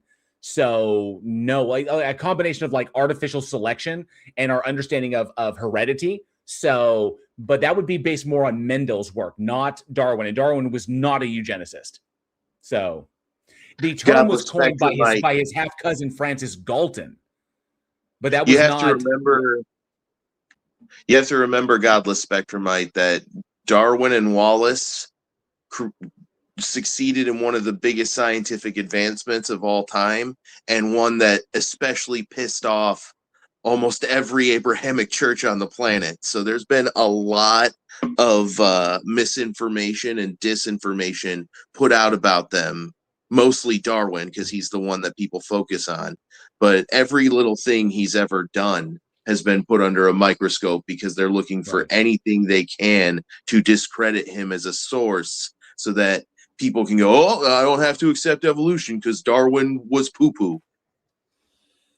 And to break that down as to why that's false, the term eugenics was coined in 1883 by Darwin's half-cousin Francis Galton. Galton applied Darwin's theories of natural selection to humans, arguing that society could be improved by selectively encouraging the best people to breed and prevent the unfit from reproducing.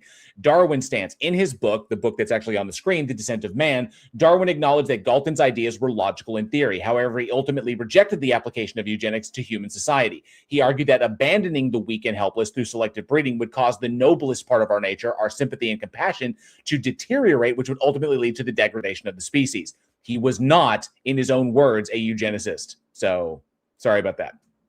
As expressed in the very book that's on the screen.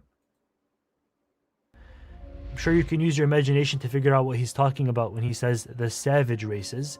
Yeah, what was meant at the time that Darwin wrote that was that individuals who lived outside of society. He published this book roughly 62 years before the event took place in Germany that I can't say the name of in this video. Again, use your context clues. They're actually deeply connected. Oh my God, Hitler was a creationist.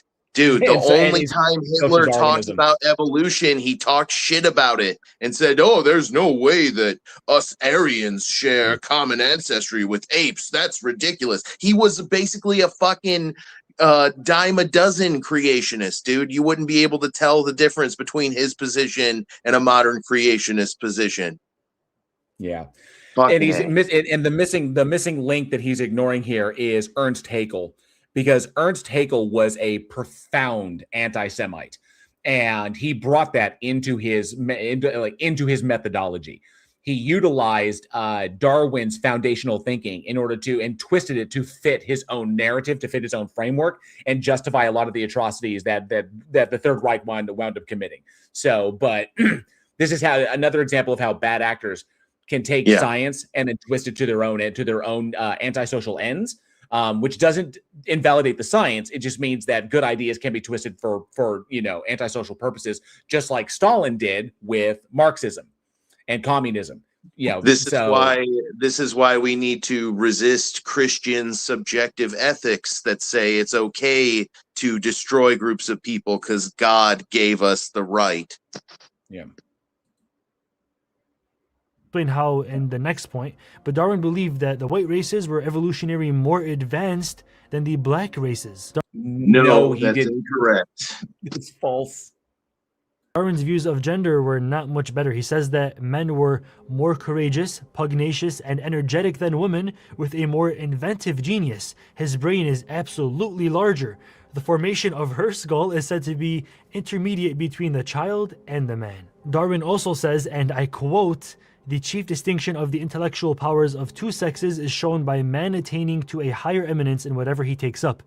Then women can, whether requiring deep thought, reason, or imagination, or merely the use of the senses and hands." He added, "Thus man has ultimately become superior to woman." Okay, this doesn't debunk evolution. This doesn't debunk Darwin's foundational theories of that. I would say that statement is very sexist, but I would also say that Darwin was a product of his time, and individuals like Isaac Newton believed in alchemy and drank mercury for its curative effects. So smart people can believe dumb things, especially cultural ideas that they grew up with. So, not me saying this, but your boy Darwin. But it doesn't stop there, because Darwin would... Our boy Darwin. That's how it works, right? Yeah. I have some people in the Discord. Yap Man, good to see you. If anybody is interested in having having a conversation about stuff, I'm currently live on YouTube, and you can use the link in the side chat in order to access that. He doesn't understand that science doesn't work by prophets like his stuff does. He thinks Darwin is our prophet.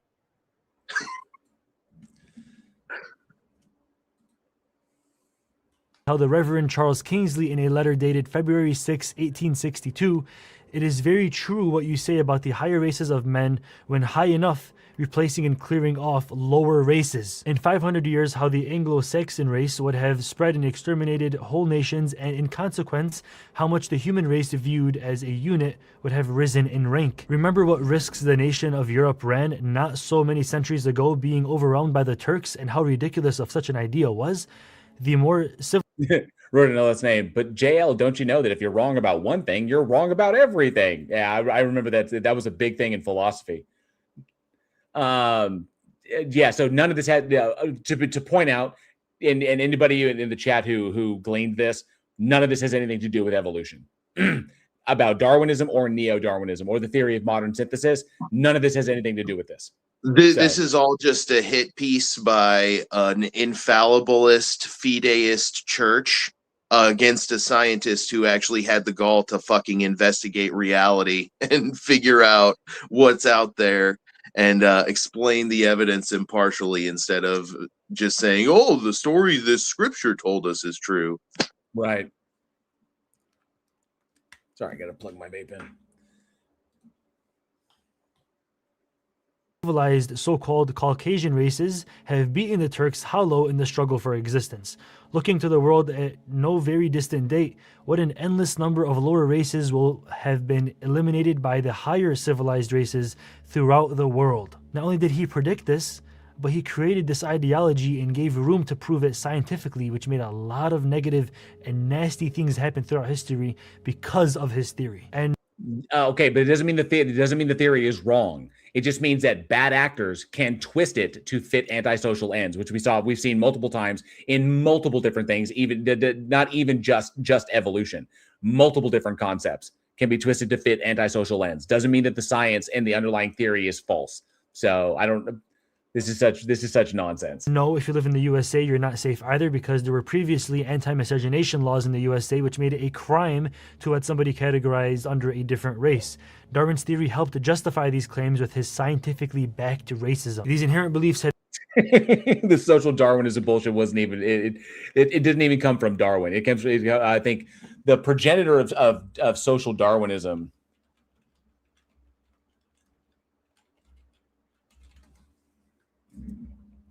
was Herbert Spencer. Spencer actually predated much of Darwin's biological work, having formulated his own theory of social evolution in the 1850s. Spencer coined the famous phrase survival of the fittest and applied natural selection to human societies, arguing that wealth and power were natural rewards for the strong, while poverty was the natural consequence of weakness, which is completely unscientific and unfounded. But yeah, so... And then it was Herbert Spencer, William Graham Sumner, and Sir Francis Galton, Charles Darwin's half-cousin, who adapted these ideas to found the eugenics movement. So no, none of it backed by Darwin. Been pushed into the theory of evolution from the very beginning and have remained instilled within it, making it extremely difficult to differentiate the difference between fact and opinion. This resonates with the modern theory as well, because the evidence seems to revolve around the conclusions and not. So he does acknowledge that there's a modern theory. Therefore, he should know that the modern theory, that neo-Darwinism is the theory of modern synthesis. He should know that. He's aware of it. So he's being deliberate in his deception here. And he did that fucking annoying fucking thing where he pretends like calling your shot and then succeeding at it is fucking circularity. No, making a prediction of what data you're going to find if your model is true and then finding that data is not fucking circularity.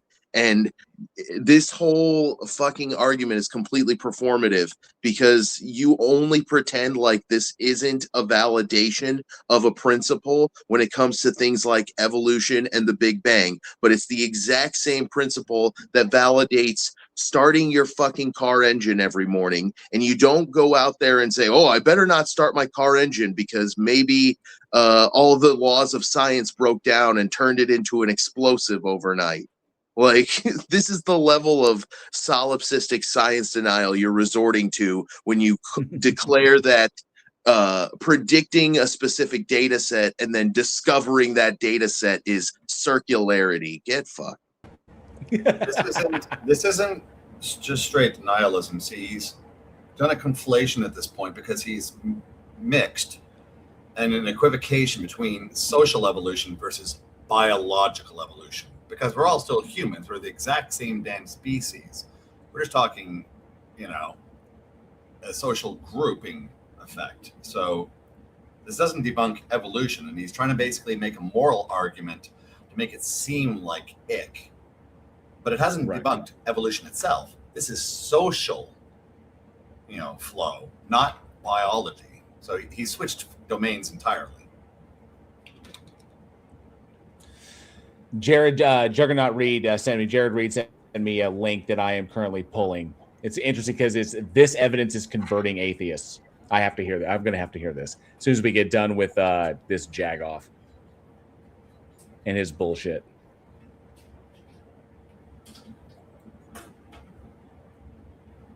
The conclusions revolving around the evidence, which is how it should be for any scientific method. This has actually led to more than 1,000 biologists raising doubts and skepticism about the theory of evolution in a joint statement where they say, we are skeptical of claims for the ability of random mutation and natural selection to account for the complexity of life. Careful examination of the evidence for Darwinian theory should be encouraged. These are over 1,000 scientists, not your boy that's a YouTuber. Okay, the let's term eugenics that and its for a second and refute that absolute fucking bullshit. I can find more scientists named Steve who accept the theory of evolution than you can find scientists who say, "Oh, we're not sure this can account for biodiversity." And that statement isn't a rejection of evolution. This is bullshit on so many levels. This is some of the most irritating bullshit I've ever heard creationists come up with.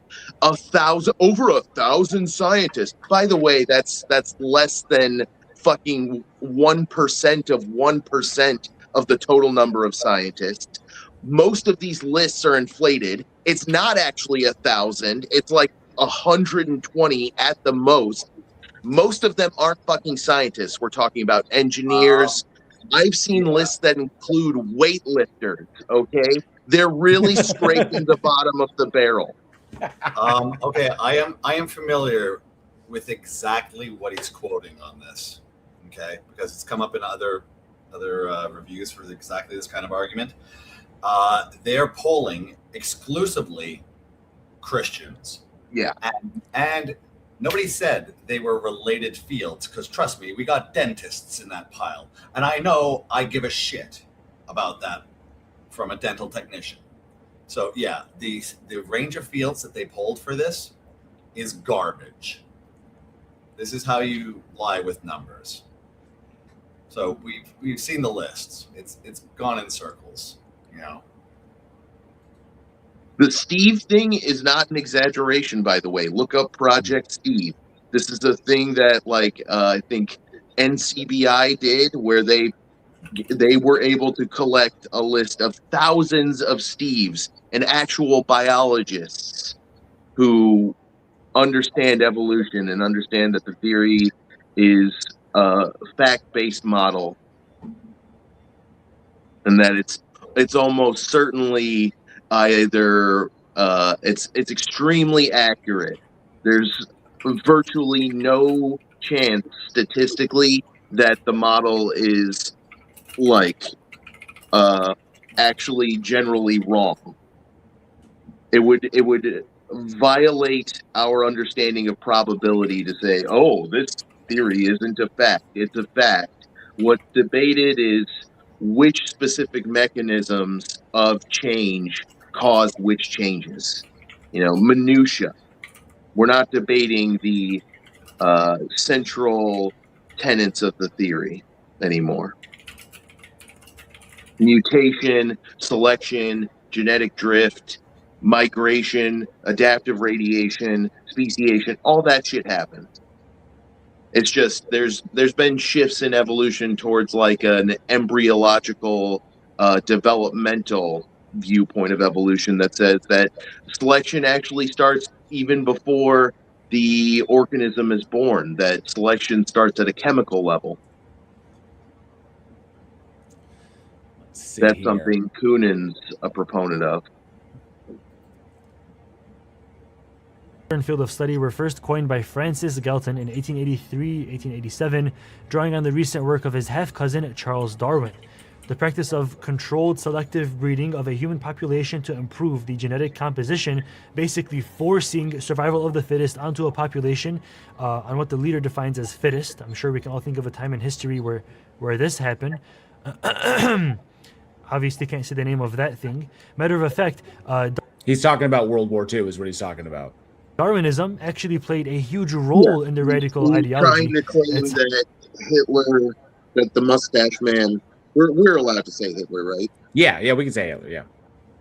Yeah, he's trying to claim that Hitler was like motivated by evolution. This is one of the most evil lies that creationist evolution deniers make up, that somehow Hitler believed in evolution. Like I said, Hitler was a fucking creationist. He was a Catholic creationist. He was offended at the idea that the Aryan human could be related to a bipedal ape.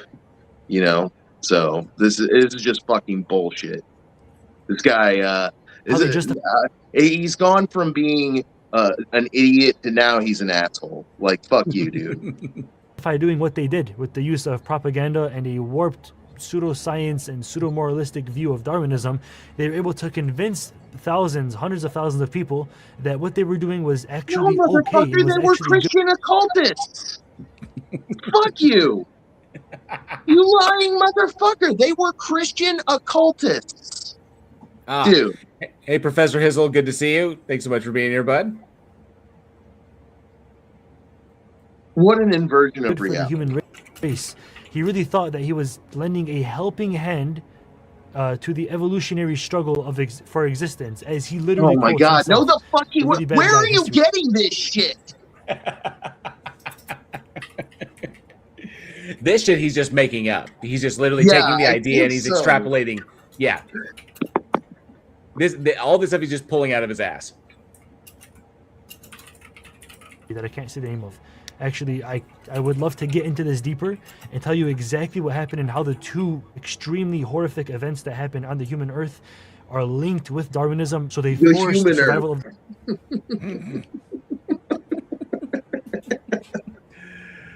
Oh, this is such scientifically. It's so this low is just, tier. It's low tier bullshit. Like I said, this guy's channel is nothing but fucking slop. It's a testament to the stupidity of humans in large groups that he has 1 million subscribers. Yeah, for sure. The fittest and everybody around them.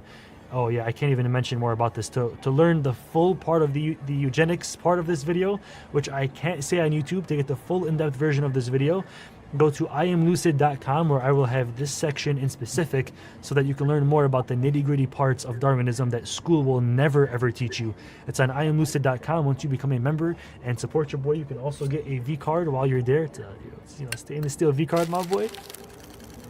Darwin actually what the fuck? Hang on a sec. The nitty-gritty parts of Darwinism that school will never ever teach you. It's on iamlucid.com. Once you become a member and support your boy, you can also get a V card while you're there to stainless steel V card, my boy. Anybody want to point out the problem?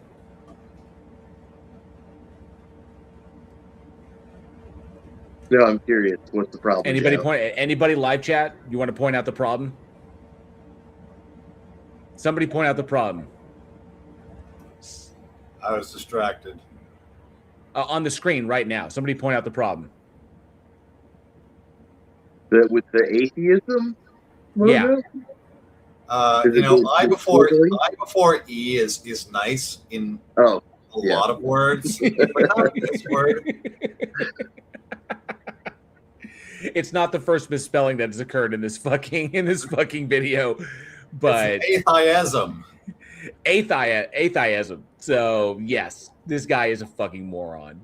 Can't even is atheism a position where you're against thighs? Because I might be an atheist because I love me some thighs. Hey, thick thighs save lives. 100%, brother. This Fat guy bottom fucking girls, gets they it. make the rockin' world go round. Mm-hmm. Hey, everyone, needs to pay proper respects to the great cosmologist Freddie Mercury. 100%. Mm-hmm. Yep. Darwin actually wrote private letters that were not made to be public, but they obviously are now, to his Christian friend, where he was explaining that he was having a hard time believing in the Christian faith.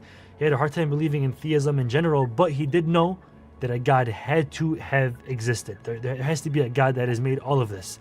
The design argument still astonished him, and he describes in his own writing that there is a impossibility of conceiving that this grand and wondrous universe with our conscious selves arose by chance. So Darwin still knew that there was no way this could have happened by accident. That's also cherry picking. Darwin had difficulty reconciling his current religious framework with the evidence that he had uncovered and the theory that he was developing. He struggled with it, which is why he hesitated in actually publishing his work. Yeah, there was a point. We're talking like over 100 years ago. What is this, like 140 years ago plus? Around 160 now. Yeah, 160 now. So and I've got somebody in the Discord. Nukes do not exist. It's a hoax. So nukes. I'm doing a live stream on YouTube right now. If you're interested in coming up on stage, you can use the link in the side chat over in the Discord side chat. I thought you were saying that was his claim, that nukes do not exist. No. This is interesting. I haven't heard this. That's his name. Okay.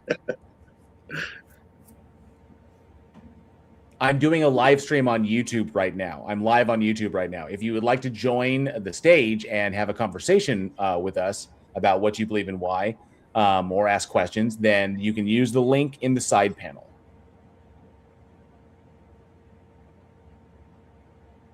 The side chat right there. I've linked it. So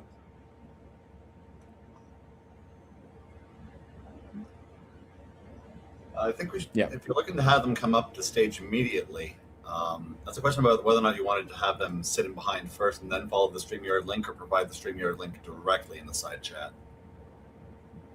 Not sure which take you've got on that. My side chat.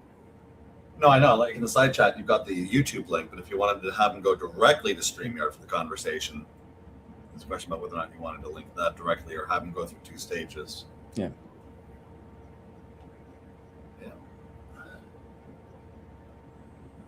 Yeah, you have to use this. The StreamYard link is pinned in the chat. It should be pinned directly to Elijah. You can use that link to come up on stage.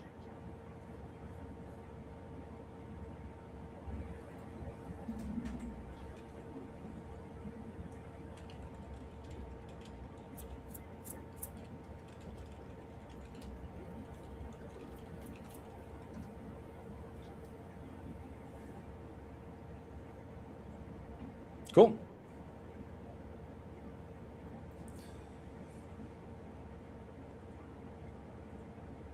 Okay, sorry. Where were we? There's a purpose. There's a purpose to that. By having people come over to the YouTube, it's more people interacting in the live chat that helps to boost the algorithm. Then they can use the stream. If I just link them directly from Discord, then my channel itself doesn't get a boost. Cool. Yeah, there's a method to my madness, to say. But Darwin does also say that he couldn't overlook the difficulty from the immense amount of suffering throughout the world. The guy did have a very, very hard life. His daughter died very young. He went through extreme hardships throughout his life, so I can see why he thinks this way. But at the same time, any person of religion will tell you, yeah, Darwin, that's the point. That's why we're here, to be tested. Life is not made to be fun and easy and happy all day long. Darwin. But then Darwin guy who also just goes on made to one of say, the best scientific theories ever. Let me, a Christian YouTuber, lecture you about the shit you don't know. Dude, these people are so fucking arrogant. It blows my mind. Let me see. I have to look at this store. What is white V card, black V card, gold V card, random open box V card, silver V card, limited haram card. I don't know what what the purpose of these is. He does have a members only. So he's got kind of like it's like a Patreon, but it's just like his own channel. Yeah. But he doesn't explain what the V card is. Like, I don't know what that is. This is a big part of how the psychology works, though, right? Like, believers think they actually have some kind of secret super knowledge that everybody who doesn't believe exactly what they believe is missing out on. So this allows them to have confidence that they know biology better than biologists without having ever studied biology a single day in their lives.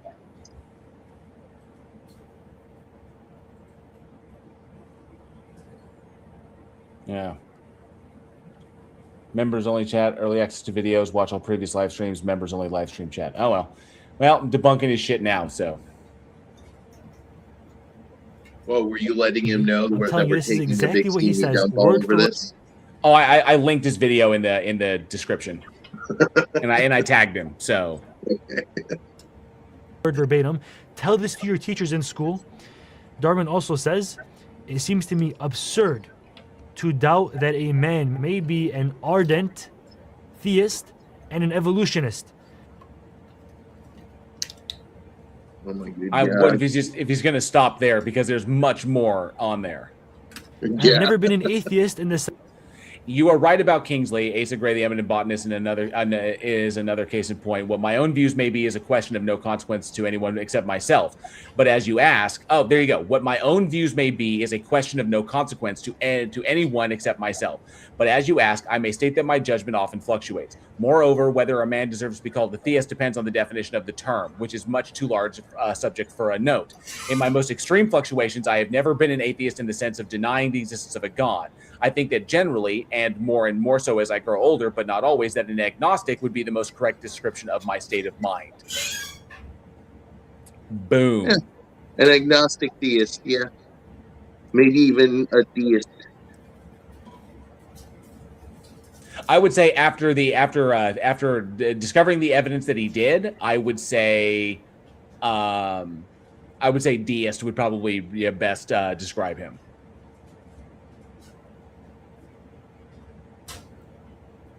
Sense of denying the existence of a God. He also writes this as if it doesn't make any more sense to you. He also writes, I had no intention to write atheistically. Darwin is saying this. He had. Doesn't matter. It doesn't matter. You can reconcile an understanding and an acceptance, an understanding of the evidence and an acceptance of the theory of evolution, and still be a theist. It just changes the scope of your theism. What is this like? This is not a gotcha. No, but he really wants it to be. And Spam points out, I'd say he meant agnostic atheist, but atheist had negative connotations one couldn't withstand. Right. Being labeled an atheist would have had him ostracized from society. So, pulling that trigger would have been extremely detrimental to not only his future, but the future of his family. So I would say he hedged his bets, in favor of his position in society. No intention of doing it, but people somehow still were misinterpreting his words and warping it for their own atheistic agenda to make everybody feel like they couldn't believe in God, actually. The reason No, because naturalistic theism has been a thing for a long time, so... And dude, talk about fucking projection. You're the one warping Darwin's words for a fucking evolution denier agenda. You're taking the most legendary evolutionary biologist of all time. Oh my God. Epicurus, Godless Spectrum, Epicurus was not ostracized from society. Epicurus was amongst the had his own kind of like thing going on. But no, he didn't challenge society in the way that individuals like Socrates did. So the Epicureans were well established and generally well liked in ancient Greece. Nobody really had a problem with the Epicureans because they were pretty much a man, you know. Yeah, man, don't fear the gods, man. Don't live and let live, bro. Like, life's easy, bro. Eat, live, eat, drink, and be merry, motherfuckers, because tomorrow we may die, you know? Which they did all eventually die because the religious people heard, oh, don't fear the gods? No, we're not going to let that one slide. You need to fear our God or we'll put the fear in you. The Stoics managed to hang on because they kept their fucking mouths shut. Right. The Stoics were like, don't be concerned about this, but don't like run your mouth where you don't need to run your mouth. Be stoic about that stuff. And Nobody on Fire, good to see you, Nobody on Fire, says, what the hell is an atheistic agenda? I have no fucking clue. Right. Like this is... Tacos on Tuesday, definitely a big part of the atheist agenda. Tacos on Tuesday, nice. Yeah. Very clear is because his work was actually at the time being used as a way to promote atheism or to prove atheism, or at the very least to deny any form of theism in general. It was used as a way to account for biodiversity. That's all. Oh my God. This notion, because he's ignoring, especially in the UK, like atheists were viewed as like less than like lesser people within society. They were generally viewed as like they were insane, or they were not to be not to be like engaged with. Oftentimes open atheists were thrown into asylums. So no, like purporting that this was for atheism, it would literally be someone identifying themselves as an atheist and then risking like social ostracization. So yeah, that's part of the reason Darwin was worried about publishing, right? He didn't want to be labeled an atheist. Part of the reason he published was because he heard that Wallace was going to publish, and Wallace had been working on it for a lot less time than he had. Jared Reed says, do you know what song Christians remind me of? One Tin Soldier. Nice. And Professor Hizzles, but Godless Spectre says 80085 are part of the atheist agenda. At least I hope they are. I hope they are too, because they are nice. They are nice. And the atheist agenda. Titties. Human titties. This was the hijacking of Darwinism. T.H. Huxley was in... So you acknowledge that it was hijacked. He acknowledges that it was hijacked by antisocial actors. So what the shit?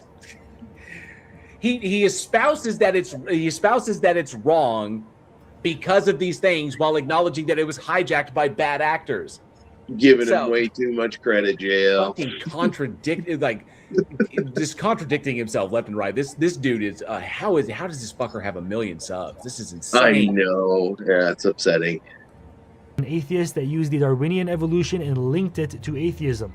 He was debating people of religion, and this is what actually caused Darwin himself to start writing about his belief in God and called it absurd. And I quote, he calls it absurd that you couldn't be a theist at the same time still accept his version of evolution. It's called a naturalistic theist, you fucking idiot. I know, it's so dumb. You know what the real irony of this is? Because he's like shooting down all of the negative traits associated with Darwin. Do you know what this is? A genetic fallacy. Yeah. You know the irony. Yeah. The irony. Oh, the irony. It's too much. Wow. Julian Huxley was actually the grandson of T.H. Huxley, who actually wanted people to become atheists. He had this want to make everybody around him an atheist. He said that for the modern man, the new religion is Darwinism. And look at today. He's exactly right. He wrote an entire book about this topic, and he argues that the same way that today nobody believes that the world is flat, in the future nobody will believe that God exists. I mean, I could see him making those statements. I could see him like, I mean, the Huxleys were a pretty prominent name. So, but if he was ahead of his time to the point that he was making statements like that, kudos to him. I would not say that what he was saying was intellectually honest. If he was an anti-theist, that's one thing. He and I would espouse different positions, but this also again has nothing to do with evolution whatsoever. All giant red herring. He was the man who turned Darwinism into a religion and made it directly up. It's not a religion, and no, he didn't. He just, what the fuck? It's like just making a metaphor magically transforms a scientific theory into a religion. Spell casting. Sacred geometry, bitch. Yeah. I thank you, Jared Reed. This guy makes Chili DeCastro look like a constitutional law scholar. Yes, he does. Right. Oppose atheism when Darwin himself didn't say anything of that nature. Coming up next was Richard Dawkins. Fuck. Oh yeah. Fuck. Always comes down to the new atheists and the incredulity that non-believers would ever have the stones to step up and match the verbal diarrhea or the rhetoric. I wouldn't say diarrhea because what they were espousing was true, but to match the extremity of the rhetoric of believers that we've been dealing with for fucking decades. How dare non-believers stand up and meet us and meet their energy on equal terms and put their feet to the fire for a change, which is it's almost like we don't know that we're debased sinners and we're beyond redemption and on and on and on, all their fucking bullshit. So Richard Dawkins was a firm atheist, an evolutionary biologist that wrote a book titled The God Delusion. He still is. I don't know why he said was. He still is. We heard about it in the past, where he uses Darwinian evolution as a source to disprove God. Later he says in an interview with Lawrence Cross that if people think to believe in evolution, you need to be an atheist, then all I need to do is convince them of evolution and make them all atheists. You realize that that's not like, okay, the statement he's making is contained. He's saying that if it is the case that let's hear that again. All right. Maybe he is a virgin because his hoodie does say virgin. Maybe that's why he sells V cards. Maybe he needs to get fucking laid. Maybe that's the problem. He needs to expand his goddamn brain. I would insist that no women have sex with this man. Is he just upset that nobody touches his pee-pee? Yeah, we really don't need more of this guy. I'm just mad. He's just mad because nobody touches his pee-pee. He has to touch his pee-pee. I can see how that can make a guy mad. Yeah, I can see how he can be upset. Why does anybody want to touch my pee-pee? Nobody but me. Dawkins was a firm atheist, an evolutionary biologist that wrote a book titled The God Delusion. Okay, that's correct. I heard about it in the past, where he uses Darwinian evolution as a source to disprove God. Okay, he didn't do that. Well, he sort of. So let's see what the quote is. Later he says in an interview with Lawrence Cross that if people think to believe in evolution, you need to be an atheist. Okay, so if he's setting up a premise here. It's like, if it is the case that in order to believe in evolution, you'd have to be an atheist. If this were the case, but this is not the full context of the conversation. He's setting up a deal. Is like if I could, I mean, if it requires one to be an atheist to accept evolution, all he has to do is convince people of evolution, and that would debunk that. That's assuming that their epistemic standards are that narrow. But Dawkins, I mean, I hate bringing up Dawkins because he's such a douchebag, but Dawkins recognized that not everybody has the same epistemic standards. If their epistemic standards were so narrow as to debunk one thing or establish the truth of one thing that it completely upends their worldview, then that's all he has to do. He's not saying that's true for everybody. he's literally theists, saying he's literally saying if P then Q, but he's not saying P therefore Q. He's saying the opposite. He's saying that if people thought you had to be an atheist to accept evolution, but he's not saying that accepting evolution means you have to be an atheist. It's if P, Yeah. if P, therefore not Q. P, therefore not Q. It's modus tollens. It's a way of eliminating it just by establishing P. If that literally pertains to their worldview, and they're not reconciling evolution with the existence of like with naturalistic theism. So there was just one point in an extremely long conversation where he was saying, if it is the case that the theist is in this position, and then all I have to do is this, then that's what I'm going to do, and I'm going to focus on evolution. And then he turned into a fucking transphobe, and he became a science-denying nitwit after building a legacy, fucking dunking on science-denying nitwits. It's fucking atrocious. Yeah, I wonder if Hitch were still alive, how would Hitch respond to his bullshit? Oh, with a Hitch slap. Yeah, beyond a doubt. Then all I need to do is convince them of evolution and make them all atheists. Right. Okay, so that's literally just modus tollens. Okay, that's I mean, you can express it modus tollens or modus ponens, but he's correct on that. If it is the case that this is what we're working with, so this is not the totality of it, and Dawkins never said that applied to every single human being. This guy wanted people to become an atheist. He had This is also false, because Dawkins himself has said multiple times that if there were a societal system in place, he would prefer Christianity. So he would count himself as kind of like a cultural Christian, because there are many norms. There's many normative valuations within the cultural notion of Christianity that he agrees with as far as how society should operate within itself.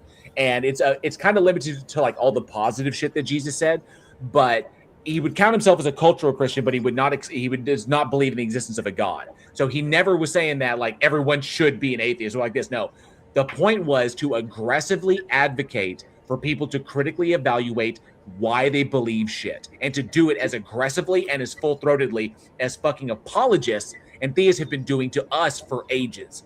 Only we can defend our shit, they can't defend theirs. That was the point. But I never once did he ever say, everyone needs to be an atheist. Narg. He would prefer like society be culturally Christian. The same way that those guys knock on your door, hi, can you please talk about the love of our Lord? This guy was the same exact thing as the door knockers, but for atheism. Honestly, he did a damn good job, because nearly everybody I know in real life thinks that this is the case. People in real life that I know think that to believe in evolution, you have to be an atheist. Well, then you have his circle of friends is fucking shoddy.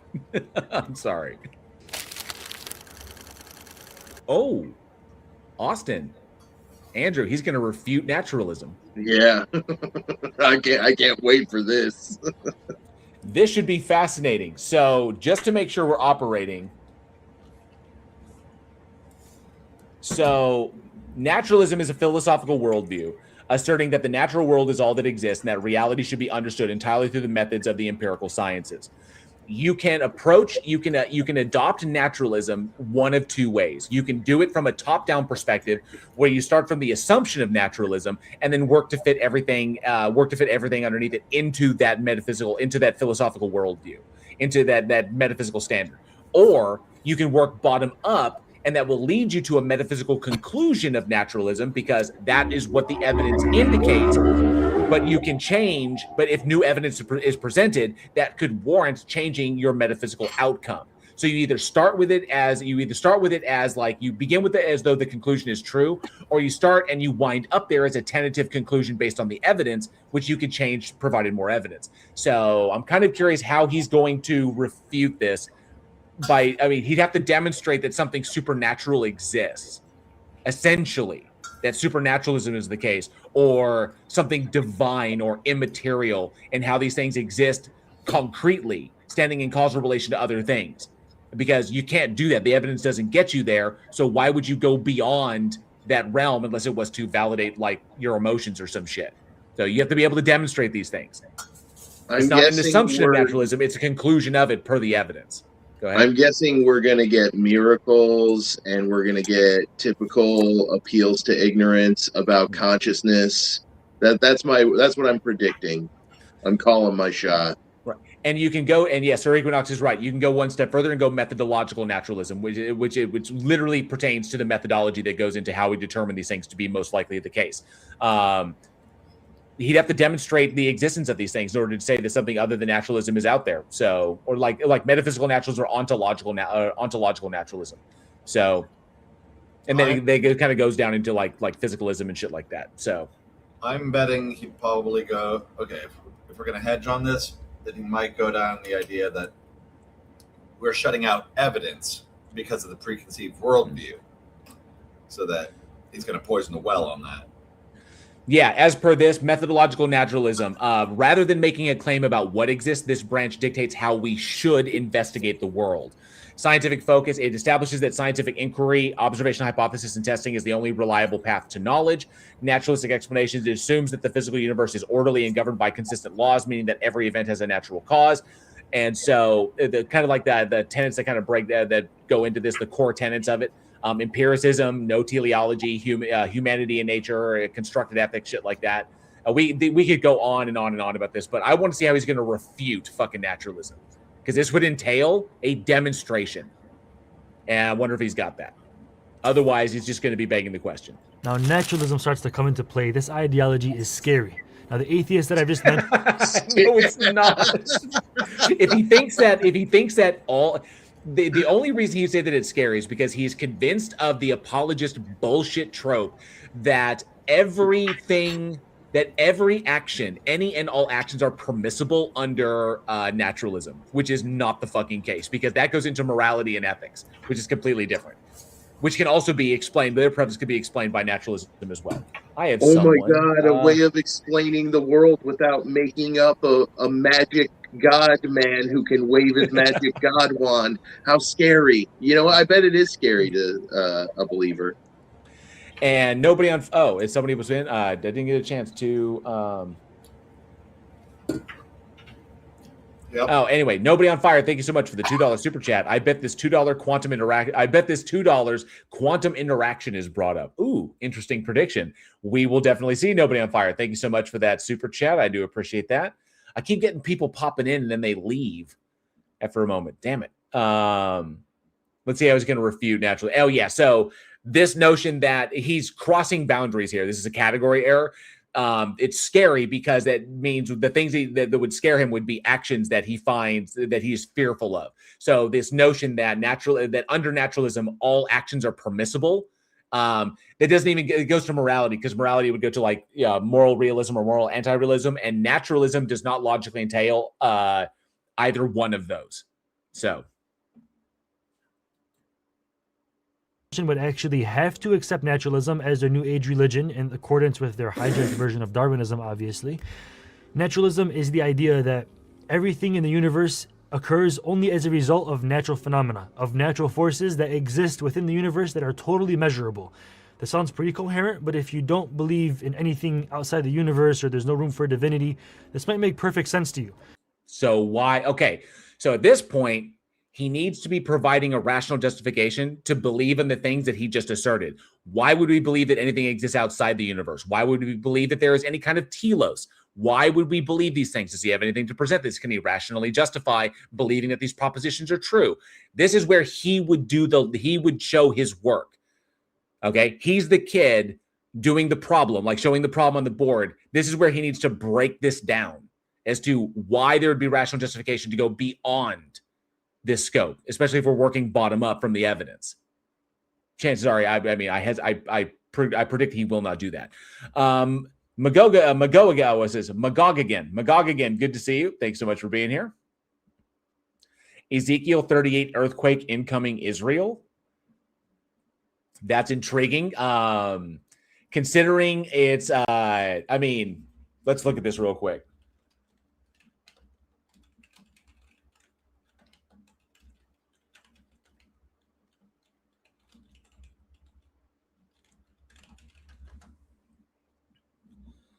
Someone's in there. Let me see.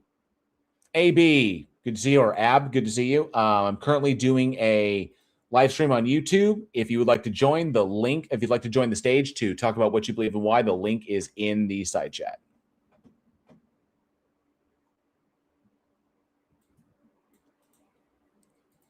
And this is the link for the live chat. If you'd just like to listen in, because we're currently live. Yep. Cool.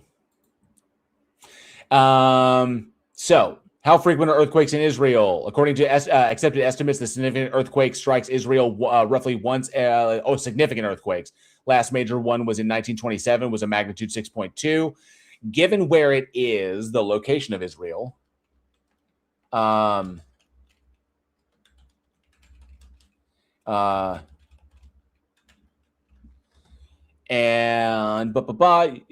Jordan Rift.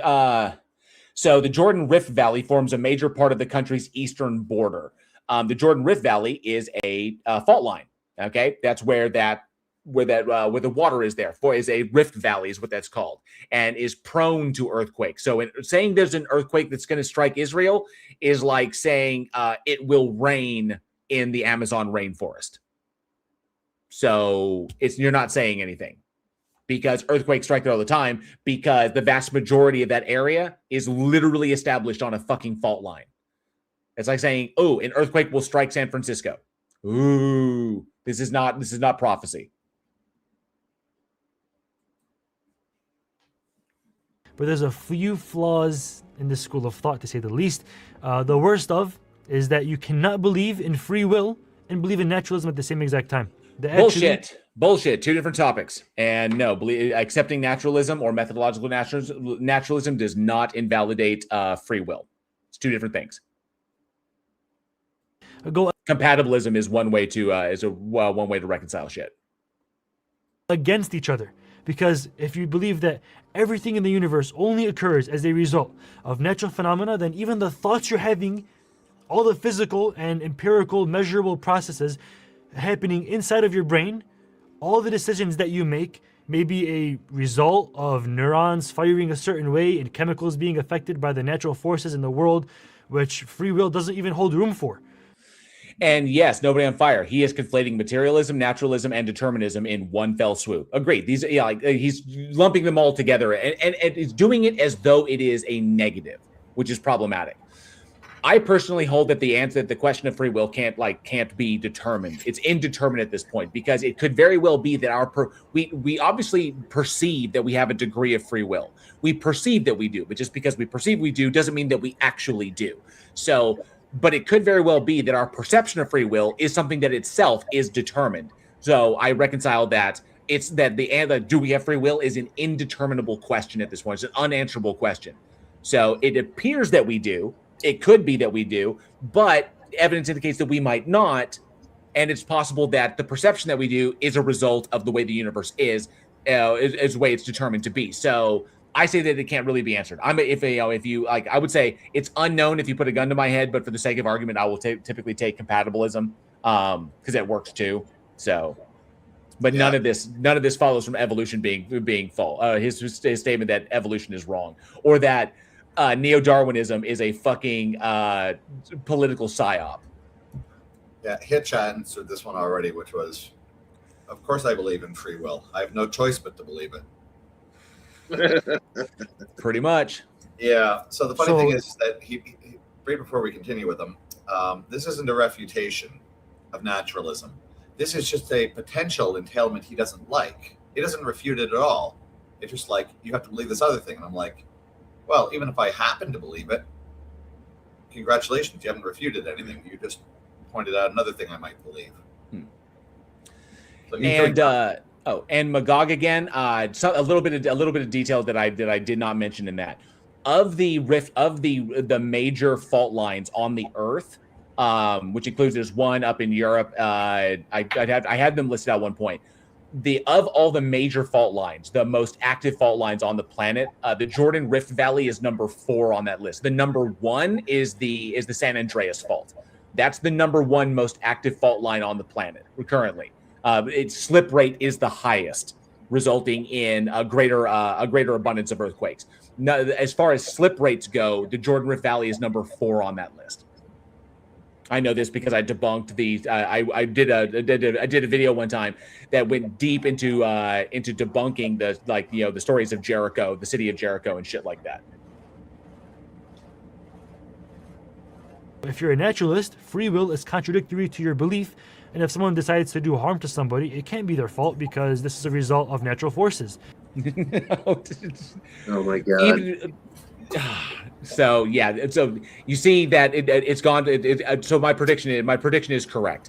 It is that naturalism entails that all actions, regardless of like a moral position, that all actions are permissible.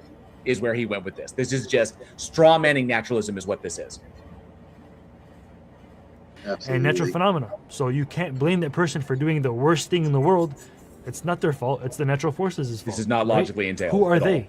How can you blame them? Because all they are is just a clump of cells and neurons firing inside their brain. To be a naturalist, you have to believe that there is no you, there is no soul. Nothing makes you you besides the physical flesh and brain and sack of flesh that you're living in currently.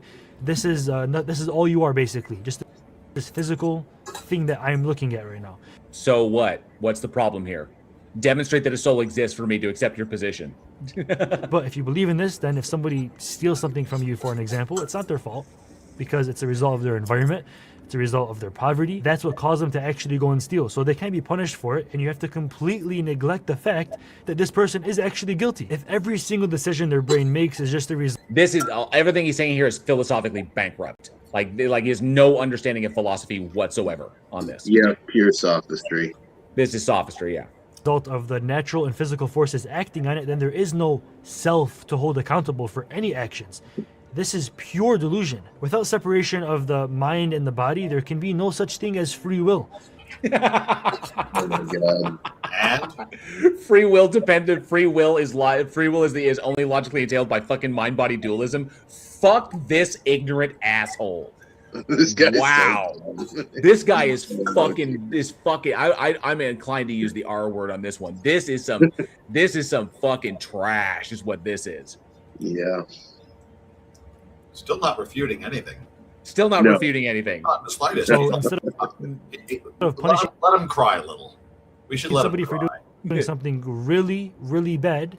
We can't hold anybody accountable. Instead of punishment, we should just tell them to just don't do it next time, or just give them some rehab instead. Another reason that you're not only a sack of flesh with no soul or no self is because, for an example, if we tear down a house and then rebuild it with every single part of this house being replaced, then we'd consider this house as being an entirely new house, right? Every single Ship Theseus. So part changed. Similarly, the cells in our body do the same exact thing, except the retina cells that we have in our eyes. Nearly every single cell in our whole body replaces itself. So with that same fail. Eyes, no. Eyes, I believe, get replaced. Neurons, those don't. And Jay, yes, his hoodie does say Virgin on it, and he sells V cards on his website. So I'm assuming that no one has ever touched his PP.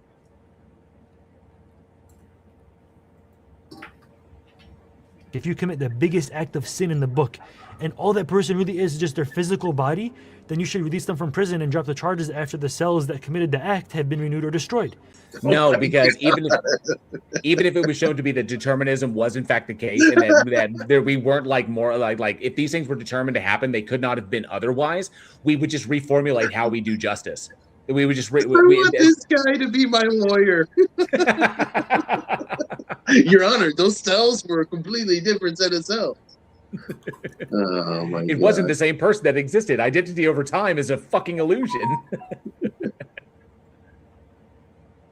Because from a naturalistic point of view, that wasn't the same person that committed the act that caught them in prison for life.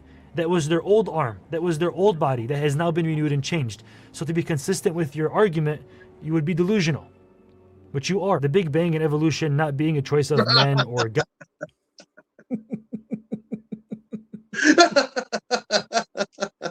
Like how he slid that right in there at the end. Yeah. God, but it's natural selection, natural phenomena, random DNA mutations. If you believe in this, then you can't blame a divine deity for creation or being the force behind the Big Bang, the same way that you can't blame a human being for anything, since it's all random. However, there's no such thing as randomness. Randomness is a concept which is a byproduct of our lack of knowledge. There is no what? Well, he's not actually terrible on this one as far as framing hard determinism. He's not actually true. Yeah, if he was a hard determinist, yeah, right? That is where he's going, because that's the whole theme for the lack of accountability BS. I'm so hang on a sec. What the living shit. This dude is such fucking trash. Yeah, pretty low level. I'm gonna rank him a solid needs improvement. No, this is creationist Carrot Top. Look at the dude. Creationist Carrot Top. Oh, holy! From the top row. Holy fuck! Okay. I went there and I'm just started cooking. Okay, tell me. Okay, sorry, we got to do this real quick. Tell me if this is a surprise to you. Give me 1 second. I'm going to go to this. Okay. Tell me if this is a fucking surprise. All right. So this is his video, right? This is his video pulled up on YouTube. Mm-hmm. Okay.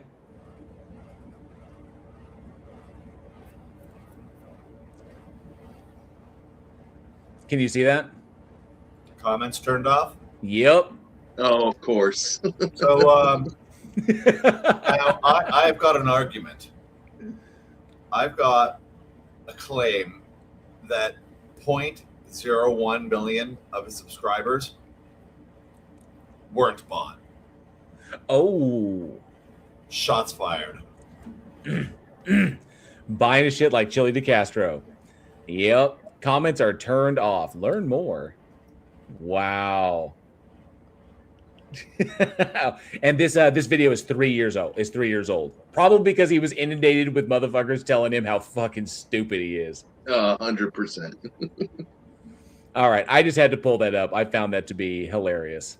That is hilarious. Hold on. Can you pull that back up? Because there was something highlighted right there. Look at that. Viewer added a note now 1 year ago. So there was a note. Okay. Full article that is quoted. Okay, 420. Viewers added a note. Full article that is quoted in the video actually disagrees with the conclusion I Am Lucid comes to. Quotes taken from this article and used in the videos do not support I Am Lucid's theory when read in context with the rest of the article. They're calling him out for so he killed comments but left the one refutation. Your failure is complete. I wonder if there's any notes like that on my content. Probably not. I don't get like the number of views he does, but I'd have to go back and look. Fascinating. Oh, and apparently notes are published when rated as helpful. Yeah. This is very helpful to know that this guy is fucking full of shit. Yeah. Nerd. Oh, that is brilliant. I hope that hurts in your randomness soul. Anywhere in the entire In your universe. utter lack of a soul. That is hilarious. Ab came back in. Oh no, Ab is gone. Oh well. Okay. He's too busy working on his abs, man. He's got to do 1,000 crunches. And yes, Sir Equinox 42, you are correct. Argument from consequences is a fallacy. It is a version of the appeal to emotion. So like appeal to consequences fallacy. Yeah, so it's a different version of appeal to emotion. It's literally toddler logic. It's literally, I don't like that, so I don't want it to be true. It's like if you tell a toddler, no, little Timmy, you can't eat 40 pounds of sugar. You'll get very sick and die. And he's like, oh, but I want sugar, so I don't want it. No, I wouldn't get sick. It's not true. It's like that's the exact same level of logic. Package arrived. I put it. Oh, sweet. My wife ordered something and she's currently got it on the charger. She was letting me know. Oh, nice. Awesome. No, it's not what you think it is. Get your minds out of the gutter, chat. Roll a dice, for an example. I don't have enough information to tell which number is going to land on based on the air particles and the strength of my hand and the throw velocity and gravity and all of these forces that are actually at play, which means that nothing in the universe is truly random. Just we can call it random because we don't know much about it. Well, we can use random to refer to different contexts. You could say that the things are random in that there is no intention behind where they're going to end up. So, but even then, it really doesn't follow because these things follow like causative effects. So, we are the way we are because of the prior forces that facilitated our existence in the form that we in the morphological form that we are currently in. So. But there's no telos here. It's not like every moment in the universe that passes, the dice reset and roll again. It's not random in that sense. It is non-random, non-intentional. So these things are resultant is what they are, but they're not intended to be a certain way. So it means that we're ignorant to the true calculation of the events. Earl just nailed it with what I just said. Brrr. Thank you, Earl. Appreciate that. And good to see you can't speak. Events occur as a result of their cause. That means a cause is the only cause of an event. If there is nothing and nothing causes something to exist, then nothing can exist. There is no possibility of it randomly existing, not even in the slightest chance. Unless it has always existed, like people like this assert their God did. So, but that's begging the question. So I just stop at the universe. So, which has always existed and will always exist, because he is correct in the logical inference, in the strong inference that nothing can't exist because there is currently something. So nothing can't ever have existed. Something has to cause it to happen. Then, if nothing causes an event to occur, the event won't occur.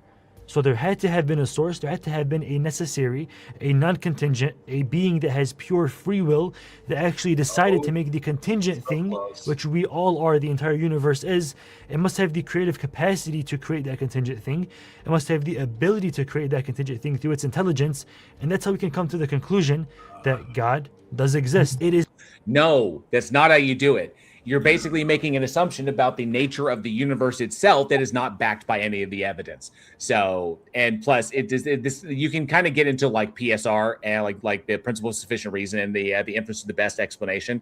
But both of those are going to wind up with completely naturalistic explanations given the evidence that we have. So none of it gets to a God, especially since no one is yet to be able to provide a mechanistic relationship or a mechanistic explanation that connects the God as a causal factor for the effect that they are asserting that the universe is. That's not the way that works. So this would effectively be like the Kalam a version of the Kalam. Well, is where he's going on this. Well, worse than that, because one of the properties that you described actually really supersedes all the others, which was the ability to do it. Right. So the ability to create it. There is nothing that necessitates creativity, intention, or pretty much anything else. Only ability. When you have ability, you don't need the creativity or any of the other properties you mentioned. It's like it could have been farted out by universe creating pixies that totally had no intentionality about it. Oops.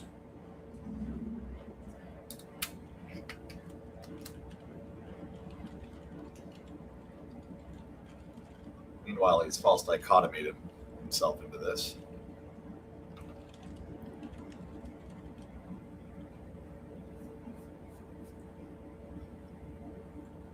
And here we go. It's necessary for the non-contingent thing, let's say is God, to have the free will to decide to make the contingent thing. It must also have the creative capacity to create this contingent thing, and it must have the ability to create it through its intelligence and its power. This is how we can come to the conclusion that there has to be a divine creator behind us, and now we can start to accept the more rational beliefs like, I'm not just a sack of flesh. Genetic. Well, number one. Okay, so in that section, he did not refute naturalism at all. That was nothing more than it was pointed out an appeal to consequences fallacy. It was an appeal to consequences fallacy or an appeal to emotion. And he asserted and then he pretty much just did the kalam, which does not get you there. So if you look at our mitochondria, we have mitochondrial DNA. Mitochondrial DNA is only inherited. Oh, Austin, where do you think he's going? I think he's going to say mitochondrial Eve instead of mitochondrial most recent common ancestor. And he's going to pretend like that substantiates the Genesis narrative. This is kind of like DeFreak and his God exists because insurance companies use act of God in their terminology. Right, yeah. From the mother and doesn't undergo any sort of variation. This means that we can trace all mitochondrial DNA in every single modern human alive right now back to one single woman. This is called the Mitochondrial Eve, and this is thought to be a called it. So he puts it here in human genetics, the mitochondrial Eve, also MTEve, MTMRCA, is the matrilineal most recent common ancestor of all living humans. In other words, she is defined as the most recent female from whom all living humans descend in an unbroken line purely through their mothers and through the mothers of those mothers back until all lines converge on one woman. So he puts this. I wonder why she gets all the credit. Technically, because there's two, contributors genetically to the offspring, right? Why does the mother get the credit? Well, because you only get mitochondrial DNA from your mom, Andrew, and you get chromosomal. He is accurate about that point. And you get chromosomal from your father. Yeah, which is why it's chromosomal Adam and mitochondrial Eve. In human actually, it's Y chromosomal. The most recent is the matrilineal. Most recent is the most. So he pulled this directly from Google. Is where he pulled this from. A few key points to understand the role in human history. Mitochondrial DNA is passed exclusively from mother to child. Because it is passed down without the genetic mixing that happens with normal nuclear DNA, geneticists can trace the specific lineage back to a single point. Not the first woman. Despite her name, she was not the only female human alive at the time. Thousands of other women lived alongside her and have descendants alive today. However, mitochondrial Eve is the only one whose unbroken all-female line of descent survived to the present day. So it's not one giving to everyone alive on the planet. It's not that one single woman existed like Eve in the Bible, then is the progenitor of all humans here. There were many of them alive at the time, and we alive here on the planet today happen to be descendants of that one. But there were others, their descendants are all dead. And this is estimated to have lived around 100,000 to 200,000 years ago. Her equivalent is Y chromosomal Adam. And the same thing goes for the father side as well.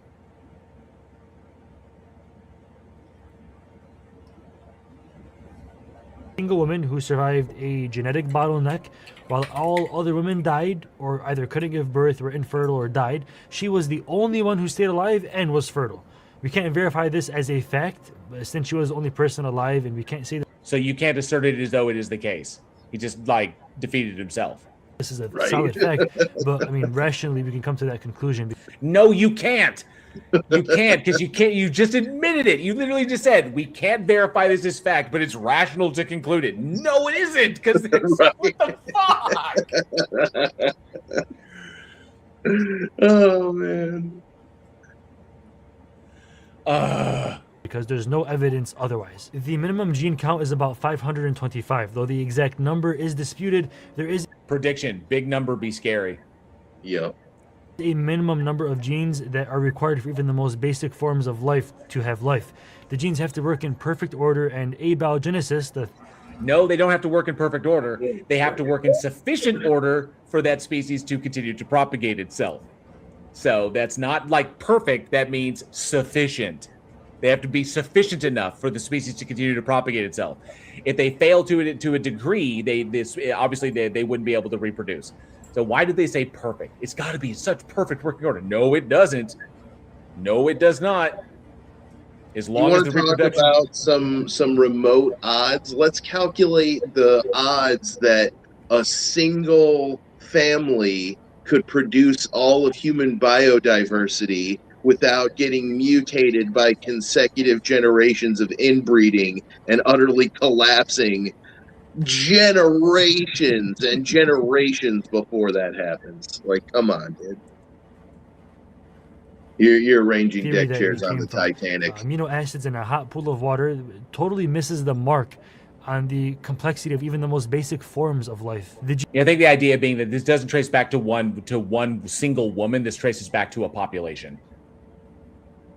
Genes all have to be in the correct order and bonded by hydrogen bonds and further strengthened by pi-pi interactions. They must also be broken up. Oop, looks like I have somebody in the Discord. Let's see who's there.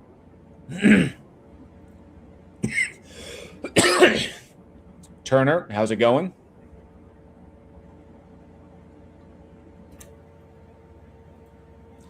Well, if you're interested, I'm doing a live stream on YouTube right now. You can use the link on the side panel that you just see right there. You can use that to join the stage and talk about what you believe and why.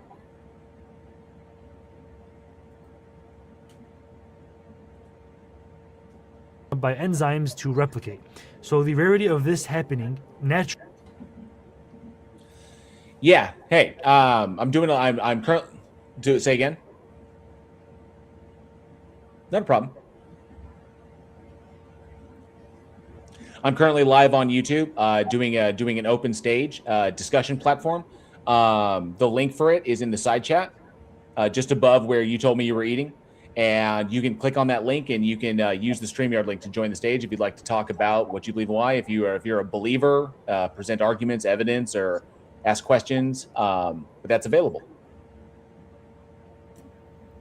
No, you're on Discord only right now.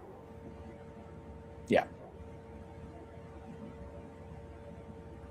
You got it. Cool. We'll let him check that out. Really is like hitting the lottery every single day for the rest of your whole life, and then your entire lineage doing the same exact thing. It's just impossible. It's not. He's ignoring population genetics by working with the assumption this all comes from one human being. Yeah. So he's doing the classic thing where you take a modern cell that's been derived by billions of fucking years of evolution, and you say, how did this just pop into existence? It didn't. It evolved over billions of years. What came into existence billions of years ago was RNA replicators and things like duostatic pumps, biochemical pump that takes something that's in disequilibrium and puts it into equilibrium. Basic metabolism, the substrate of all life. That's what started billions of years ago. What you're looking at is a modern cell derived by billions of years of evolution. That didn't just pop into existence. The problem is you are a tourist.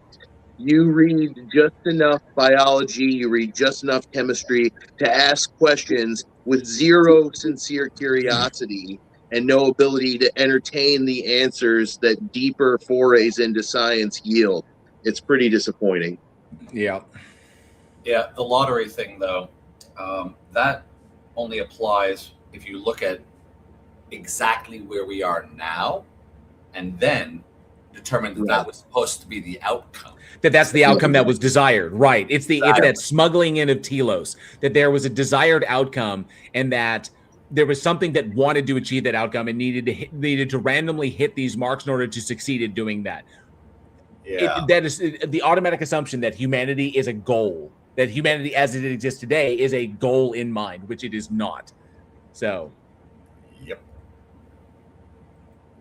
The study of modern genetics, we can understand that the small genetic mutations can have severe impacts on the rest of the genome and can drastically reduce the organism's chances of survival, despite the... In extremely rare occurrences, but they're more often than not, they're going to be benign, and they're not going to interfere with the population's ability to proliferate. So I don't know why he's just focusing. There are deleterious mutations, but even then, deleterious mutations are not necessarily passed on. and they don't always affect the individual's ability to procreate. So in population dynamics, these don't occur enough in order to. This is kind of like a genetic entropy bullshit, is what he's talking about.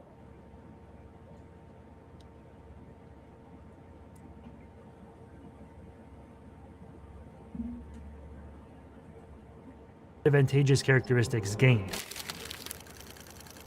The complexity of religious temples built around 10,000 years ago called the Göbekli Tepe shows us that we knew very little about the human's knowledge during this somewhat recent time. How did he just pronounce Göbekli Tepe? Göbekli Tepe? Naturally is like hitting the lottery every single day for the rest of your whole life, and then your entire lineage doing the same exact thing. It's just impossible. Through the study of modern genetics, we can understand that these small genetic mutations can have severe impacts on the rest of the genome and can drastically reduce the organism's chances of survival despite the advantageous characteristics gained. So he's going to go to architecture. Hang on one second. I got to do something. I'm going to pop over to live. And I think that they have earned it. So I'm going to give me 1 second. That was a hell of a name. Do what? That was a hell of a username. Which one? Oh, the one in Discord you just handled. Oh yeah. Give me okay. I gotta wait for that to update. Yeah, Jared Reed says I am Lucid's website. Funny as hell. It's just it's just so ridiculous.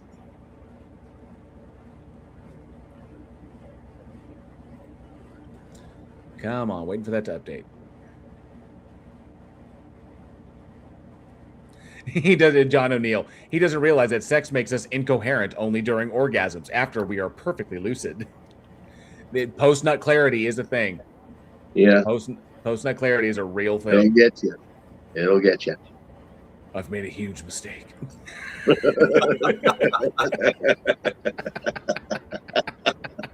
Ouch. Fucking love it.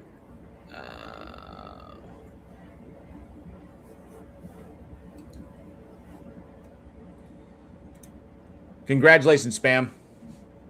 All right, we're good to go there. Let's continue on. And Kermit Thorson, good to see you.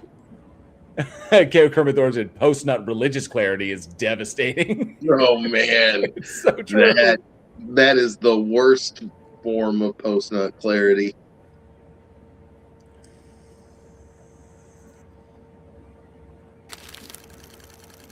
The complexity of religious temples built around 10,000 years ago called the Göbekli Tepe shows us that Göbekli Tepe. It's Göbekli Tepe, dude. Wow. Göbekli Tepe. Göbekli Tepe.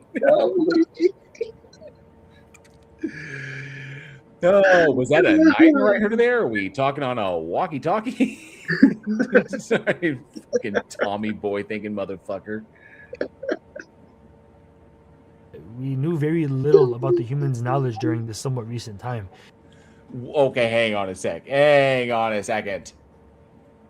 That's a claim. Göbekli Tepe. Neolithic archaeological site in Upper Mesopotamia in modern-day Turkey. The settlement was inhabited from around 9,500 BCE to at least 8,000 BCE, so about 1,500 years. During the pre-pottery Neolithic, it is known for its large circular structures that contain large stone pillars, among the world's oldest known megaliths. And then we can go, so we know it was Neolithic. Neolithic technology. What do we know about Neolithic technology? Defines the critical transition from nomadic hunting and gathering to settled agricultural communities known as the Neolithic Revolution. This era sparked profound advancements, including polished stone tools, pottery, early metallurgy, and permanent mud brick architecture.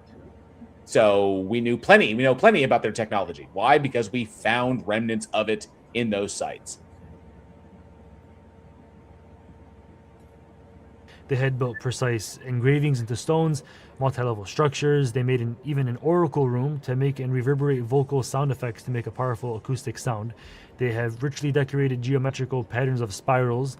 And because of this, we can understand that it wasn't made for living, had very few or no permanent residents. This site is significant because it goes against the notion that humans were hunter-gatherers at this time, and it highlights inaccuracies. Because as I just said, Neolithic technology defines a critical transition from nomadic hunting and gathering to settled agricultural communities, which is what Göbekli Tepe was. Göbekli Tepe was. So it was a settlement. It was a,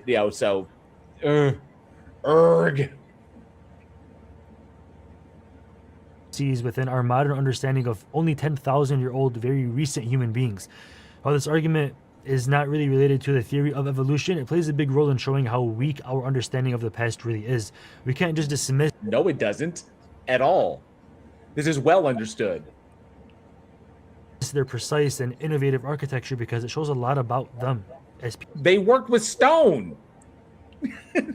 That's what they did. People.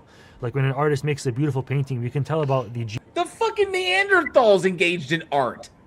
What? Genius and intelligence behind it. Same kind of concept applies here. So that said nothing whatsoever. Nothing at all. Many animals, especially mammals, have psychological adaptations to kill or to eat their deformed young. Now, these animals are literally wired to delete their offsprings if they show large changes in phenotype, like chromosome number changes, for an example. So, with that said, if a vast change in animals is nearly impossible because of this, then how would they be able to evolve? If they would just... I think I'm lagging somehow. 1 second. Getting hiccups.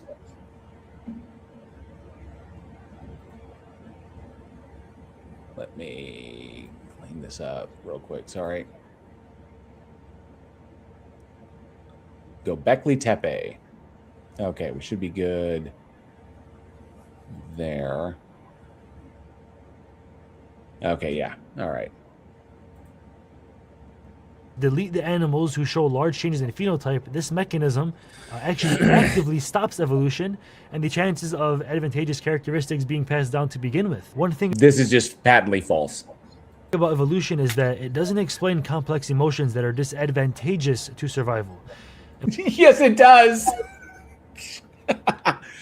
No understanding of evolutionary game theory and how, as a social species, how empathy plays a significant role in our ability to operate as unified groups and accomplish tasks that are necessary for continued survival of the group, and how we are more effective in doing that. And empathy played a role that our species' capacity for empathy was selected for. So, thanks to our limbic system.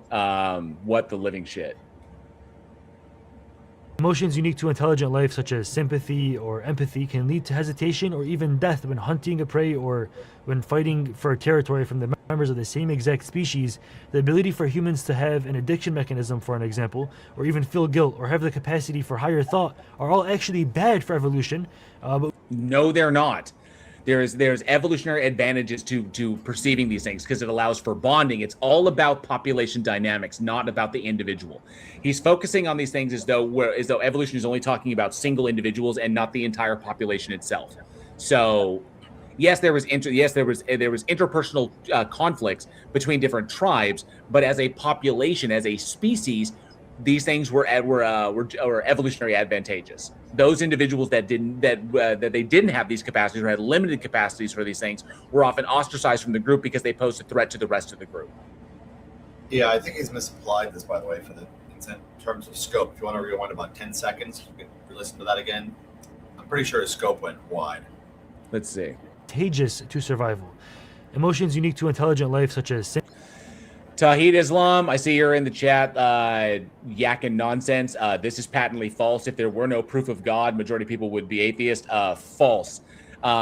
Atheists exist as a result of the proposition not being able to be defended. People who do not believe in the existence of a God that is proposed by people who are convinced that one does.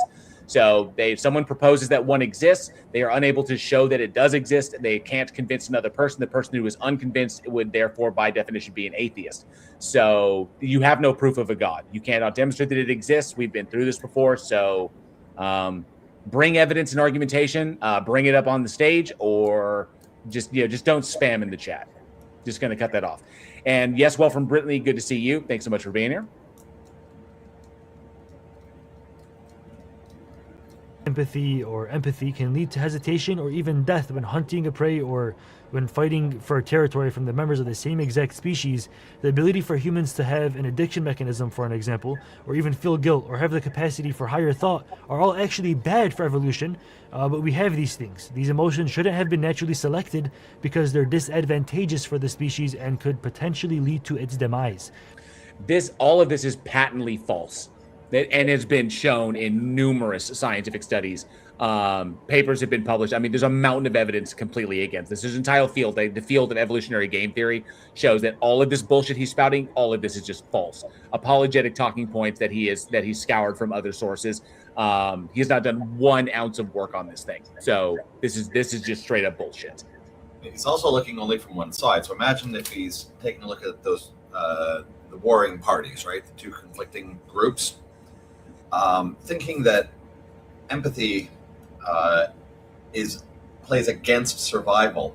If your enemy also has empathy and might be resistant against killing you, but is sort of motivated towards it, they've got something that might give them pause and cause them to stop the aggression.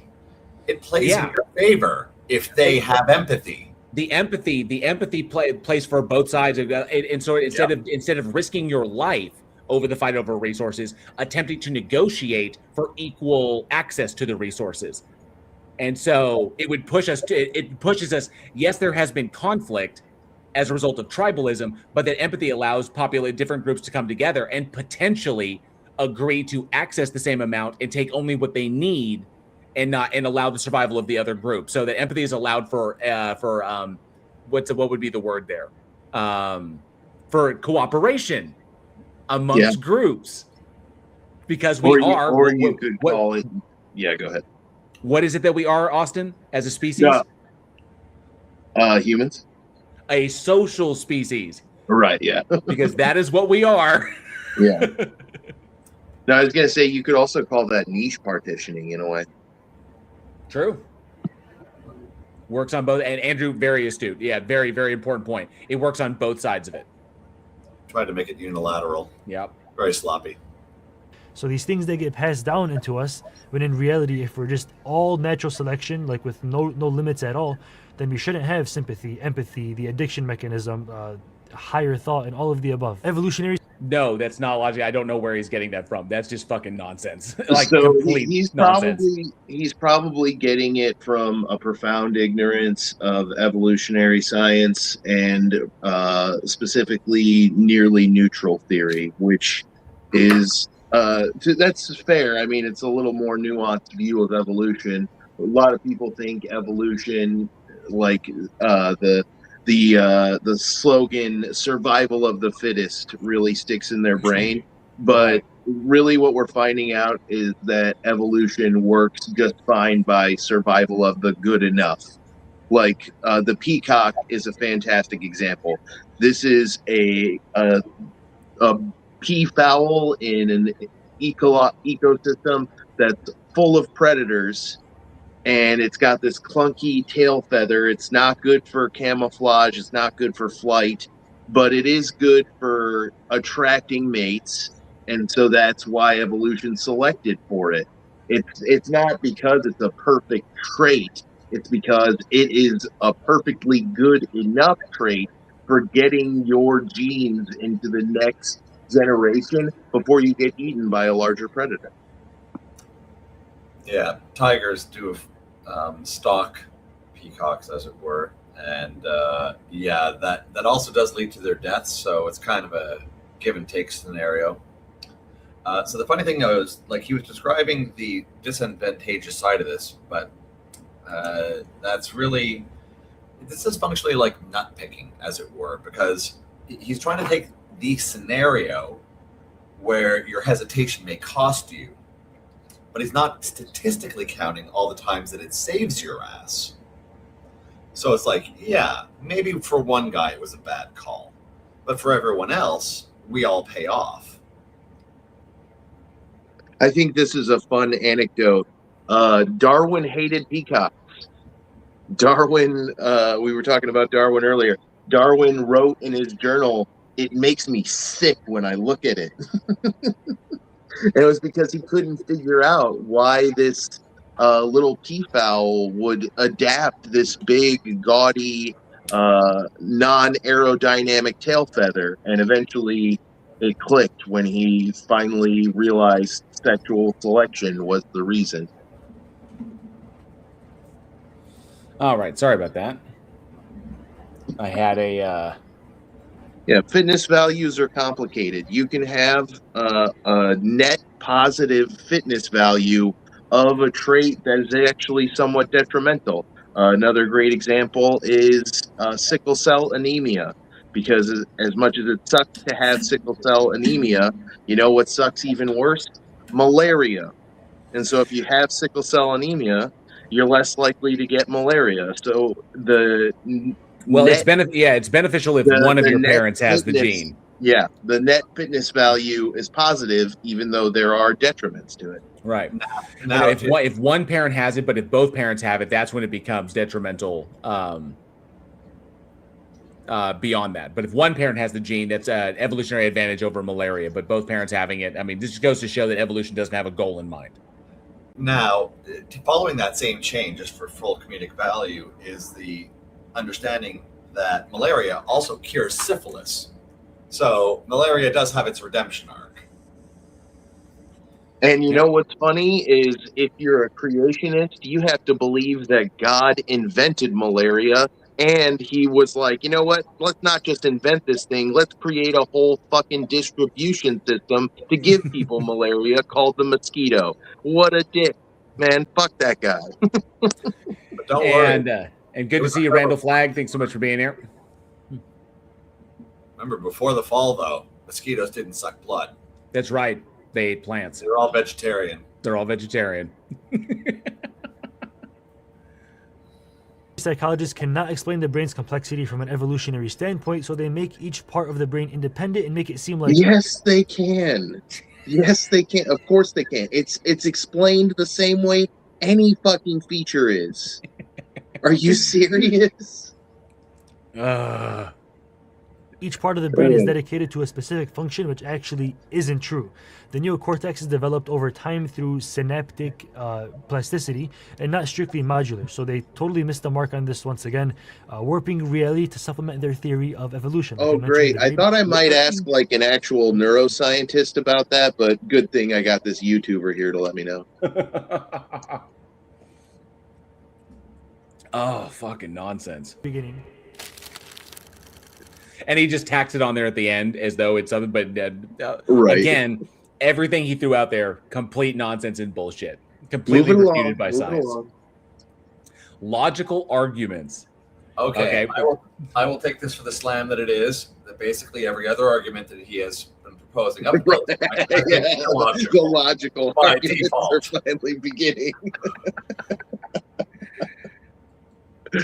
Now, if this neo-Darwinian form of evolution was true, then we'd be surrounded by a bunch of different transitional forms of different creatures, which we're obviously not. Which we are. We absolutely are. We are all over the place. I can name over 200 that are just whales. The basic building block of life is ATP. You probably heard about it. It's not that. Okay, so ATP is not a building block of life. ATP is adenosine triphosphate. Adenosine triphosphate. Is the primary energy source of cells.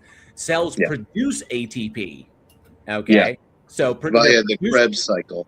Yes, they're produced, and that's how. So when the cells stop being able to produce ATP is when apoptosis occurs and the organism dies. So it's fundamental for a biological organism to survive by their cells producing ATP, but it's not a fundamental building block of life. It's a fundamental process for life, but not a building block. So what the living shit.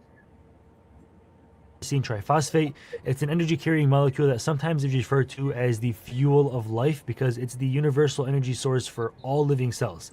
But it's not the building blocks, you fucking numpty. Every living organism consists of cells that rely on ATP to make for their energy needs. The process of making ATP, though, requires 2 ATP to already exist. And this poses the question. Oh my God.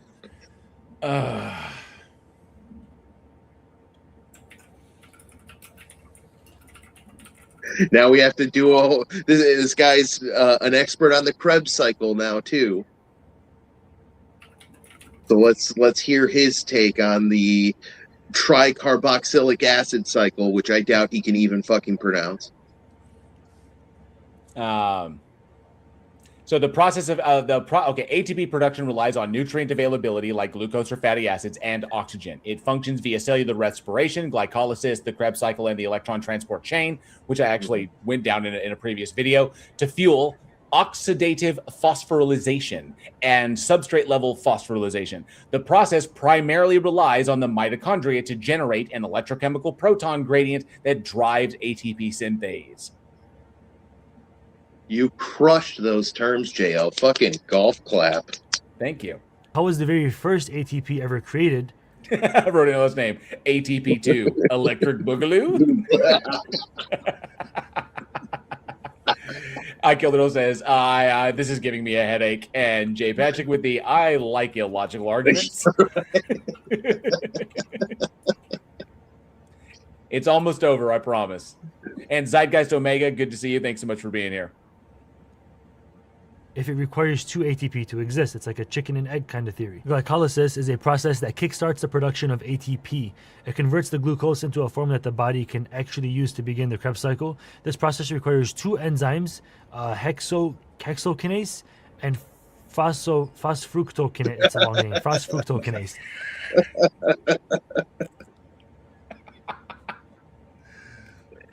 These 2 require ATP to break down the substrate. These are specifically folded enzymes with a globular structure, which allow the glucose 6-phosphate to enter a lock and key mechanism and break down the fructose 6-phosphate. That was labeled logical arguments. Yeah, that wasn't a logical argument. Was he trying to imply that adenosine triphosphate to produce adenosine triphosphate it requires the existence of adenosine triphosphate, so it's circular?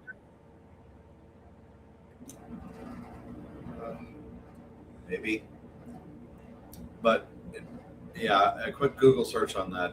There's a lot of theories out there as to what may have preceded ATP as that energy source.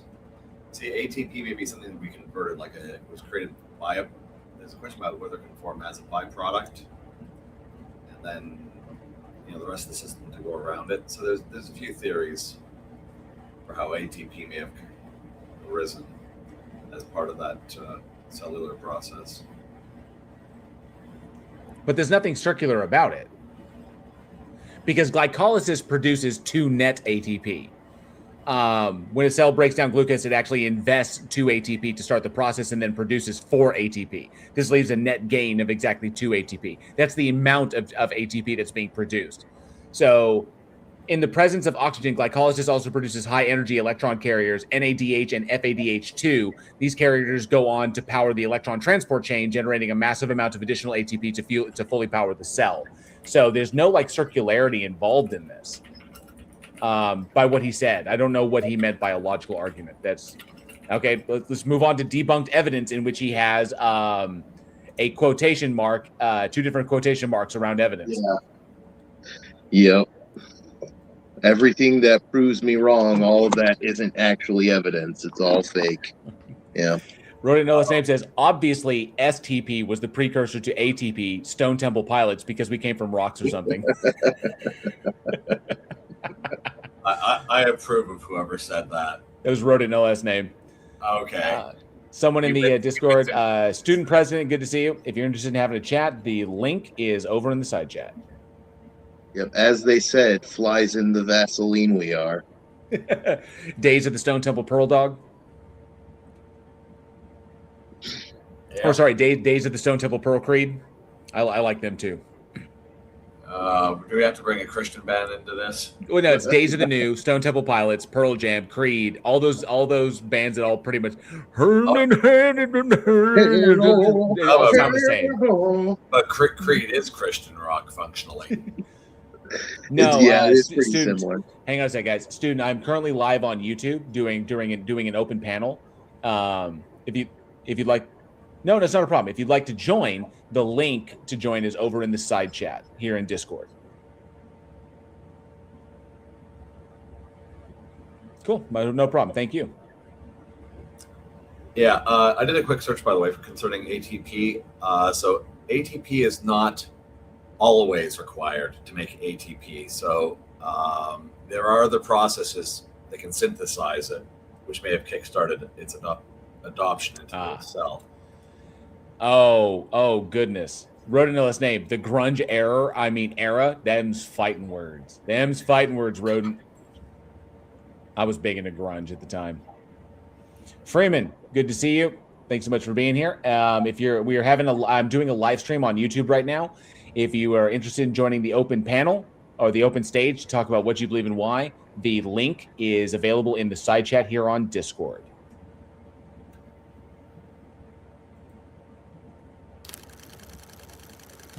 Sir Equinox, I do hate Eddie Vedder.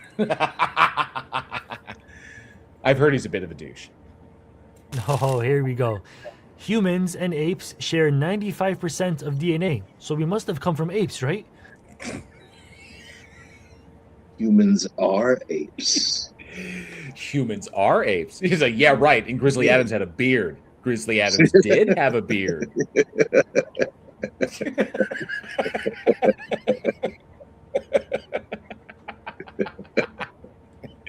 Fucking Leech for me. Just like, yeah, right. And Grizzly Adams had a beard. Grizzly Adams did have a beard. And he just runs away.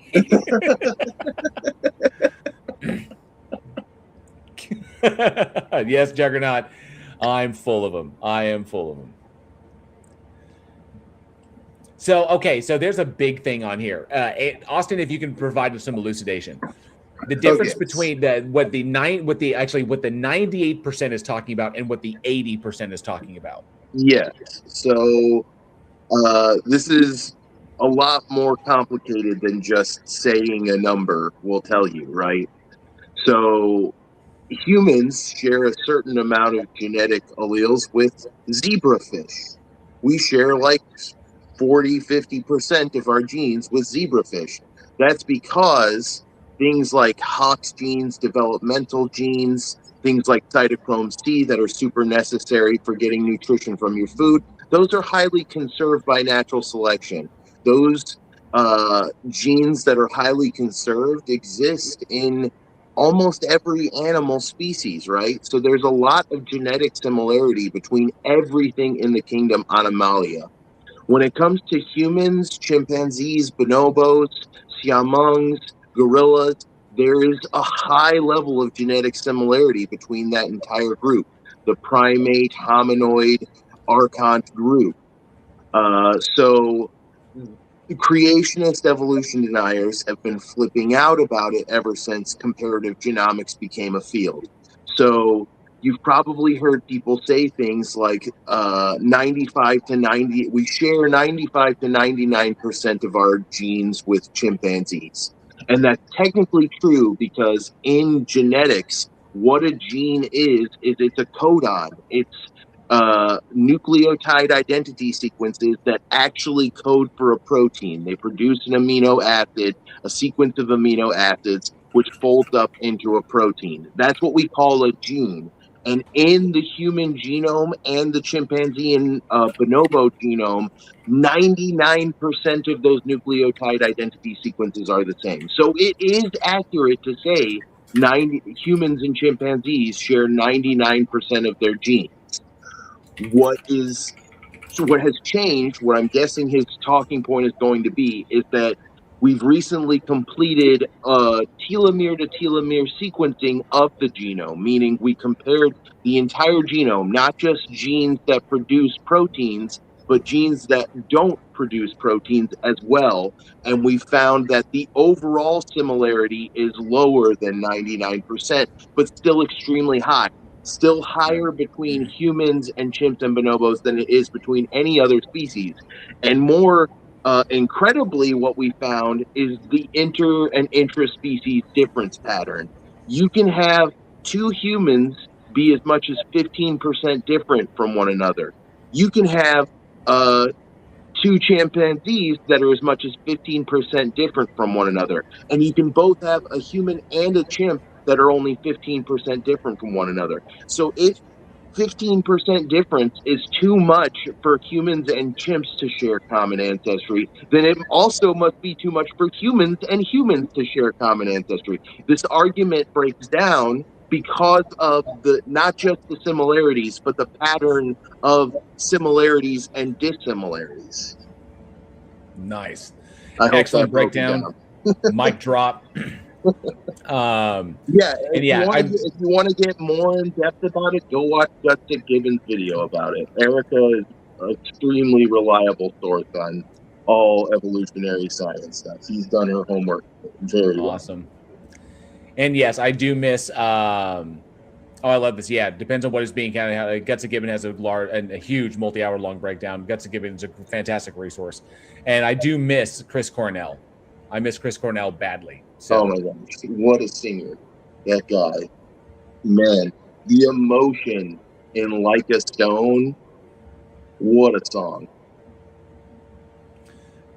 A student, you didn't hear what I said earlier. I'm doing a live stream on YouTube at the moment. I'm currently live. I have a live stream. So I'm talking with my chat and I'm talking with my chat and my panel.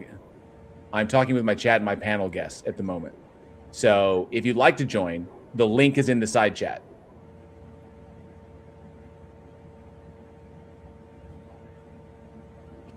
We got to be on stage. So if you're on stage, you can. Okay, well, I won't be able to respond because I'm engaging in a live stream right now. So I got to pay attention to the live chat and the video that we're currently reviewing until we get somebody on stage. So, because we're just killing time.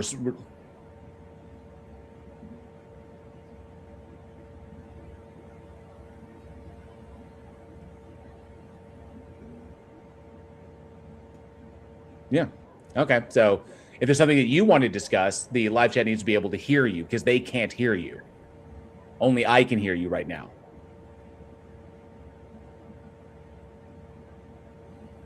That wouldn't be fair to you. So if you want to join the panel to discuss certain things, you're more than welcome to. The link is in the side chat. You know how to access it. You're listening to it, so you see the comment. You see the comment pinned in the live chat, right?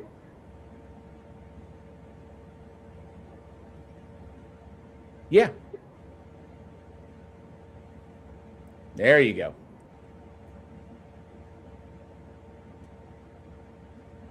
Yup. That's it. That's to access the actual stage and be up on stage with us.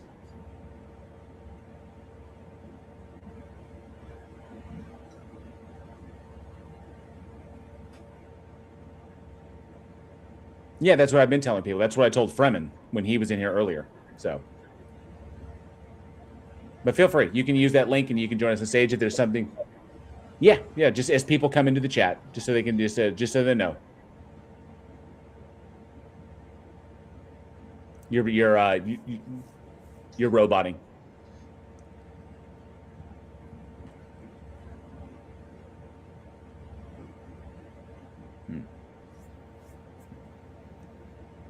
So I gotta return to the live chat. So, yeah. All right, back to this. I think I've explained it well enough. Well, 60% of DNA is shared with humans and bananas, so we should be about half banana. Austin, would you care to debunk that? That is not correct. That is incorrect. So first of all, that raw number is incorrect, for one. And for two, yes, you do share some genes with the banana. Like I said, it's going to be like the most essential genes, the ones that are core to life. These are what few genes remain in both the descendant groups from things that were diversifying like 3 billion years ago. Okay, so yes, you're going to share some DNA with a banana. It's not going to be anywhere near as much as what you share with a chimpanzee, what you share with a primate, what you share with an archont, what you share with mammals. There's this, like I was explaining, it's not just the amount you share, it's the specific pattern of similarities and differences. Yes, humans and bananas do not share 50% of DNA. So, right. You want to know how many differences there is between the cytochrome C sequence in a human and the cytochrome C sequence in a chimpanzee? Because the number is 0. Whereas the number of differences between the cytochrome sequences in a human and a banana, there's going to be many differences. I'm not even sure a banana has cytochrome C. So the basic breakdown is that at protein coding genes, specifically when looking at protein coding genes, humans and bananas share about 50 to 60% when we're talking about protein coding genes. But protein coding genes make up about 2% of the total genome. Exactly. So it's very, very little. That's because we are very separate in as far as common ancestry goes. That split off happened billions of years ago. And you know what's really interesting is that the split was driven by the difference between a unicont and a bicont. A unicont is a cell that has a single protrusion that it uses for motility, and a bicont has 2. And the uniconts ended up being more mobile because they ended up becoming opisthecons. They got the single protrusion for motility on the back, which they learned to use like a little swimmer paddle, just like that cell that begins all of our lives. And Mr. Tracy, thank you so much for being here. I appreciate that. Lots of Christians do affirm evolution. You are correct. There are many naturalistic theists out there. There are many Christians 100%. that acknowledge that. Hell, Catholics do. So it's kind of like thinking that you have to deny gravity to be a Christian. Like, right. It would be an absurd position to take. Although there are flat earthers that take that position. And 98% is shared with a pig, and 90% is shared with a cat, 85% with a mouse, 84% with a dog, 80% with a cow. So with this logic, we must have come from apes, bananas, pigs, cats, dogs, cows, and mice. No, we didn't come from them. This is a misrepresentation of genetic relatedness. We all share a common ancestor. And we do have someone here, student president.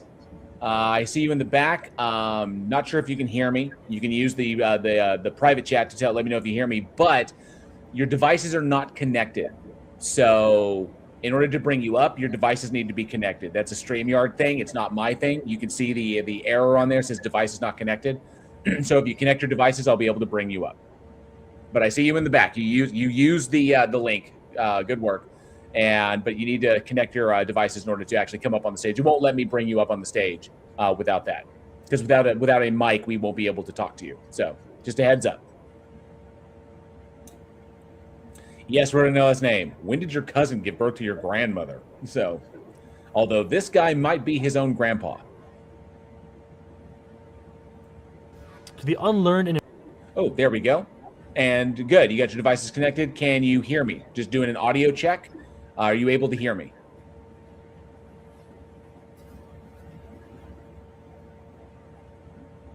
Just want to make sure that the audio is coming through.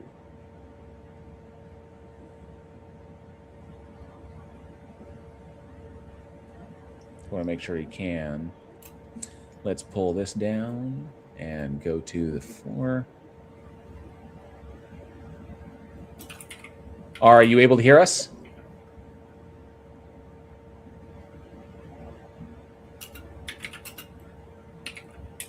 Student, you can speak if you're able to hear us.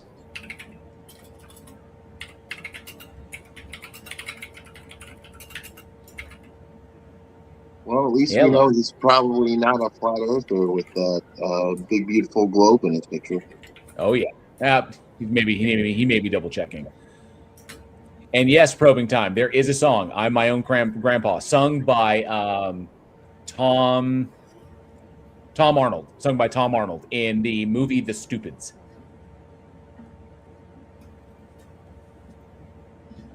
Have you ever heard that, Austin? I have not. I'm My Own Grandpa. It's, like by Willie Nelson saying it, Ray Stevens.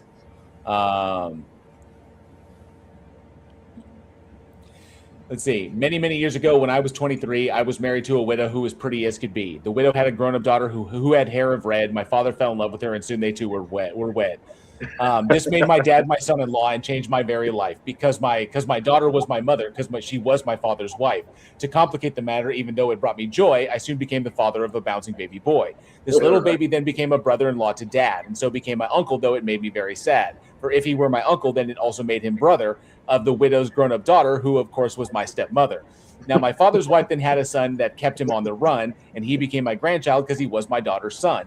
Now, my wife is now my mother's mother. My wife is now my mother's mother, and it makes me blue because though she is my wife, she is my grandma too. Now, if my wife is my grandmother, then I am her grandchild, and every time I think of it, it nearly drives me wild. For now, I have become the strangest case you ever saw. As a husband of my grandmother, I am my own grandpa.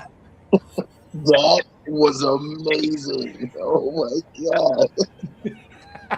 That was incredible. Wow. This is why cousins shouldn't marry. Right, yeah, probably. Me and Uncle Daddy gonna make us a nephew son. I'm my own grandpa. And the chorus on that is, I'm my own. I'm my own grandpa. I'm my own grandpa. It sounds funny, I know, but it really is so. I'm my own grandpa. So, oh, good stuff. I know it sounds funny, I know, but it really is so. Oh, good stuff. Well, I know that he is having some difficulty. Hopefully, he'll pop back in. Student president will pop back in here shortly. As soon as he gets the audio sorted. All right. So let's go back to this because this is almost done. Mind the fact that we share a large portion of DNA with a different species, for an example, or even a fruit. To say that's true, Ryan. I do need about 75% more twang. The least, it might be enticing. Oh, we do have some. Joel. Oh, there we go, Joel. All right. I think he may get it sorted. Let's drop down to the floor. And Joel, can you hear us? Yeah, I can hear you. Can you hear me? We can hear you. Holy shit, that took some time. Thanks for working with me on that. Not a problem. Not a problem at all. Here on the stage with me is Austin Sims, whose background is in evolution and evolutionary biology, and Andrew O, who's a similar background to mine as a generalist in philosophy and a number of other subjects. So just to kick things off, is there a topic on the screen you see that is interesting to you, or do you have your own topic you want to bring? Well, hello, Andrew and Arthur. I didn't catch your name. Austin, yeah. Austin. Yeah. Austin, yeah.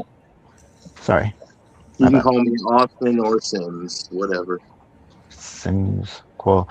So did I have an interest in any of the topics on the screen? And you mean on the StreamYard? You mean? Yeah, here on the background, I've got a number of prompts that we could discuss. Okay. I would be happy to look at that as soon as I can get through SteamYard's little how your free trial works fucking first time sign up bullshit. Okay, just give me a sec, all right? Not a it's problem. It's gonna be okay. Try for free. What do I have to do? Like put in a credit card and shit? You shouldn't have to, not on StreamYard. StreamYard is free. What am I doing then? Am I setting up an account? Yeah, it says try for free, but it wants me to like pay. You shouldn't be in need. You should be able to see. You shouldn't need to. You're in it right now. Like you're using it as we speak. Well, it must be in another tab. I was trying to get to the tab where I can see the shit that's on your screen. Hold on a sec. I think I got it. I see your screen. Okay, there's topics coming up. Oh, right. I got with the program, guys. Okay, sorry about that. Not a problem. Okay. Following topics. Something is a fact. I can't read it. The earth is not flat. Vaccines are safe and effective. God does not exist. Christianity is a cult. I want that one. Can we go? Okay. Can we take it a step further, though? I want to expand the scope because I think any Abrahamism whatsoever is a cult. Abraham is a cult. It was so successful it split into 3 or 4 or 5 or 10 or a million, depending on how you look at it. I'd agree with this. Yeah, we're all a bunch of atheists, so we agree. Yeah, we're a bunch of non-believers, so...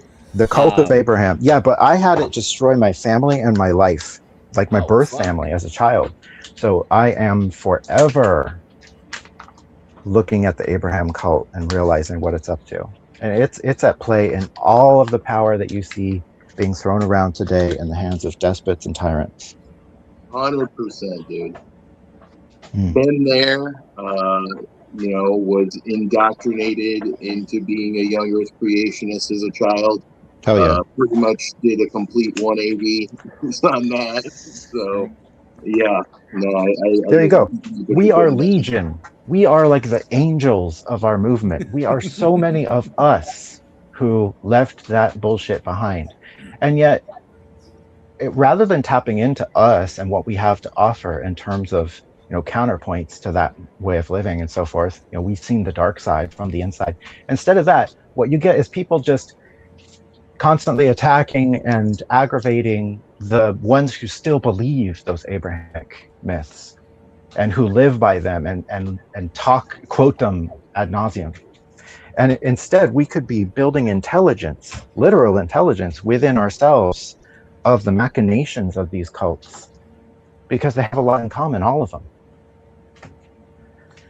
But we are not very smart when it comes to being a republic. We're more like people who aspire to be famous or rich and famous or everything else. And so Christianity is a cult. And that's what I have to say about that topic. I mean, I've lived it. Yeah, we have been there, endured that. Yeah, I think the main difference between a cult, I've said this before and I'll say I've been there, endured that. Love it. The main difference between a cult and a religion is that in a cult, there's a person or a group of people at the top who knows it's all a fucking scam. We're all making this shit up, and we're trying to make money. We're trying to get power. And in a religion, that person or group of people is long dead.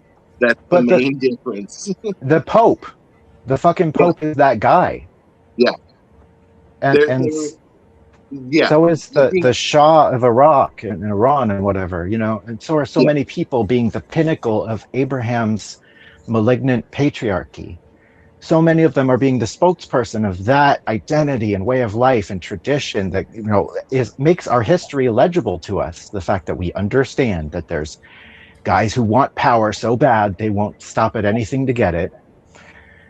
And then there's us, the human beings, just trying to live a beautiful life with kittens and puppies and flowers and dandelions and shit. Oh, I Killed Earl brings up a good point, and every single fucking televangelist. Good point. Those assholes doing the seed doctrine bullshit that are taking people for their last fucking penny so they can buy private jets and shit. Yeah. Yeah. There's all form of corruption wrapped around it. Abraham. Well, we're not in disagreement on this. Usually, everybody's welcome to come up on stage. Like, the link is publicly available for non-believers and believers alike, depending upon what they, if they have questions or if they have points they want to talk about or something of that nature. Like I said, I kind of funnel people on Discord towards the channel so people can come up and talk. But yeah, we're pretty much on. I think we're all on pretty much the same page when it comes to your position there. Oh, okay, I see. Well, no, I you know what? I've realized from what you've just told me that I have offended you, and for that, I'm sorry. It was not my intention. I'm just speaking my mind, and how so? Clearly we don't agree on everything, and we can both respect that. I know where you are. I've been there myself, and I don't hate myself when I was there. I didn't know better, but I know that's an insulting point of view, and I don't mean it to be. It just is by its nature, and I'm sorry it turns out that way, and I'm happy to hear your truest feelings as well when you think of. Are you talking to one of us? No, the host of the show. No, I was saying that we're pretty much on the same page when it comes to it. There's like nothing you've said that we disagree with at this point. Oh well, no. I remember you said that you that we were all on the same page regarding the point that I personally was making. Right. Yeah. Yeah. I agree. Yeah. I agree. It's a cult. It's harmful. I consider Christianity to be a You blight agree? on society. Yes. I because we're non-believers. Oh, right. You said, okay, but for some reason I took you as offended when No, you not cut at all. in to say what you said. Yeah, no, not at all. Not at all. Okay. We're pretty much, as far as like the topics on the screen, those are just like prompts. They don't. The reason I do this stage is predominantly we bring up believers and we explore their epistemic frameworks. We explore their worldviews and see their justification for what they believe and why. Yeah. And examining arguments and evidence, stuff like that. But non-believers come up here too, like yourself. And where I host everybody, and so the thing you brought up on the points that you were making, we're pretty much in agreement, in high agreement. I get with you. what you said. Yeah. Okay, well, that's actually good to know. I didn't take it that way at first, but no, I appreciate your elaborating it because now I fully understand. We're saying you're too intelligent and correct for us to debate. No, but we all. You're right. Say I hear you. Wrong, and we'll debate it. I hear you, but okay, but it is actually to say that I tend to seem to demonstrate that I'm already aligned with you guys, which is, of course, a pleasure to discover because it's like a friend or a patriot or something. The one big kicker about my channel, and the one thing I will never do, is that this channel is not designed for people to embarrass people or to farm clips of people to like trap people, make them say silly shit, and to like make fun. That's not the design of this channel. So, and I want to facilitate conversations. Yeah, I have noticed that about this channel. That's sorry. We're not trying to be clown people. Yeah. Okay. And I appreciate clowning people for rhetorical. You don't even have to say that because it's obvious that you're not, because you've given up so many more opportunities than other men would take to do so, and you've demonstrated without having to say it. And I'm trying to tell you that that's part of the draw of this channel. If there is any for a person, they're going to notice that probably first. I appreciate that. It's a great thing to have. So how do you run this thing? Have I overtalked my session? Should I disconnect, give somebody else a chance, or what? No, I mean, if you have any questions, I mean, you're more than welcome to hang out in the live chat. If you want to make room, like I said, you're more than welcome to say, like, if you have questions or anything of that nature, or have something like, if you're curious about like how like things are like defended in a worldview, of questions about philosophy or whatever, we can engage. But if that's pretty much it, if we're in agreement, then yeah, you're more than welcome to drop down. You can hang out in the live chat, do as you like. Here's the thing. I'm trying to do that, but I can't seem to make this live chat load on StreamYard. Now, I was seeing one on YouTube. Is that what you're following? Yeah, you want to hang out there. Yeah, you can do that. But you don't have to stay up here. Like, yeah. Okay. Right now, we're just reviewing a video of an evolution denier. Yeah.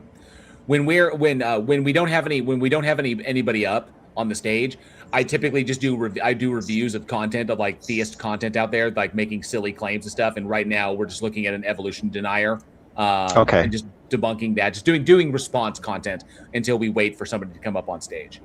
Okay. Yeah. So you have pointed out a couple times that I am on stage. Yes. And I'm thinking about like maybe I should consider leaving. Maybe this is the polite stage way to say that's enough. You know. No, you're good, dude. Whatever you want to do, you can hang out and help us review the evolution denier, or you can pop off if you want. It's up to you, bud. But you're always, if you do pop out, you're always welcomed. If you ever do like come across a question, if a believer poses something to you, or you have a question regarding something, we'd be more than happy to dive.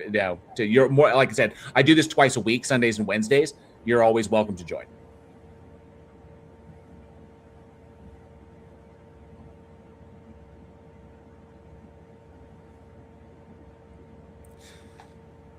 Not sure if he's still there, but I do want to address Mr. Tracy, who says Christian nationalism is also seen as a problem by the majority of Christian traditions. I would agree with you to a point. My issue is that the vast majority of Christians out there, of Christian denominations that reject Christian nationalism, are not doing their part in openly rebuking them, is the problem. one of the issues that I see with Christianity from a social perspective is that Christianity really doesn't police itself very well. And I understand it. It's because the vast majority of Christians don't want to be seen publicly calling out other Christians and causing division within the belief structure. There's very much a mentality of, well, they have some odd ideas, but they still believe in Christ and they still believe in the tenets of Christianity, so they're going to be okay. And there's no willing for that like internal, and I understand the idea of a schism is kind of like very scary, like causing that kind of division, calling people out.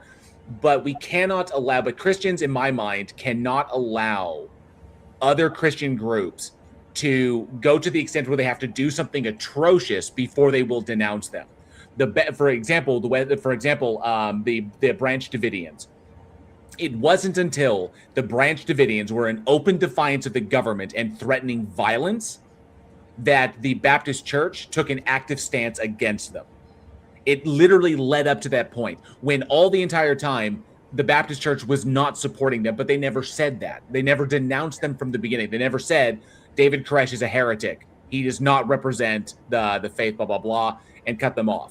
They let them establish, they let them become a cult, they let him develop a following, they let him do his thing until the point came when he was in open defiance of the government, threatening violent action, and then the atrocity, and then what happened at Waco happened. If the Baptist Church had stepped up and inserted themselves into that conversation and shut him down publicly with all the power they have behind them, I hazard that Waco would never have occurred. Not in the way it did. That those lives could have been saved. But the Baptist Church didn't do that. And that's just one example. I think Christianity needs to self-police better instead of forcing everyone else to call them on their shit. So it's just my take on that. American Heyoka says, Christians should not let Christians cause civil unrest. Sounds like the Prince of Police in Romeo and Juliet. I would say it's important because self-policing, I mean, I understand that to a degree we're on the honor system here, but I think it's important that when someone's putting forth an ideology and another like splinter group starts like going off on their thing, this can get really, really problematic. So. Away. No. Yeah, back on stage, Joel. Yeah, I had a thought about what you were saying. Yeah. But people are saying some other good points as well. Yeah, so we have a grand tradition, no matter who we are, that connects us to the people who came before us, who ended up being kind of maniacs and Christians and colonizers, and yet we have this connection to them, so we have this weird relationship. Well, I thought we should talk about it. What do you think? Sure. I think we're going to be in agreement on that. As far as I think we both agree that Christianity as a whole, even though it's like Protestantism is kind of non-central, is not like decentralized. Mm-hmm. It's not like the Catholic Church or the Orthodox Church. But I would say that within their own denominations, when little sects break off of denominations, you get the Westboro Baptist Church, or you get like the Branch Davidians, or the Branch Davidians. That these large major groups that have political power and have like a good deal of public influence should police themselves better to ensure like lives are saved, so that we don't wind up in a Waco situation or a Jonestown situation. I agree with that. That's a very good, solid foundation on which to start. The question is, why can't we trust the government to do that task on our behalf so we don't have to worry about it? Is that not why they have an FBI and a CIA and an NSA? Well, of course it is, but for some reason we have to worry about it anyway. And it's not supposed to be like that. I think that the primary issue there is that the law is the First Amendment and the application of the law. With the First Amendment and Congress passing no laws against the practice of a religion, that we can allow these things to kind of formulate. And the law can't say that the formation or the ideology of any one particular religion is right or wrong. And then the law, unfortunately, primarily has to wait until someone breaks the law before they respond. They can't Right. respond in advance. And Good point. so that would be the kind of issue there, which is why I think the responsibility falls on the religion itself. Okay. So the thing is, how can anyone justly prosecute such the manner of such compliance with such a law when they themselves are not part of that community and not in full understanding of the meaning of everything as it occurs within the group? Because in an in-group, you know, let's go Brandon means one thing to conservatives, it means another thing to liberals, or sometimes. One of my best friends is named Brandon, and he loved that slogan. Yeah. So what I'm saying is, though, that we acclimate to like society's opinion of this or that, and then we kind of like take that as truth, and our own opinion sort of floats alongside, but we know what everybody already concluded about it. So I think whatever. in these instances, it's kind of like how, and by the way, Mr. Tracy, atheism is not itself a religion. But I think in these instances, it would be because the strength of a group, the strength of like a cult, depends upon how many people are involved and how many adherents it has and how much validity the leader is seen as having. Okay. That when the organization above it, because they're splintering off from a larger organization, when the larger organization stands up and self-polices, they can diminish the validity that individual has, and this requires them to engage with them. Imagine if like the major leaders of the Baptist organization sat down with David Koresh to have it like to debate like theology. Yeah, they could make some headway. They could make some friends, and they could cool some things down. They could really accomplish that. They could find a way to bridge the divide. Yes, exactly. And that is just, they say that war is the failure of diplomacy. And so, and through those diplomatic measures, they could self police what's going on. Indeed. And break these things down and divest them of followers who are being misled. I would say I'm very skeptical of that phrase self-police. I think it's awful. No one should use it because it should never be the actual case. And I think maybe they should mutually police each other, mutually. The way that an American town does. You get into who watches the Watchmen. Yeah, that's fine. We'll just have an infinite chain of watchmen. Virtue is bound to come out at some level. I think like the self-policing, I think is an important thing because that it needs to happen because allowing the government to step in when they break the law is one thing. When they break the law, they need to be held accountable. The Catholic Church is the big thing on this, with all of the scandals, the sexual assault scandals that are going on, and the CAS that was going on. Epstein. They didn't self-police. All they did was they used their autonomy and their freedom from the government, from the influence of the government, as to what they could do like this in order to cover these things crime. Right. So we had to wait for the crimes to get exposed before the law could do anything about it. That they have us at a disadvantage because they've studied our system over the centuries and it hasn't changed significantly at the foundational level. That's why it's so esoteric looking.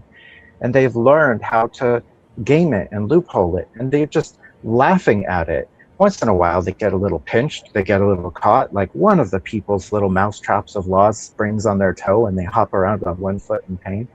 But then they go about their business because to us, they're giants anyway. And then they just shrug it off because they can. They have fuck you money. They have a million people's worth of fuck you money. It's almost like they operate like corporations and they should be taxed as corporations. It's not almost like that. It's exactly like that. Exactly, but the fact that you have to like nudge it into the stage to try to get it just a little bit of respect. You know, it's instant rotten tomatoes being thrown at that idea in people's minds because they are acclimated to a certain identity that involves a certain belief system, and they can't disengage because they're hanging on to it, clinging to it because it's all they have in this world. You know, and it's kind of a sad life for some idealistic people who stick to their principles. Sorry, I had something in my throat there. Hi, welcome to the channel. Conflict theory. Karl Marx. Read some Marx. We sound a new guy. We got a new guy on the stage, and right away it's ad homs, ad homs. Why? Because he has to establish himself. I'm already established. Resist OP. There's a lot of talk about Mormonism in the side chat. All you have to worry about in Mormonism is paradise, paradise plus 1, or paradise plus 2. That's all you got to worry about. Which one are you going to get? We're all gods, and we all get our own universes after death. Well, I mean, I will give this. As far as like world building, Mormons would make fantastic D&D D&D dungeon. Okay, masters. I see what you're saying, but it sounds like you're saying just recede into fantasy, and there you will find the truest happiness of your life. And what that means is flee from reality, which is not at all a red pill concept, not even a black pill concept. It's the goddamn blue pill concept. Like, you're just chowing down on steak. Well, anyway, I don't mean to offend you. I guess we differ. You know, we have differences of opinion and beliefs and everything. That's what makes us diverse, and we still need to respect each other. I can still respect you, even though everything I just said. I can respect you. Can you respect yourself? Because I don't see why you can. But anyway, how are you feeling at this moment in time? I mean, this is your show, and I'm doing most of the doing good. We like I said, we pretty much fundamentally agreed on everything so far. Yeah, that's amazing, though. There's been no disagreement on that. So that's weird. So, do you think I'm being too vague or something? Because some of my stuff is controversial. I swear to you. I mean, no, not at all. It may slide into the anti-theist camp, but I don't have a problem with anti-theists. I've seen firsthand the harm that theism can do in society, and especially unchecked, unregulated theism. I've seen the harms that it does directly. I see the harm of the underlying principles within it, and I think that I think the number one solution to this is not abolishing religion. I think it is taxing the living shit out of them because they are fucking businesses. Okay, all right. That's where I stand. Yeah, I love the sound of that so much. You know what that sounds like to my ears? Let's convert it to a visual, and I'll tell you what the visual that I see, because I'm autistic, when you speak that way, translates to. It is parked in a car on a hill with some trees around and grass, on the side of a road leading up a big mountain at sunset, with a curtain of stars falling and meteors shooting, and the cityscape lit up below like a Christmas tree on the ground. That's what it sounds like, and that visual is what the feeling of hearing it is like. Because, you know, there's a Bible verse about being a salve to the ears, and that phrase is interesting because a salve would be like an ointment or something that you put on to soothe the feelings that you have from, and maybe an ache or a dryness or whatever. And then to be like, how relieving ointment is to someone's skin is how relieving certain, I don't know, emotional states that are sent with speech, however you say that, whatever those are called, of feeding those in a healthy way to a group of people who can appreciate it. So what I'm trying to say is, like, that's a rare and admirable offering for the world at large, and to find it just hanging around on the internet is pretty cool. I would say it's pretty fair to say that this is one of those places, or at least aspiring to be. And for that reason alone, I'm impressed. I don't see that very often, and it's the right thing to be doing. Awesome. And Jverse in the side chat said they should be taxed harder than corporations, but I also think corporations should be taxed harder than corporations. Agreed with that. So yeah, they're businesses and they need to be taxed. They need to pay their fair share. This whole reverse federal subsidization of religion is something that needs to end, which is why I will likely never be elected president. Oh, well, we would vote for you because you explain yourself to us and you make sense to us. So we could all audit you and keep you on the straight and narrow just through the identity that you've shown us here today. And so for that reason, I think everyone here has heard you so far could vote for you. I mean, why would you suddenly change when you cross that line? It's not the finish line, it's a starting line. You're going to need us more than ever after that. Because we are the Republic, and if you're going to represent us and we're going to approve of that representation, you're going to have to give us that much. And it's not hard to give us that much when we have the internet and mobile phone technology to keep you connected with us. And that's not a cult, what is? But you could call it a new political party, and it could be alignment between Americans about laws that are already written, like the Constitution. We could overrule the courts. We have the authority. We own it. Heavy is the head that wears the crown, Joel. Mm.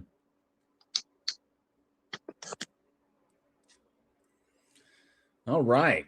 Well, I think we're in a good spot. You got anything else for us, Joel?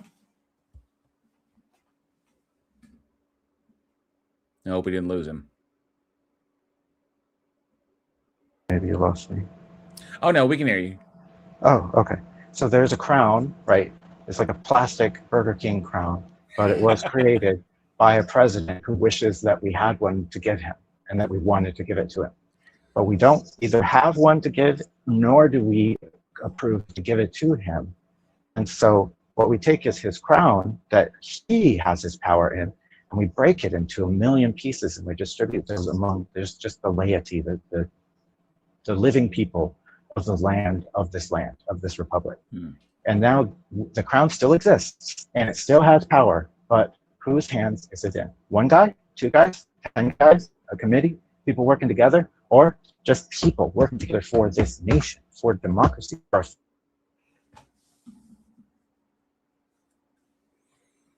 I agree. Not just that guy over there, but people you've never met, will never meet, who can be thankful to you and your entire generation for banding together and doing this thing when the time was right. And when is that time right? Think about it and get back to me. And if we have to start a cult to do the thing, I say we start a cult, and we make it open source, we make it responsible, and we give it certain rules, and we don't break those rules, and we keep everything on record, and we operate even better than the federal government does. And then we'll say, what do we need with them when we've got ourselves? And that crown never has to come back together, like the ring. We don't have to throw the ring in a volcano. We can distribute it. So it would take all of the people agreeing to bring it together and use it for it to be of any use. And that's the right use for a crown in a democracy. That's the right way to have a crown. But this is the wrong way, and everybody knows it, but nobody knows how to say it. So some of us are practicing how to speak to strangers about the truth. And some of those are here tonight. And I'd like to hear from them because I know they've been sent as if by God, as if by angels, to save us from this mess, this awful, stinking mess. It's putrid.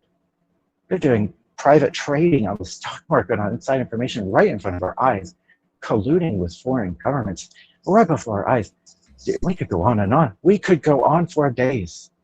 And we should, in a court of law, with that man have accountable and all who were with him. Accountability, transparency, revelation, storytelling, not by the president, by the press, the storytellers. They are responsible. They were trained to be. They're human beings. They have values and ethics. They can feed us what we need to know to understand what it is there is to fight against to prevent bad things from showing up in the news tomorrow. Yeah, so in this metaphor, Trump is Sauron. I don't know who Epstein is in the Gollum. Jesus.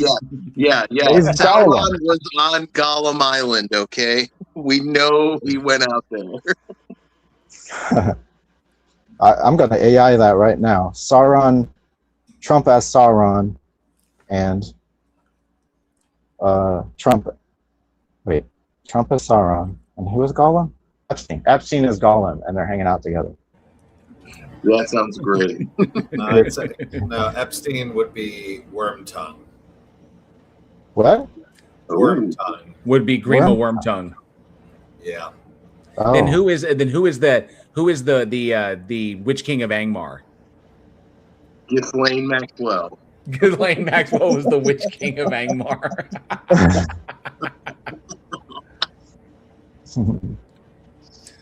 I would have thought if you go back to it, I would have thought the Witch King of Angmar would have been Steve Bannon, or maybe it's Stephen Miller.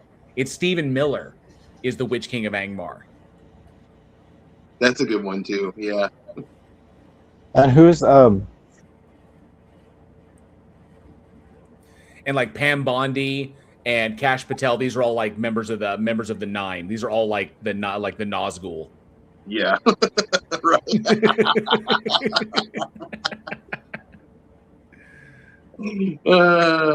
Christy Noam. Christy Noam is a fucking Nazgul, and she was defeated.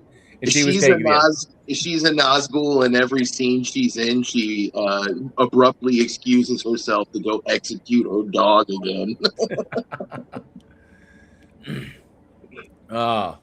You just hear scream. No, but seriously, like, honestly, it's hard for me to joke about that. Fuck Christy Noam, and R.I.P. her poor little puppy that she fucking executed. What a psycho bitch. Oh, they're all grotesque human beings. Every single one of them. All right. Well, I think we're at a good spot. Joel, because I'm getting a little, we're about the 6.5 hour mark. So Joel, I do appreciate you coming up. I do want to finish up the video that we're reviewing. So, I see he's gone. So I appreciate you coming up, Joel. You're always welcome. Thank you so much for being here. And we're going to finish up this one because it's almost done. And I want to finish this out. So thank you again, Joel. To believe that Joel, I want to see your Lord of the Trump AI series when it's done. It's Lord of the Kofefi. It sounds riveting. Where this is a very basic understanding of DNA and its roles in the human body. The Human Genome Project, which mapped around 98% of the genome, found that less than 2% of human DNA is actually active and carries any significance. No, that's the protein coding things that we just addressed earlier. The protein coding genes makes up 2% of the totality of the genome. This is also a lie that he's like, this is just scientific ignorance.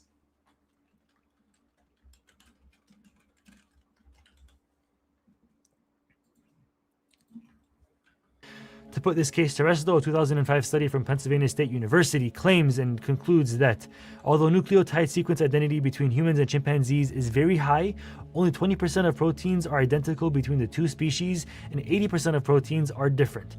Even the 80% protein differences appear to be too small to explain the phenotypic differences.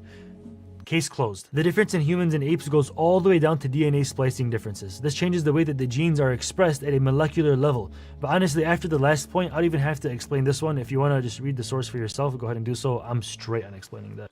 Which is not what he says it is. Like, straight up. It's just acknowledging that that probably ties into the multiple hybridization events that took place between our genus and the pan genus after we split off. All right, one sec. How's it going, Glide? I see you there in the Discord. If you're interested in having a chat, I'm currently doing a live stream on YouTube, and I have an open stage. You can use the link that I just provided in the side chat to join, and you're more than welcome to come up to talk about what you believe and why and various other things.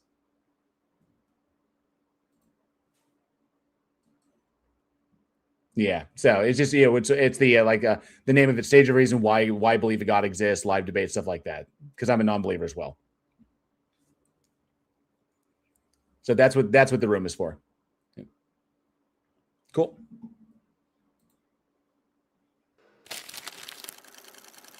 Humans and various mammals share deviated forms of the pentadactyl limb. For an example, apes have 5-finger bones. Humans have 5-finger bones. Birds have 5 main bones in their wings. Whales have 5 main bones in their fins. Cats have 5 bones in their paws. And because of this, evolutionists use this as evidence that we must have come from a common ancestor, and that this common ancestor has a pentadactyl limb that we've... He's not going to go homology as evidence of a common designer, is he?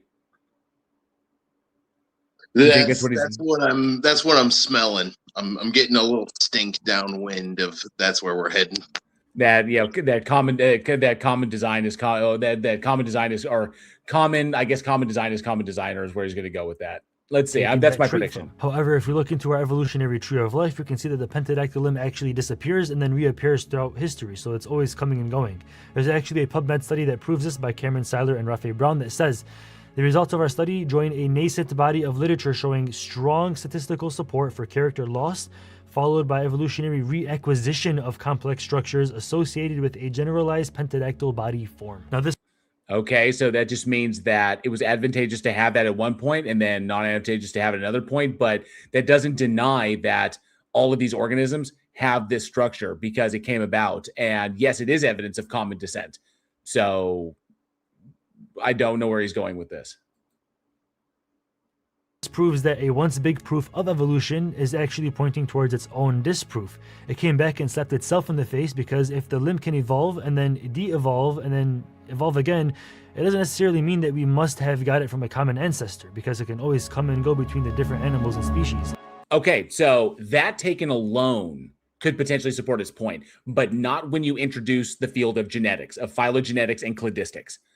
So taking it like on that one piece of data alone, that could support his argument, but not when you take it, because as Austin was explained multiple times, understanding evolution is multidisciplinary. So you can't take when we say mountains of evidence, it's multiple disciplines across the board, physics, chemistry, so on and so forth, that accumulate this data and accumulates data all together and to formulate the theory. And you can't, if that were the case, well, then you have to say, well, what about genetics and the genetic relatedness and cladistics and so on and so forth? And that's where we develop this. So he's cherry picking the evidence. I was almost on board until he used the word de-evolve, as if that were a thing. If things take a different path than you might think it would otherwise, that's nice. But there is no such thing as de-evolve. Darwinists actually claim that we have some residual body parts and muscles left over from our previous evolutionary self Vestigial, that we actually don't even use anymore, that are totally pointless. No, not that they're totally pointless, but there are vestigial organs in many species. Snakes with hind legs, pelvic bones in whales, what's the thing in our forearms and in humans, and Darwin's tubercle on our ears. Numbers of vestigial organs that don't serve any like major purpose, but the genes still code for them. Not only are there vestigials, you have atavisms as well. You can sometimes have dolphins or whales that are born with atavistic hind limbs. Humans are sometimes born with atavistic tails. So it's not just vestigials. Atavisms are really strong evidence of evolution as well. And this creator's shirt labeling it virgin does say that he's got certain parts of his own that apparently are no longer serving the purposes originally intended. To actually prove evolution, let's disprove that. The ear muscles actually are not useless, even though you're told they probably were. No, Darwin's tubercle is what that is. Specifically,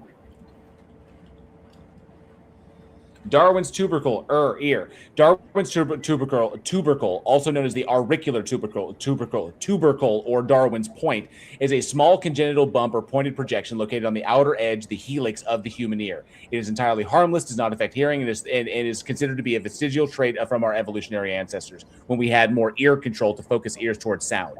But yeah, primates have it. All primates have it. We have it. It's a leftover. The VOR, the vestibular ocular reflex, is a reflex within humans in which auditory cues such as fast clicks or tones can guide the eyes towards a location called gaze shift. The ABR and PAM are examples of such reflexes, starting with the superior ocular muscle, which was to be useless, but in reality, it's not. So these muscles actually provide strength and support to the ear, which is seen by cranial muscles, as well as supporting and guiding cartilage growth during development of the ear when you were a little bit. Okay, what he's pointing out are not considered vestigial. Those have a function. Those have that's what they do. Then they wouldn't be vestigial by definition.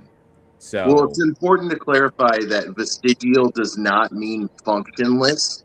It just means attenuated function or a different function from what an ancestral form would have used it for. So a great example is in whales. They still have unfused pelvis bones. Those pelvis bones exist in whales because they had ancestors that had a pelvis that they used for walking on land. A whale does not have those pelvis bones for walking on land. The whale species that still have them, they have them because they help anchor their, vestigial organ that our virgin buddy here has. That's why they're vestigial. Not because they're functionless, but because their original function was land walking, and now they're just a dick mount. American unused whale pelvis Batman. Holy unused whale pelvis Batman. Yeah.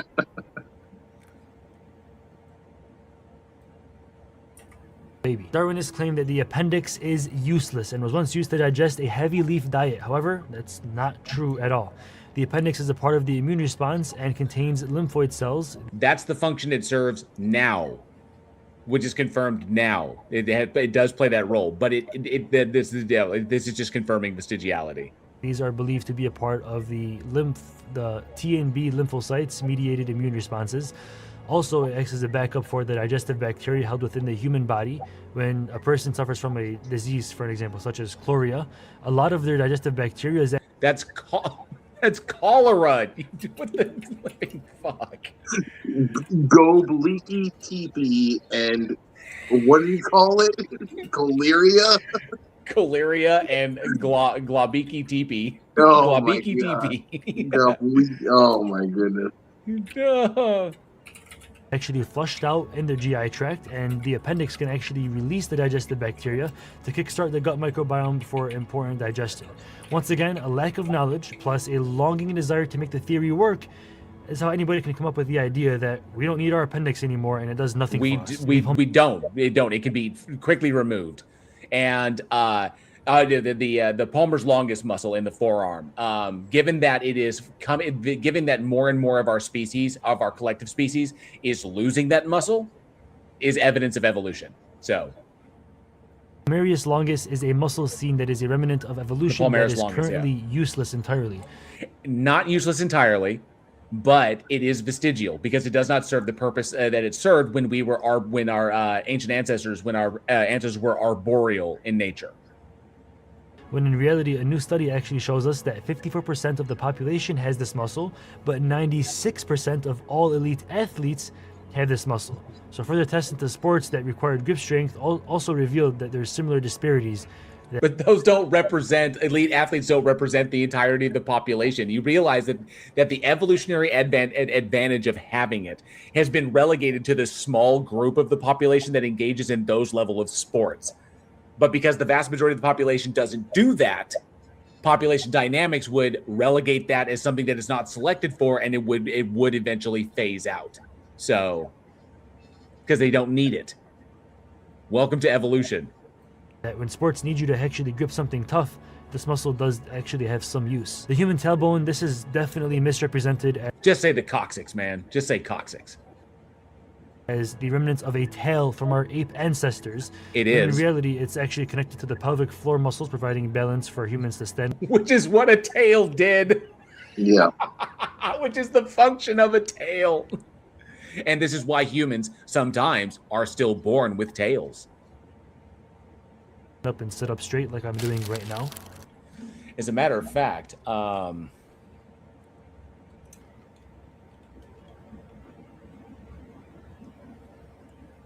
which is why, it was like,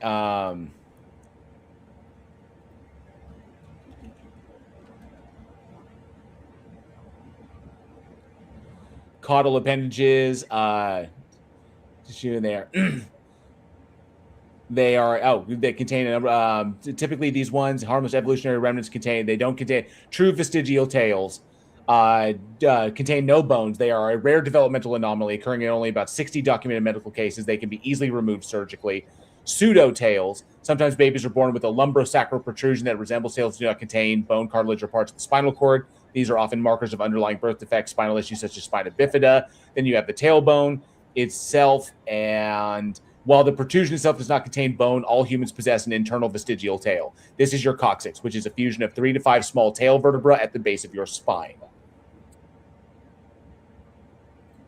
So, he's just flatly wrong. Yeah, this guy he's starting to scrape the real bottom of the barrel because he's getting to Kent Hovindisms now. Oh, if you think your tailbone is vestigial, I'll pay to have it removed. You go schedule the surgery, and I'll send you the check, and you can go get your vestigial tailbone removed because you think you're an ape, Hovind.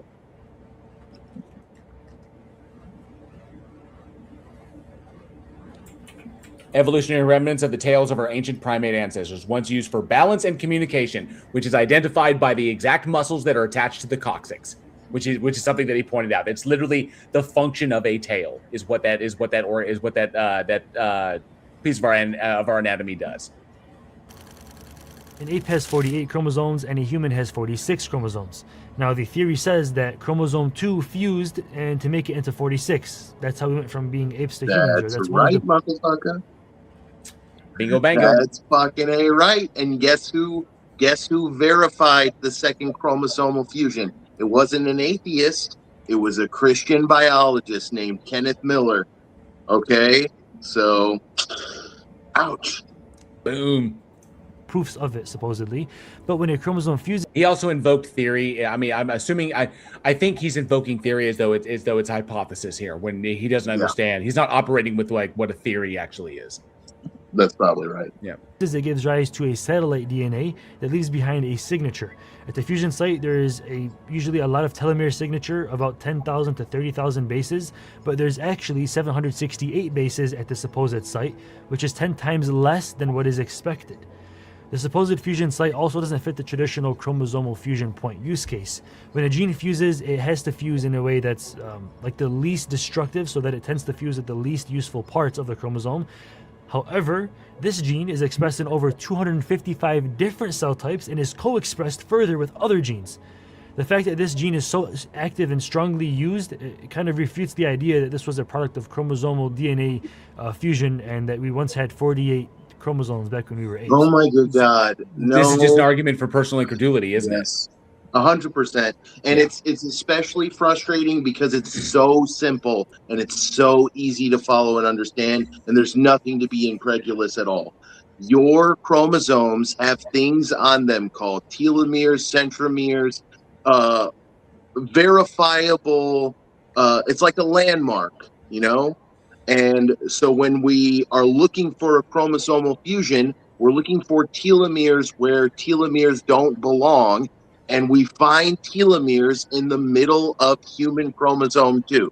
It could not be more simple.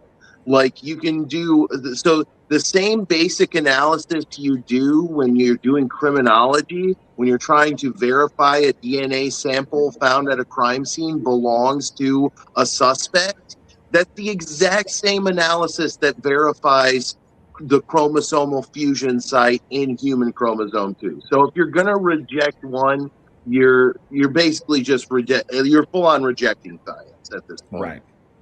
And Luna Knights, good to see you. Thanks so much for being here. Says, back when we were apes, we're still apes. Yep, that apes is what we are. We are apes. Apes is what we are. Doesn't really make sense. Also, another point is that the organism that received this chromosomal fusion would have fewer chromosomes than its partners and look very different. And even if it did survive, it would not be able to pass on its genes and chromosomes because you can't viably reproduce with someone that has more or less genes than you. That's why these things occur in populations, you fucking numpty. Not individual organisms. Evolution is talking about populations, millions of organisms. The same amount. The recurrent laryngeal nerve is a nerve that goes from your lower brain to your aortic arch and then back to your larynx. Now, the evolutionary biologists claim, why didn't it go straight from your brain to your larynx? Why does it have to go to your aortic arch instead? Now, they say this is either an imperfect creation, disproving God, is this some sort of evolutionary residue? So they get this because fishes also have this, and they also have multiple aortic arches because they have oxygen coming in from one direction and they have blood traveling in the other, so they have to have multiple. The theory claims that humans evolved from fish, and this would be their proof of it. No, that is not in any stretch. It's an example of how evolution doesn't have a goal, and that prior structures are not that it's all about survivability. And as morphologies change over time in populations, as a population's morphology changes, that changes in one area can have effects or can cause things like that to happen, that the length of the laryngeal nerve, which is not necessary to go down and then go around the heart and cause problems, because it is problematic that it does that. It's not something that would be considered if evolution doesn't have a goal in mind. It's a change that would occur as a result of other changes occurring, basically structurally we were changing as we were evolving. So the nerve just went along with it to facilitate the structural changes that occurred elsewhere. It's an effect of evolution. It's exactly what we would expect to see in a process that has no goal in mind and has nothing but driving it. So it's exactly what we would expect to see. That's the key right there. And if you think it's not problematic, just talk to the giraffe. Now, since this makes sense for fish but not for humans, they claim since we don't have multiple aortic arches today, then the one that we have is a result of back when we were a fish, or a residue of evolution of some sort, and is actually currently pointless. However, as babies, as like a 4-week-old fetus, we do have multiple aortic arches, and it makes sense to have the nerve go through the main aortic arch that we have today, because as a fetus, we need the nerve to go around the arch in order to work and ensure that the larynx develops properly. Now we can see this definitely. No, because it could literally just be contained in the head and it would still function that way. But it's not, I mean, that would be the better design if there was a designer, because especially if humans were created specially. So he's literally giving the evidence that supports our common ancestry while denying the evidence of our common ancestry, which is silly. I noticed that too. At 4 weeks old, we have to have this so that we can develop properly. But no, we don't. Okay, it's just the way we develop. Okay, it didn't have to be that way. If a god is there and it's designing everything, it would know that this would not be necessary. The laryngeal nerve could literally be contained to the fucking head, and it wouldn't affect anything else. It does what it does because of our evolution. And because we live here, good to see you. Thanks so much for being here. And Phyllis Ober, good to see you as well. I think this guy is a Muslim. I think, although he has not invoked Allah, I think he is a Muslim though. And yes, apes together strong.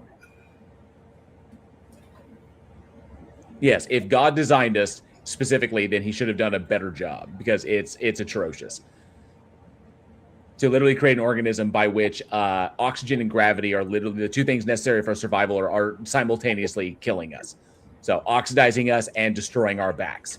So dude, tell me about it. One of my oldest and best of friends, who I've been friends with the longest, has suffered from horrific, debilitating seizures his entire life. They're terrifying for everybody around him. They're painful and confusing for him.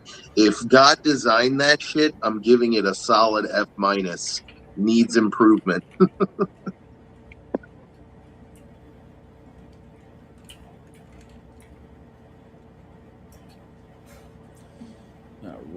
instead of that, these evolutionary biologists start to claim, oh, we have something that we don't know the answer to. Evolution. It has to be it. We're going to draw all the evidence to the conclusion every single time, and never the other way around, like I continue to mention to you. That's not what's happened at all. So that's just a straight up lie. Real this evolution. Is an example of true evolution that we can actually witness, prove, and empirically study instead of making these bold, outrageous claims. That is our wisdom teeth, for an example. I obviously agree with this. Maybe our ancestors had more primitive diets that consisted of like tough meats, raw plants, hard nuts. Our wisdom teeth are actually remnants of our ancient diet and are proof of science-backed evolution, not baseless theories. So this, we all should agree with. But next, we have the Tibetan tribes that underwent the fastest genetic changes of all of human history. Hold on a sec. What was the title of his video? Evolution, school's biggest lie. But at the very beginning of the vid, he made the very specifically that he does accept some versions of evolution, but he basically rejects neo-Darwinism. He set up like Darwinian evolution as something that is accurate, but neo-Darwinian evolution is inaccurate because he pretty much presented it as a political psyop to get people away from God. And that this is all the evidence why neo-Darwinism is wrong. So he misrepresented neo-Darwinism because neo-Darwinism is just theory of modern synthesis. It's like new Darwinism is what it is. So it's literally just Darwin's work combined with Mendel's. So all of this is like a complete straw man of neo-Darwinism. That's all it is. Yeah, I don't see anything incompatible with where he's going with this, though. Yeah. To adapt to high altitudes. The tribes lived in the Tibetan plateau, which is Tibetan, you fucking numpty. The mispronunciations are killing me. Fucking hell. Gobleaky teepee, fucking Tibetan, just oh my god. Can't spell shit, can't pronounce shit. Where the fuck is this idiot's brain? Oh my god. 13,000 feet above sea level, and at such high altitudes, only like 40% of the oxygen that we get is what they would get up there. So they have to learn how to live or adapt to survive at such a low amounts of oxygen. The gene variation took place at the EPAS1 gene, which regulates the body's response to low oxygen environments, and their bodies adapt by carrying more oxygen carrying pigment called hemoglobin. In only 3,000 years, the frequency of the gene grew from 10% to 90% in Tibetans. This is a legitimate example of evolution. Tibetans. We have concrete evidence that this gene variation actually did take place through natural selection to keep the Tibetan mountain tribes alive. We can prove this. We don't make the radical assumption that because they can more efficiently, use oxygen at higher altitudes means that they were previously birds. No, we just say that over 3,000 years, they had to make it live up there, so naturally they were naturally selected to have higher gene expression of the EPAS1 gene. We're not going to make those radical claims like these neo-Darwinists. The Bahu fishermen. You realize that the common ancestry was something that Darwin came across, not just neo-Darwinism. Neo-Darwinism adds in like genetics and like heredity. That's where that comes from. But Darwin still postulated common ancestry. Tribes in Southeast Asia have evolved 50% larger spleens than nearby communities. Even members of the tribe that actually didn't die still had larger spleens, which shows us that it's a genetic variation and not just enlarged through training or practice. So from what I'm gathering, this is coming off, at least he's consistent in this. He agrees with evolution. He just disagrees with genetics. He disagrees with genetics, is what I'm hearing, which is kind of tracks. He rejects neo-Darwinism for the wrong reasons. But by cutting out neo-Darwinism, he's cutting out all the information that Mendel's work brings in. And so he's ignoring genetics. And so he's accepting change via natural selection, but he's disagreeing with all the genetic evidence, or what would be the phylogenetic evidence that helps us with our understanding. That's what he's disagreeing with. And I guess he's replacing the genetics thing with God, I'm guessing. Very weird. Similar how freedivers would actually do it in today's time. They spent nearly 5 hours underwater every single day and could actually hold their breath for far longer than any other average human being could, obviously because of their variation in gene. The PDE10A gene was variation responsible for the thyroid function and spleen size. This tribe has adapted to their environment. They can hold their breath for longer.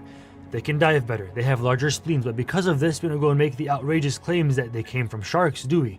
This is an example of evidence-backed evolution. But they don't make that claim that we came from them, that we have genetic relation to them. But it's like, it wasn't.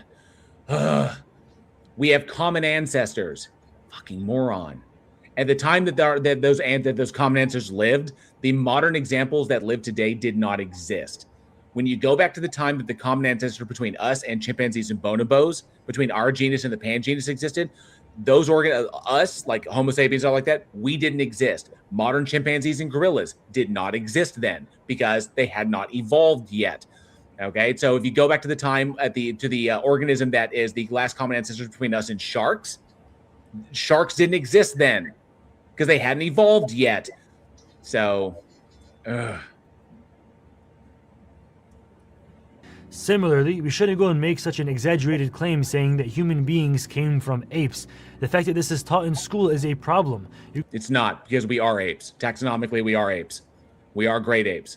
You go from learning that factual evidence your entire life in school, and then by age 14, your biology teacher tells you that, yeah, we came from apes, and then you just have to believe it because here's the book and here. Austin, did your biology teacher ever say that you came from apes? My biology teacher was a Catholic. So I can say my biology teacher was religious and he wore that shit on his sleeve, but he never once said, we come from apes. Yeah, so my biology teacher was a Catholic deacon, so get fucked basically. Because with my teacher, with my first major biology teacher and all the courses I took in college and everything, it was always the understanding that taxonomically we are apes because they taught fucking taxonomy and how we are classified as apes. Yeah, basically.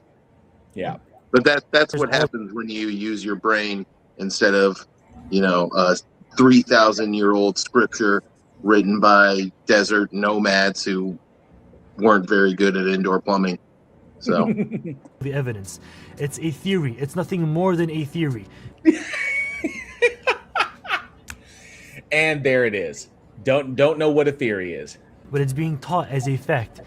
Because theories are facts, you stupid, you nonce. I don't know that whatever names we could call him. Literal drooling incontinent fucking moron. Pinche puto. Pinche. Neo-Darwinian evolution is biased, narrow-minded, and propagated similar to a religious cult that the followers of it claim to be so against. Thank you for all being here. Oh my God, you fucking moron. No, it's not propagated. What religious cult in the world do you know goes out and collects a bunch of whale fossils and then does examinations? What the fuck are you talking about?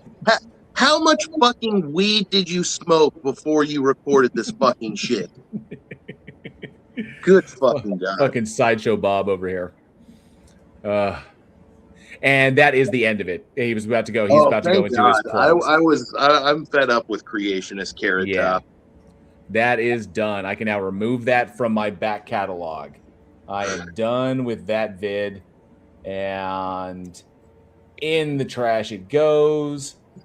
Thank goodness. Where it belongs. In the trash it goes, and it is officially shredded. Because I shred my shit. All right. That was rough. Async Network is here. Good to see you, Async. Async says, LOL, I love Austin so much. Thanks, Gretchen. And BV would like to say, weed doesn't make you brain dead. You know what? That's fair. I shouldn't have said that. That would be cruel to stoners to compare. It's okay to do some of the drugs some of the time. Right. But don't do all the drugs all of the time. All the time. Bad idea. Don't do all the drugs. Come on, leave some drugs for the rest of us. What are you doing? I see my influences spread far and wide.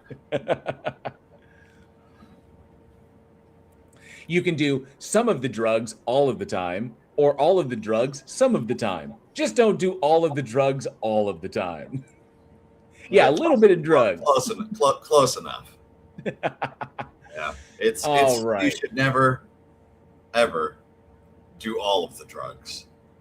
Sometimes some of the drugs, but never all of the drugs. Yes, but drugs are bad, okay? All right. So, yes, all things in moderation. Christopher Tablante, good to see you. Thanks so much for being here. Bill Maher may be the first to prove that phenomenon. Agreed with that. I think a little bit too much. But we've been going a little over 7 hours. I think this is a good point. We've had some good conversations today. I had a few and reviewed a video. So, and I think this is a good place to call it. It's about 1 o'clock where I am right now, and I don't know if anybody else is out. We haven't had any theists want to pop onto the chat. I've had a bunch drop into the Discord, but nobody has come over. Hopefully we'll have. They worked really well last stream, so I'm going to keep doing it. So I think this is a good place to call it. What do you think, guys? Think we're in good shape? Yeah, it's cool with me. Yep. Awesome. All right. So first and foremost, a huge giant thank you to everybody. As a matter of fact, we can go ahead and, of course, somebody could surprise me by suddenly showing up in the back. But a huge giant thank you to every single one of you here in the chat for hanging out. The audience retention has been fantastic. And thank you to all of the super chats and all you channel members. I could not do this without your support. You rock. If you'd like to support the channel, channel membership is 99 cents a month. It's about all I really kind of value my content. So you can support that. You get access to all the custom emojis I've made. And of course, the channel badge, which is designed after the expanding mind meme. So the longer you're a member here, the more your mind expands. See what I did there? So I appreciate all that support. I've got content about to drop now that I'm done with this major project, this freaking adaptation that I just got done, this screenplay I just got done writing. So I am free to focus on putting out created content on my channel. So looking forward to getting that scheduled, and I hope you all enjoy it. Guys, do you have anything coming up for us? Andrew, Austin? No, I'm just doing the standard thing of going where I can find science denial and resisting it. So just, fuck anti-science bullshit, man. That's just, I continue to rely on people like you, JL, and members of our audience to alert me to where that bullshit is going on. And that's basically it. Awesome. Fantastic. All right. And of course, everybody out there, if you please hit that like button or hit the dislike button if you didn't like it. Please leave a comment if you think of ways where we can improve, or you have comments on the review that we were doing or the people that we talked with. And that all those help to drive the algorithm, help to push this forward. I am only 49, last I checked, I am only 49 subscribers away from 15K. So, oh no, sorry, 50. It's 44. I'm 44 subscribers away from 15K. I would very much like to break that soon, and we have a 15,000 subscriber kind of celebration there. But I've been hovering right below it. I'm very, very close, and would very much like to break that. So, all of your support out there, you guys rock. Thank you very, very much. I think I hit them all. So yeah, I'm JL. This is Bridge the Divide. Of course, this has been the Stage of Reason. I do appreciate everyone being here once again. You guys rock. I will see you on the next one. And as always, be safe, be excellent to each other. And together, we can bridge the divide. Say bye, everybody.